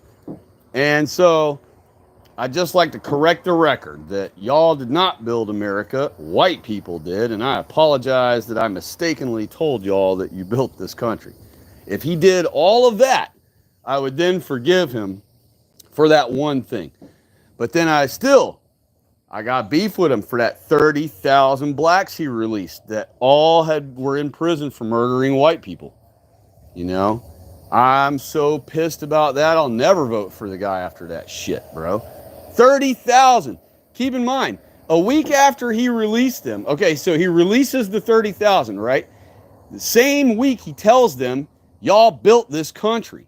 Then 1 week later, they start burning down our cities. Why? Because they have 30,000 new ex-felons out, or felons out on the street, out of prison, that Trump released.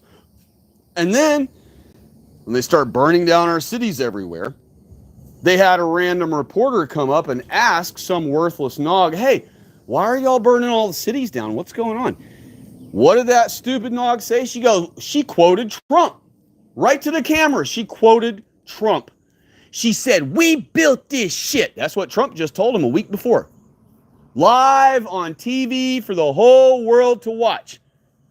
She said, we built this shit so we can tear it down if we want. We can burn it down if we want to. That was her quote. We built this shit so we can burn it down if we want to. Well, gee, whoever gave them the idea that they built this shit? Oh, that's right. Fucking Trumpstein just a week before, when he released 30,000 of them who were in prison for life for murdering white people, for raping and dismembering and burning bodies of white people. Because each of them said that they had smoked marijuana before they did it, their murder charge was reduced to a drug-related offense. And then they reduced it to what's called a simple, on the news they were calling it a simple drug-related crime. Kind of like when a black attacks someone and the newspaper says a fight broke out or a scuffle entailed over, a 78-year-old lady has a scuffle with a teen over her purse. No, the black worthless teen stole the elderly lady's purse. That's what the line should say. But instead it's called a scuffle over a lady's purse, as if the black had some right to be scuffling with her over her purse.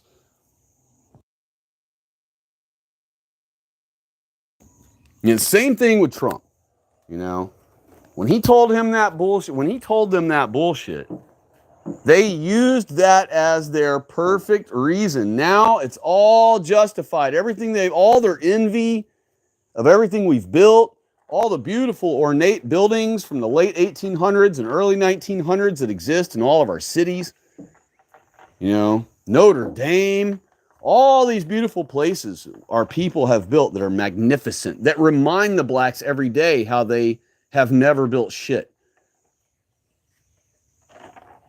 They finally, the blonde-haired, blue-eyed devil told them they built the country. And that's all they needed to hear. Now, you come question us while we're burning this place down, we're going to remind you it's because we built this shit. So we can burn it down if we want to. How thoughtful of them. How first world of them. Such creators, Vlad, the Kebabber, said, look at Joel or Mark Collette. They're way more popular, and they aren't optic cucks. Yeah, I've seen Mark's stuff too a couple times. He's too dull for me, but I appreciate his effort. Vlad, the Kebabber, said the iconic thing is, or no, he said the ironic thing is, calling us Jacebergs is anti-white. Right.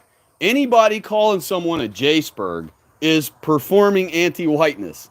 Just like how he says, oh, if you say racism or if you agree with something of the left, that's anti-white. That's anti-whiteism. You just don't recognize it because you don't walk on water like I do. But I'm here to guide you and instruct you and explain to you that, look, that's anti-white. Well, guess what? Calling anyone Jaceberging is anti-white. Exactly what you said. I love that comment. Vlad the Kebabber also said Jews are worried about black anti-Semitism only because whites love black culture. They fear us, not the blacks. That's 100% true. Jews have no worry about the blacks. White people are afraid of blacks. Jews aren't. Jews aren't, I'm not going to say that they're not afraid of them physically. Like, I mean, of course, no Rabbi Shlomo is gonna feel like is gonna feel confident if Tyrone steps up in his face and starts getting ready to punch him. He's obviously not. He obviously would be afraid of the blacks in that scenario, but the Jays know that they keep themselves distanced. They stay close, but they still keep a 10-foot pole length from the blacks, and they know that they have their Shabbos Goy nearby, ready to intervene if one of their imports gets out of hand on them, And so that's why they don't worry about the black. They already plan on using the blacks as their slaves as soon as they use the blacks to get rid of us. That's in their Talmud.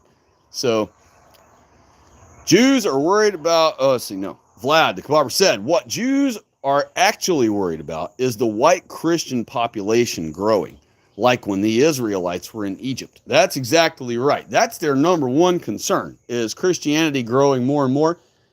But the problem is, they're only worried about certain kind of Christianity growing. The type of cucked Christianity we have right now, they don't have any problem with that growing because that sends more money to them. Every one of those churches donates to them and all kinds of crap. If you went to any Protestant cucked church, I guarantee you they've got a fundraiser going for Israel right now. Guaranteed, 100,000%. And every week it's probably part of the church budget to tell the congregation how much they sent to Israel last week and with their money that they had paid. So let's see here. Vlad the Kebabber also said the Jews knew if they could make race mixing normalized, they could make other things normalized, like homosexuality, etc. That's exactly right, 100,000%. And that is what they did. And then they went further and started saying men can be women and women can be men, and then you can just make up whatever the hell you want to be. You can be a cat, you can be a dog, you can be a vehicle if you want. Ulster Rich stopped by. God bless you, sir, and happy Sabbath to you. And he said, Island of Ireland is being flooded big time. Yes, they are. And thank God their people actually have half-ass cojones to go outside and fight them. They've actually been out in the streets, not fighting the invaders themselves, but they're actually fighting their own police a little bit, and they're, that thing they did the other day where they took a house back from some Indian squatters and stuff like that. It's good to see them really out there taking action, and they have a much smaller place. They have a much higher concentration of white people to rally themselves behind. The only problem is with the European countries is they're still so white that they don't realize what's being done to them, because they look around and they see white people in their little village everywhere they go. And they're like, what are you talking about? We're being invaded. What the hell are you people talking about? And they just think it's a bunch of overhyped people spurging, basically. That's what they're thinking in their mind. They're like, you're just worried about nothing. I don't see a black anywhere I go ever. And it's only because they live in some little village of Ireland where it's still all white and there's not been an invasion to that little town yet. And even when they see footage of it happening in other parts of Ireland, like most white people are, they're like, thank God that's not here. It's no different than watching a tornado go by and it's destroying the other neighborhood across the road. but it isn't touching your house at all. When it's all said and done and the tornado's gone and the houses are destroyed over there, you're not as butthurt as those people whose home is destroyed. You're standing over here in your house and everything's all good, and you're just thinking, whew, thank God it wasn't me. Thank God it didn't happen over here. You know, and so that's how the Irish look at that. They see footage of their little village somewhere being flooded with blacks by the thousands, and they go, whew, at least that ain't my little village, you know. Not realizing that soon it will be their little village also. And they're just in denial. Because the longer they ignore it, the longer they don't have to admit that we have a huge fucking problem that they're going to have to fight. You know, our white people, we like peace, and we like, you know, like our people have spent a lot of decades and a lot of centuries busting their ass to where you and I could live in this like peaceful scenario we live in right now. And I realize it don't seem peaceful for us, but it's very peaceful for us compared to what our ancestors lived through. And so, you know, part of it is that our people have just been in peace for so long. They just don't know how to be aggressive, you know? You see one of these violent nogs chimping out on a train or in public somewhere. Look at all the white guys in the footage. They're just standing there with their hands down, not ready to fight, ready to just get pow, smashed in the face and knocked out in one hit because their hands are down, their heads forward, their feet are together, or you know, they're just not in a good stance. They don't know how to fight. They don't even try to fight. And when they start getting haymakers smashed in their face, they just start trying to get a hold of the guy. They just start trying to touch the dude. They don't try to swing back. They don't try to grapple the dude and slam him to the ground and freaking headlock him. They don't do anything. They just sit there and get punched over and over again until the nog's done and then he leaves. And then they just watch him walk away. You know, and all the while they sit there and go, yeah, I got you on film. I got you on film. Like the cops give a shit. Like they're going to do anything. Yeah. So, but they're going to have to start really fighting back now. And they have been. And God bless them for it. I hope they're successful. I don't think they will be. But God bless them, and I hope it's in the Lord's will to save one of our countries somewhere.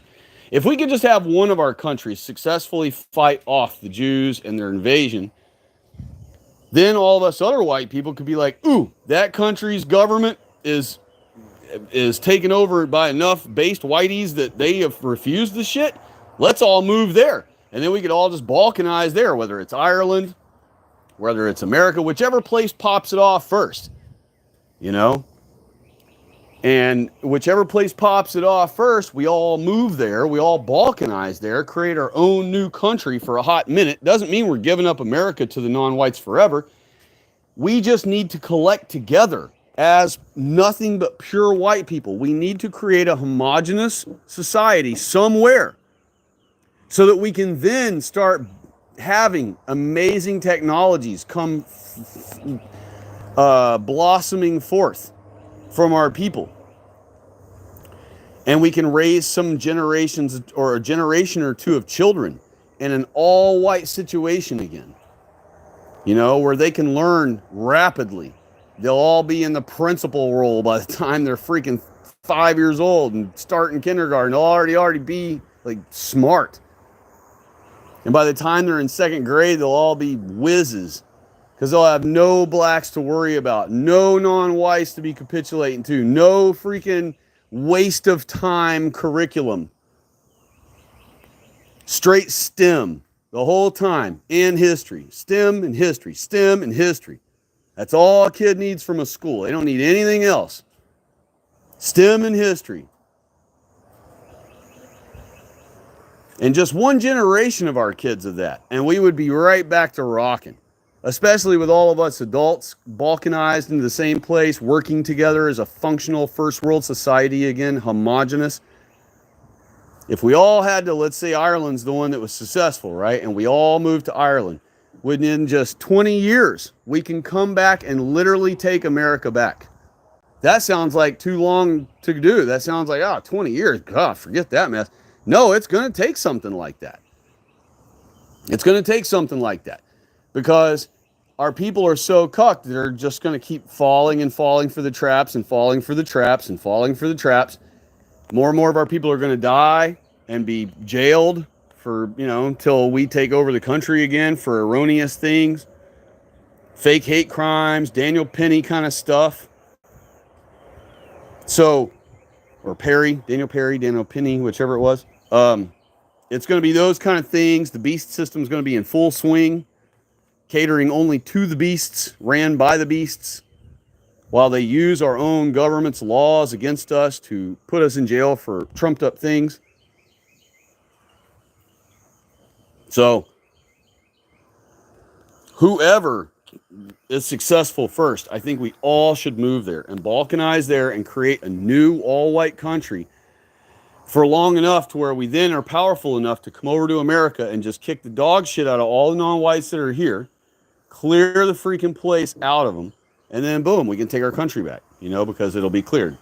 So it sounds far-fetched, but it's a lot more feasible than just saying the word anti-white until we somehow win magically. Also Rich said, it's Patrick Fitzgerald said, the tribe has been trying to destroy Ireland for thousands of years. They sure have. And we know that's why St. Patrick is given credit for driving the serpents, a.k.a. the Jews, out of Ireland. And so that's why St. Paddy's Day, every time I see white people all decorated up and celebrating St. Paddy's Day, it puts a huge smile on my heart. Even though they have no idea why they're celebrating it, I know why they're celebrating it. And let's see. Ulster Rich said, has indeed, Patrick. Did you see the news about the Rwanda deal banned in Northern Ireland? They are expecting a lot of the illegals making their way to, North Ireland from mainland UK to avoid being removed. Yeah, I don't doubt that a bit. That's literally their way. Any way possible to get them here. Patrick Fitzgerald said, Gypsy is a fake NS pro-white mixed race grifter. Yeah. Let's see. HT also grooms children. Oh, didn't know that. I never really look up anybody's record, so I didn't, I'm not aware of these revelations y'all have given me tonight.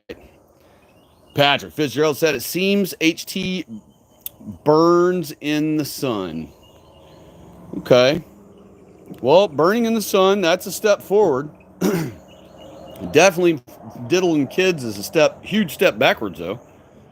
Also Rich said, did Jason not come out and attacked white patriots, telling his followers to report people trying to organize stuff a few years back?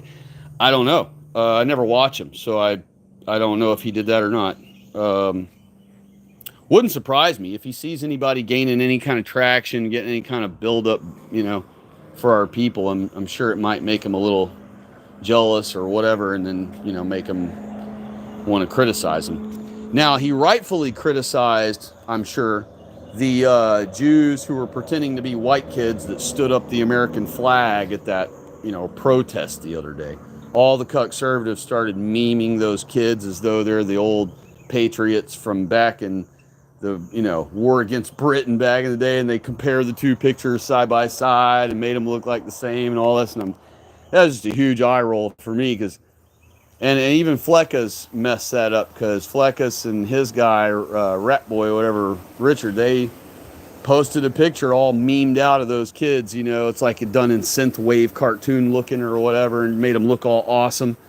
And all they had to do was a cursory search on it before they posted the picture on their show, and they would have saw that those kids were an Israel group of Jews who literally said in the interview while they stood up the American flag that they are Jews first, Israel first, and they just saw our flag was knocked over and figured they'd stand it up. But really, they're there to be Jews first, for Israel, da-da-da-da-da. So if they'd have just done a quick search of that before they posted that on their site, they wouldn't have made such a error. Wow, I actually got to the end of the chat. That's amazing. Ulsterrich said, used to be on Patriotic Alternative every week, but that all came to an end. Let's see here. Andrew Eric James Clark chimed in, and he said, Shabbat Shalom. And he also said St. Patrick was English, not Irish. Correct. He was not an Irishman. But he is accredited. And that's why for driving the Jews out of Ireland when he arrived. Of course, the code word is serpents. But Ireland didn't have no snakes. The only snakes they had were the serpents. So, yeah, it's a good long run tonight. We did 8 hours. That's pretty awesome. And it'll be daylight here in another hour. And well, actually, it's already getting daylight for me here, but it'll start getting daylight for others a little west of us here soon.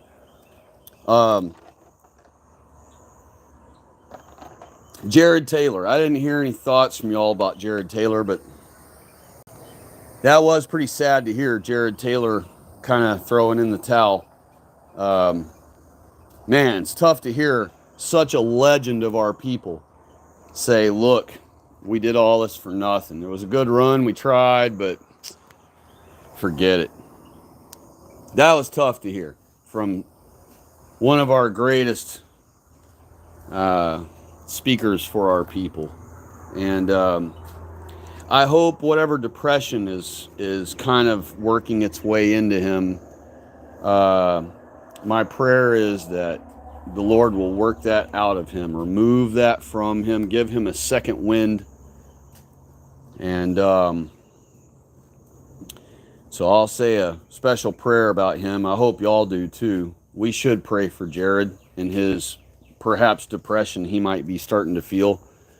Why else, after 40 years of advocacy for us, and he's heard every insult, every argument, every horrible thing made up about white people, and he smiled through all of it. He powered through all of it and stayed sturdy and stable and focused and confident that we would win in the end.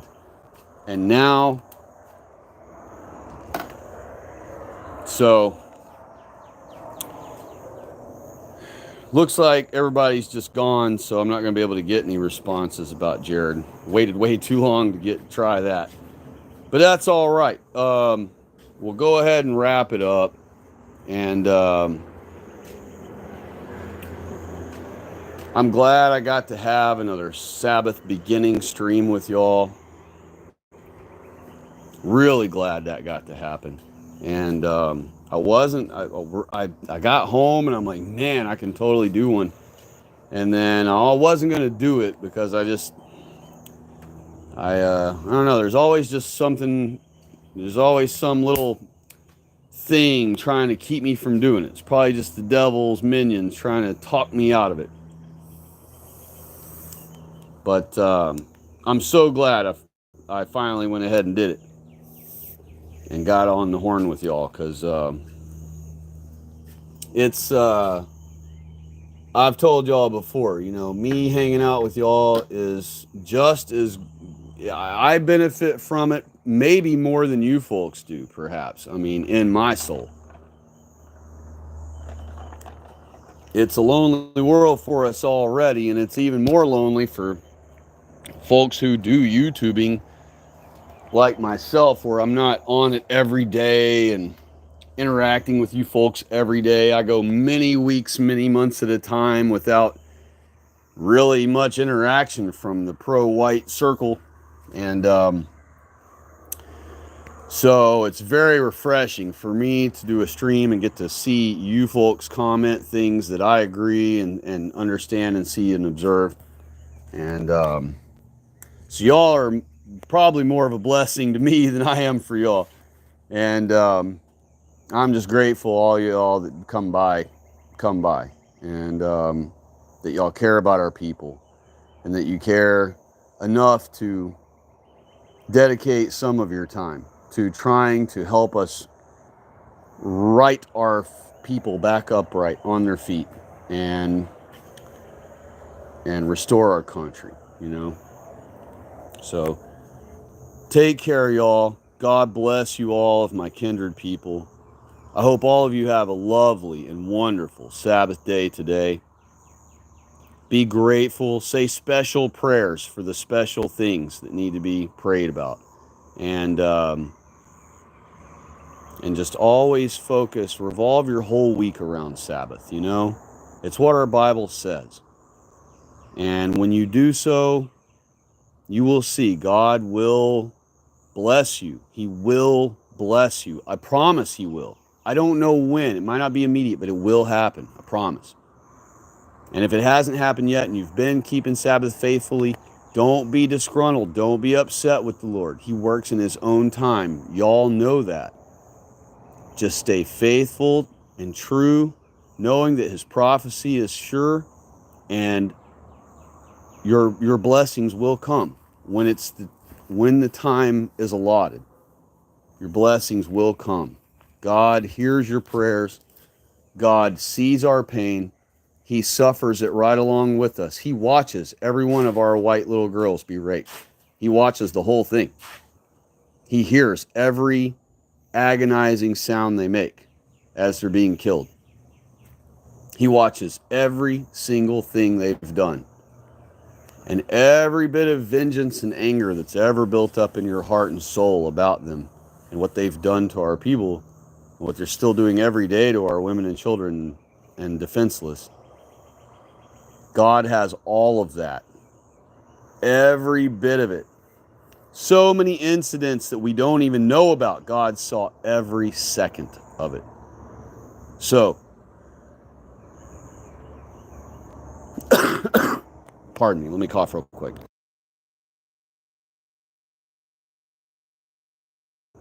So God will be avenging us. He will be avenging every precious little girl, every woman of ours, every little boy, and every defenseless man of ours. God will be avenging all of it, every bit of it. That's why the book of Obadiah and the book of Revelation are so epic, or when you realize just how heavy and massive the magnitude of His wrath will be. It'll be because He remembers all of those things, every single incident. So, take care. God bless you all. Happy Sabbath. We'll see you on another one.